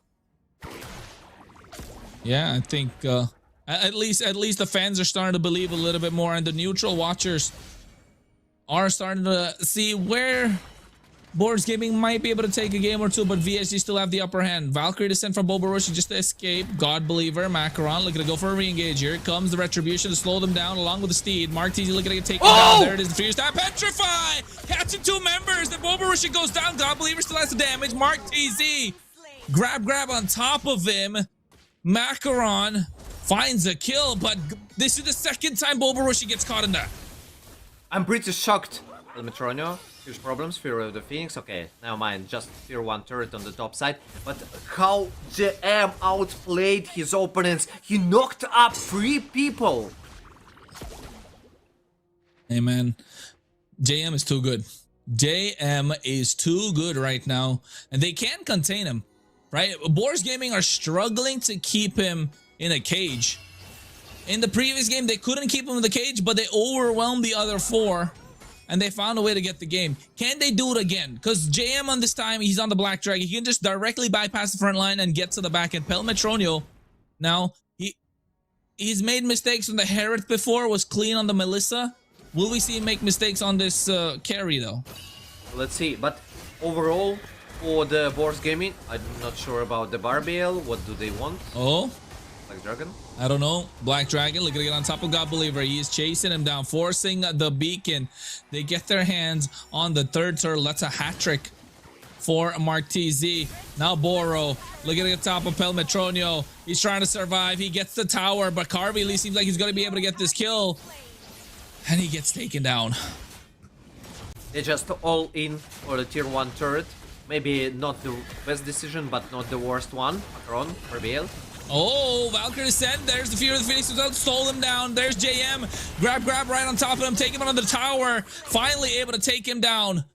So it's good. BOARS Gaming still gets something out of it. They can fight. Actually, they can fight normally, and the lead for the VSG is only 1.5k gold. So it's not that much. And for the BOARS Gaming, the situation are pretty decent. There's still opportunities are present. BOARS Gaming, this glue has become. Oh, no, Boro looking at the top. God Believer forcing out the flicker.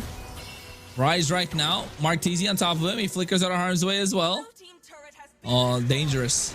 But Pelme still on the top side over here. JM, or rather Boro, against Macaron and Bobarushik looking to get taken down. There is JM comes in. Pelme on the top side, but Carvey on the bot side with the Zaman Force dishing out the damage. JM goes into the 2-man Petrify, looking to get both of them. Rise goes down, Bobarushik next to follow. And Carvey finds a double on Mark TZ getting on top of Macaron as well. Touristus Poisson's used up. God Believer comes in, it's going to be a 3v2. Pel Metronio making his way. Oh, VSG. JM is so good every single time. Macaron now goes in. God Believer gets collapsed upon, and Carvey finds a mega kill. Macaron also vanished. Oh, what a reverse by VSG. What a fight. BOARS Gaming started it at the beginning, but VSG turned it around and they're removing several opponents, and right after that they are marching to the Lord side. They're marching to the side of the Lord, and I think BOARS Gaming right now have lost the control that they kind of had or kind of wanted. 2k gold lead on the side of VSG. They're slowly choking them out. BOARS Gaming have lost the plot so far. Pel Metronio is only farming. Bobarushik's trying to play as aggressive as he can. Look at that. They're taking away the orange buff. I don't know if this is a good idea. They're marching into there. Boro finds him. Pelme. Speedy light wheels to make it out. The Lord is going to be on the top side. At least Pel Metronio reached something. He took the orange buff. Additional bonus for him. The Lord is marching on the top. And this is slow lore. At least 2 creep waves gonna be on the VSG side, even more, maybe even 3. Yeah, I think at this point, how do BOARS Gaming make this comeback possible? Hard I to don't say. know. Fury of the Black Phoenix. Dragon, Fear of the Phoenix. Oh no, they're looking to get on the back line. What a timing of the Fear of the Phoenix. Now again, the Furies dive able to get the knockup on a Macaron. The grab right on top of him, but they find a shutdown and Macaron goes down. JM finds a double. And the Lord is still being dealt with by Pelme on the top side. JM is a legendary player. He knocks up every time, even without the petrify. He perfectly make timings for the opponents right before they try to escape. Right before they try to escape, they don't even lose the tier 1 in the mid lane. BOARS Gaming 4 kills, VSG 11. Folks, you want some stats about the MEC? Go check out mltv.gg. Type !MLTV in the chat to be able to find more information about it. VSG 2.5k, 2k ahead of BOARS Gaming. Is that enough? How do BOARS Gaming find a good position here, Destroyer? They just need to combine together. Right now they are creating the space for the carry. That's the only thing they are making. Because you can see Pelmetronio don't participate anywhere. He just skips all the fights and only now he ambushes. Oh no. Again, Fury of the Phoenix at the right time. Macaron gets knocked up once more through the Fury's dive. They lose to tier 1 of the mid lane. JM goes back in, but look at the damage coming out from Carvey. They just can't stop him. Tier 2 is probably going to fall down. God Believer's trying. Bobarushik makes his way to the fight with a menace of 4 members. JM goes in just to try and zone the way back, but Carvey wants this. He gets it. Under the tower, taking him out. Carvey is out for blood, and God Believer looking to go for a response as well. Macaron pulls out the steed, but Boro finds God Believer. Another mistake coming in, and they're not able to answer the aggression from VSG. If you want something, take it. Carvey made it real. 20 seconds until the Lord appears. Macaron. Nice. Oh no. Bad position. Yes, bad positioning, and that costed him his life. Right now, VSG are marching on the mid lane, Fury of the Phoenix. Oh no. Oh, Rise goes down. Black Dragon. This looks like it could be it. Pelme is standing, but JM is deep in enemy territory right now. Bobarushik goes in, looking to hit out the Spirit combo. The Valkyrie is sent. They lose the inhibitor in the mid lane. Bobarushik looking to go for a re-engage. They get the Lantern Flare, picking up 2 members, but they're not. They move together like a unit. I think VSG have said it's enough. We've given you 1 game. We're not going to go God Believer. Getting a little too aggressive. I don't know if he started biting off more than he could chew. Dixon has the butterfly stacks on top of him. It's not going to be maxed out. The Lord is up, and BOARS Gaming want this one really quick. Good timings for BOARS Gaming, and God Believer chased his opponents so far that VSG had to go back, but Martisi on the position right now, the Valkyrie.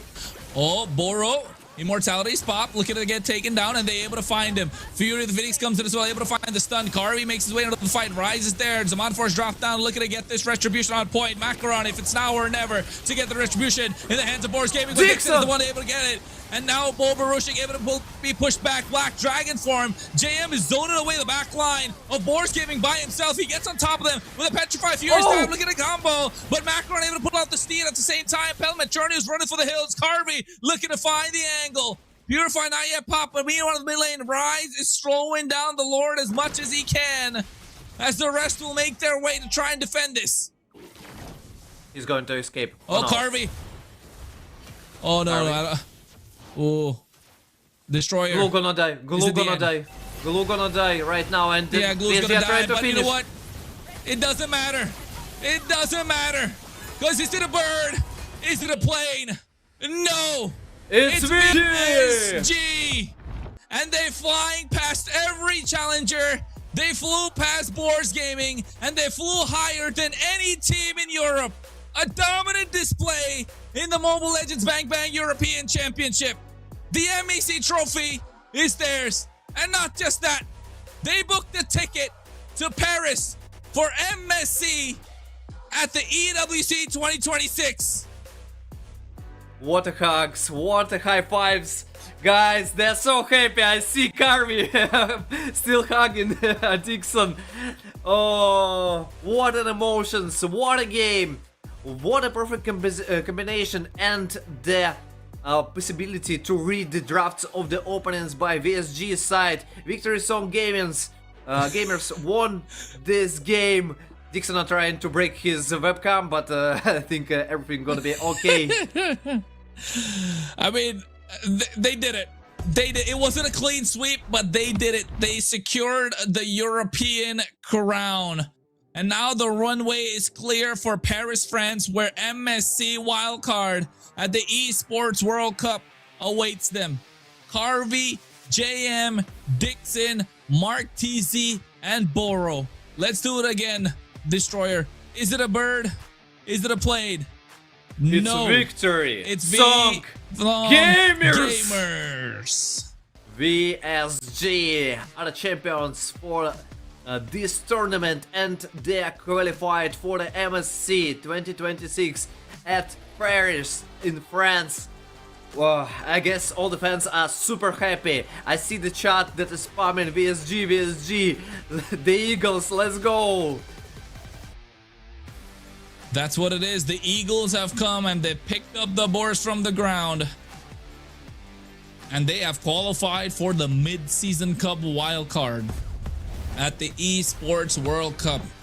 And what a display of games it was. It could have been a 4-0, but it became a 4-1. Ladies and gentlemen, make sure you get yourselves your lucky code to grab the last few skins that's up for grabs that we're giving out in Surge Europe. And of course, powered by Runestone. We bring you this broadcast. And what a way to get the entire victory, right, Destroyer?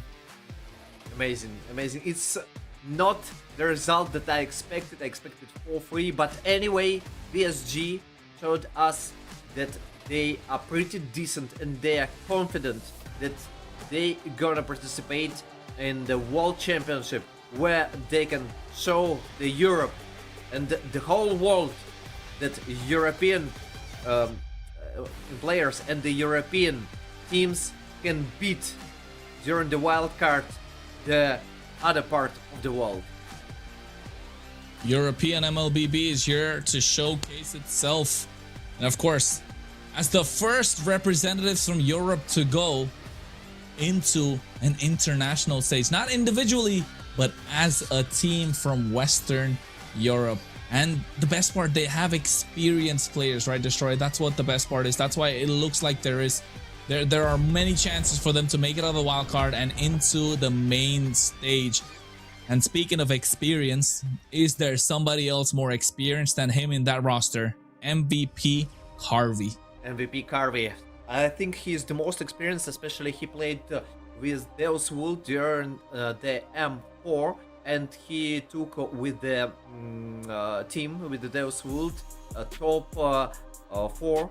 So it was like one of the best results all over the ECA region. Right now he's participating in the European Championship, and he gonna protect the European honor in Paris. Yeah, he has played for multiple other regions before, but this time representing his own. He's from Norway, for those of you who didn't know. And give him the hero that he wants and he will carry the game. Most kills, the most damage dealt in the hands of Carvey. Most damage taken, JM, as Dixon, the playmaker. Those Fury of the Phoenixes. So good at those points, right? The only tool that they needed for initiation. PSG. It's kind of funny because they skipped MCC, like the ECA region qualifications, and they decided to mainly go to the Western Europe qualifications, and right now they're the winners and they go to the wild card. I'm pretty surprised, and this looks so cool for me, because I know literally half of the players personally. I met them a lot of times. They're amazing guys, and for me it's like an additional holiday, because like not even 10 players from this region gonna participate, but 13. Yeah, a lot of players gonna represent the Eastern Europe and Central Asia region, like you mentioned, Destroyer. But this game, VSG, this series, they just dominated, right? 20-6 of this kill score. I mean, is there anything more we can say? Well, what a way to end the series. What a way to end the MLBB European Championship. And what a way to top things off and find the team that goes to EWC. But you know what, folks? Just to bring a little bit more something for you, we're getting you an interview with the winning team. Victory Song Gamers. Dixon. Is it a plane? Is it a bird? Is it a plane? No, that's VHG. Guys, wait a second. sir. We want to show something first, okay? There's no problem. Let's go. Go. guys. Let's go. Go for it. Let's go. Just stay. Поближе. Wait. Oh, yeah. So that's maybe you not see the certificate 5% of discount for coaching mid lane by Dixon for God Believer. God Believer, you can text me 5% discount. Guys, we are clapping. Yes. Congratulations, God Believer.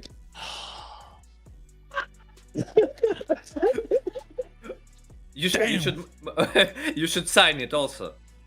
Alec, you should sign it so the certificate will be available for a long time. Damn. Yeah, that's huge. That's huge. Damn. Classical Oleg. He's a showmaker. He knows how to create the content. Like I saw, like everyone was so happy. Harry was jumping around, making hugs to everyone. He hugged you like 3 or 4 times, and you stayed calmly because of what? Because I'm focused for Wildcard. I want to win Wildcard, yeah. Damn. The job is not done. Yeah, of course. That's just first step. What's your emotions? What's your emotions right now, guys? I saw you are happy, but I want to ask all the team. You're gonna present for the first time the European part, the West European part in the Wildcard. What's your emotion? I had a dream since I'm in esport that Europe gets a slot, you know, that I will make it to global stage as a European team, not as an import in MENA or Russia or wherever, you know. And it's like the first time Europe gets a spot, and I made it, so I'm like extremely happy, you know. It's like dream come true for me. So I'm like super stoked. It's amazing. Bora, we are glad for you. I'm really glad to see all of you here. Guys, I love you. I like you. You are super amazing. And I'm happy that you're gonna present the European part during the wild card. Alec, Dixon, you are the main leader of the VSG. It took you 4 years to join the world pot. I'm not speaking about the girls because VSG girls already participated. But for you personally, what does it mean? For me, that's very important because, you know, that's my main goal in my life. So that's next step. I want to win world tournament. So just wildcard, then we try to win this tournament. So that's my main goal in this moment. That's so cute. That's so cute. Other guys, our Filipino friends. Guys, what do you think? What do you feel? Happy. Happy. Like always. Thanks God. Like always. Yeah. All glory to God. Okay, got it. Carvi, bro. What's your emotions? You are back to the world stage. Finally, after Deus World, after Geek Farm. You're again here. What do you feel? I'm so happy, and then again, I'm gonna make the world, you know, shake again, you know, with this team. I feel like I don't know. I'm just so happy right now. I don't know what to say actually. I'm just so happy, you know. And then thank you for my family for watching my game. Tusen takk dere fra Norge. Jeg vil også vise dette for deg. So yeah, I don't know. Just thank you. No words. You're so happy, Yeah. you were so confident from the beginning about the wild card that you're gonna participate. But before your participation, I know there were a lot of things about the roster changes, the bakings of the Carviboro. So you fixed everything. I'm so happy to see you again. And I want you to maybe wish to yourself, to future yourself, tell some words. what heights you gonna reach? What again, please? Like, can you tell some words, maybe some promises to your future, like to future yourself? Для себя из будущего. Что я могу сказать, типа, или что? Yeah. Stay focused, try hard, and be ready for bootcamp in Asia. That's what can I say. Somebody clip that so you know you can send it to Dixon before the world stage is going on, before he's playing the wild card, so you can see that and you know you can focus, right? That's what helps. But you know what? Where's Boro? Get him in. Boro, Carvey, both of you guys, JM. Yo. The first interview we had, right? You guys said there's no competition in Europe. You proved it. You guys said you were focusing on the wild card. It's amazing that you get the opportunity to represent the European side, right? Instead of being imports from different regions, especially for Carvey and for Boro in this case. And now when you go to the world stage, is the goal going to the main stage? And where do you see yourself finishing in the main stage? We're gonna go to the boot camp in Asia. We're gonna prepare for like 1 month, you know, for all the time we have until then. So I'm very confident that we can make it out of wildcard, even though the wildcard is gonna be stacked, right? Top 2 Turkey, top 2 Russia. Yeah. Like, they're not bad, right? But I think we have a realistic chance to beat them and to actually like get into the main stage. So that's the goal, obviously. Because we already played versus them, so we know what we can do. There you go. That's the confidence that you need to show. And for JM and Mark TZ, for you guys to come from a different region and play in Europe, how does it feel? Right? We never got you to ask the question. How does it feel to play against the European players? Like, for example, BOARS Gaming. What's the, you know, did you find it difficult? Of course, I think you did. The 5% discount, we can talk about that later, but you know, did you still find it difficult where you know, what happened in game number 4? I think I'm gonna admit it was my mistake, because you know their composition is strong on river, and you know I think I just disrespect that, you know, I can fight them on river. Yeah, that was my mistakes. I We had a admit. break, you know, 10-minute break. Yeah, that's Because there was a 10-minute break. That's too much to us, you know. We chill, want to sleep. No need break. And you know what? Apart from going into EWC Paris, right? For Surge Europe, as an org that's bringing in so many tournaments into Europe right now, there's more in the future. There's more on the horizon. Can we expect you guys to stick together after the EWC? Because now you're defending champions of Europe. Of course. Of course. It's the plan to grow as a team and like get better and better and, you know, do great things. We just need to make the best plays. So I think we can secure for next season 2 spots for Europe. That's one of the I was gonna say, goals. if you play well in the EWC for the mid-season cup, you know for a fact that Europe is gonna be highlighted for M8 at least. So Yeah. eyes are on you. At the moment, ball's in your court. Everything is in your hands. And I think Victory Song Gamers as an organization has come a very long way, and all credits to your work and the people around you, Dixon. So for the final few words, for your fans, for all your supporters, for all your haters, anything you gotta say? God believer? Where? Shout out to Hey, give him a break. He played well. shout out to our supporters, VSG fans, and shout out to my girlfriend, and shout out to my mom, shout out to my family, shout out to you know our coaches, management, and kay Ja, and on my friends. That's so cute. Of course, I wanna glorify God first. Then I wanna thank my mom. Even though she don't know about the game, she still supports me, and I wanna thank also the coaches who put effort into this, and also the management, and to Ja, And yeah, to my family and to the fans, thank you so much. Wait.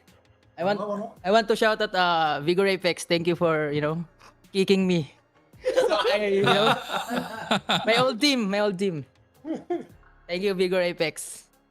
Clippers. Watch me on Ezekiel, if you're EWC, watching. okay? For the Clippers. It was for me. First of all, thank all glory to the God. Thank you for guiding me through this game. I want to also thank my family who've been supporting me throughout this whole tournament. Even also, they also don't know about the game. To my 2 little siblings watching me, and to all the fans, everything, sponsors, to Coach Bambi and Coach Jeff, thank you so much. And yeah, thank you for all the screen buddies. Thank you.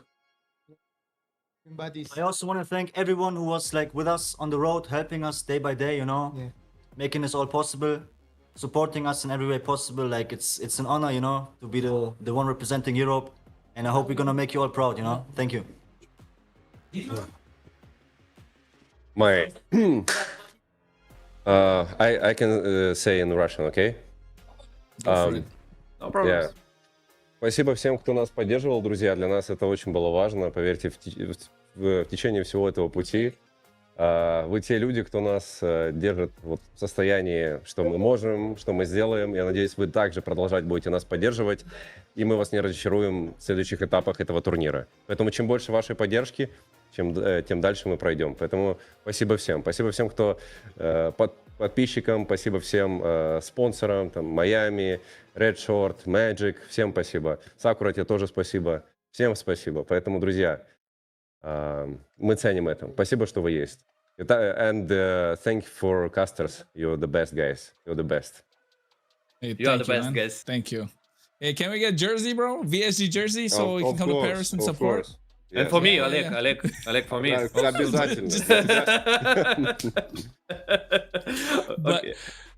congratulations, Dixon. Congratulations, Martese. Congratulations, the rest of them, and of course the team of Victory Song Gamers to secure a spot in the MSC Wildcard. You are the reigning champions of Europe right now, and hopefully we get to see a great performance from you, the Wildcard, so Europe can get another slot in M8, if not 2.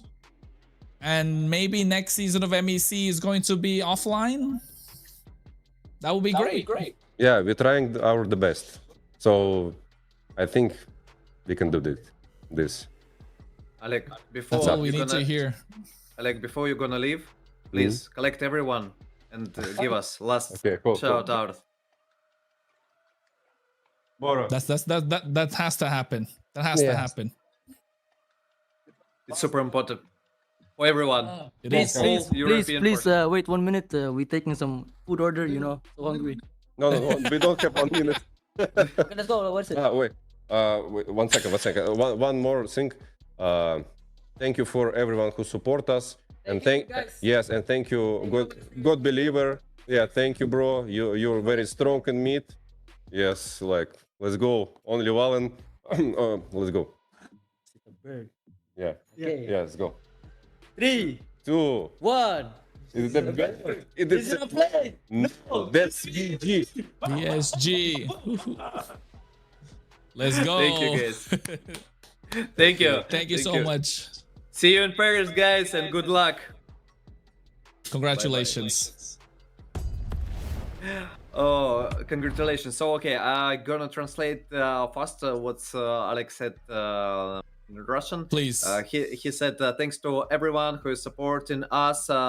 Without your support, we can do this. And please keep supporting us during the MSC. If we see, like, 1 second. Yeah, the more support you give to us, the better results we're gonna show. And additional cheers for the Red Shot, Magic, Sakura, and Miami. So, All right. like hey. shortly speaking, like this. Yeah, I think definitely those players. I think the female players as well, right, from VSG. So congratulations, they are the champions of Europe, indeed, ladies and gentlemen, and they have qualified for MSC Wildcard at EWC 26.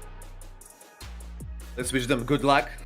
and let's see what's gonna happen, because it's a historical moment for the all Western Europe that's gonna happen right now in Paris during the EWC. 100%. But at the same time, let's not forget, BOARS Gaming played a fantastic series. They fought their hearts out. Unfortunately, 3 times. Even the 3rd time wasn't enough to take down VSG. And they were the defending champions, and now we have a new one for MLBB European Championship Season 2. Now only way is up for the MEC and everything in Europe. Folks, if you're still watching, of course, make sure you grab yourself the lucky code. It's a new one. We keep putting new codes. It's not the same code. So grab another one of these lucky box skins. The code is there. Go and redeem it within the game. And also the website mobilelegends.com. Don't forget to like, don't forget to subscribe, don't forget to join the Discord and follow all of our socials. We still do a lot of giveaways and we have more events coming your way from Europe. And if you were watching the pre-show, you also saw we got a Content Creator Academy coming up as well soon. So join the third strain, because we want to be the eye of the storm here in Europe. Yeah, and definitely don't forget to subscribe everywhere. Don't forget to support, because a lot of content created by Surge. Thanks for all the organization, thanks for all the partners, for the supporters, thanks for all the viewers. Without you it would be impossible, guys. You are the part of it. You are the part of this historical moment. So I would like to say from me personally, you are the best. We love you. And not just that, while you're at it, don't forget to follow Destroyer on his socials. And check me out as well while you can. It has been a long journey, ladies and gentlemen. It took about 2 months for us to get here. So we thank everyone that is responsible for that. All the production crew and everyone a part of Surge Europe that made this possible. Even if you sent a small message or even liked the stream, you have been a part of what we brought here in the MLBB European Championship Season 2. Represented by Surge Europe and powered by Runestone. As Destroyer, my name is Kronos. It has been a pleasure. And we are out of here. We'll see you next time. See you guys. Have a nice day and see you in Paris.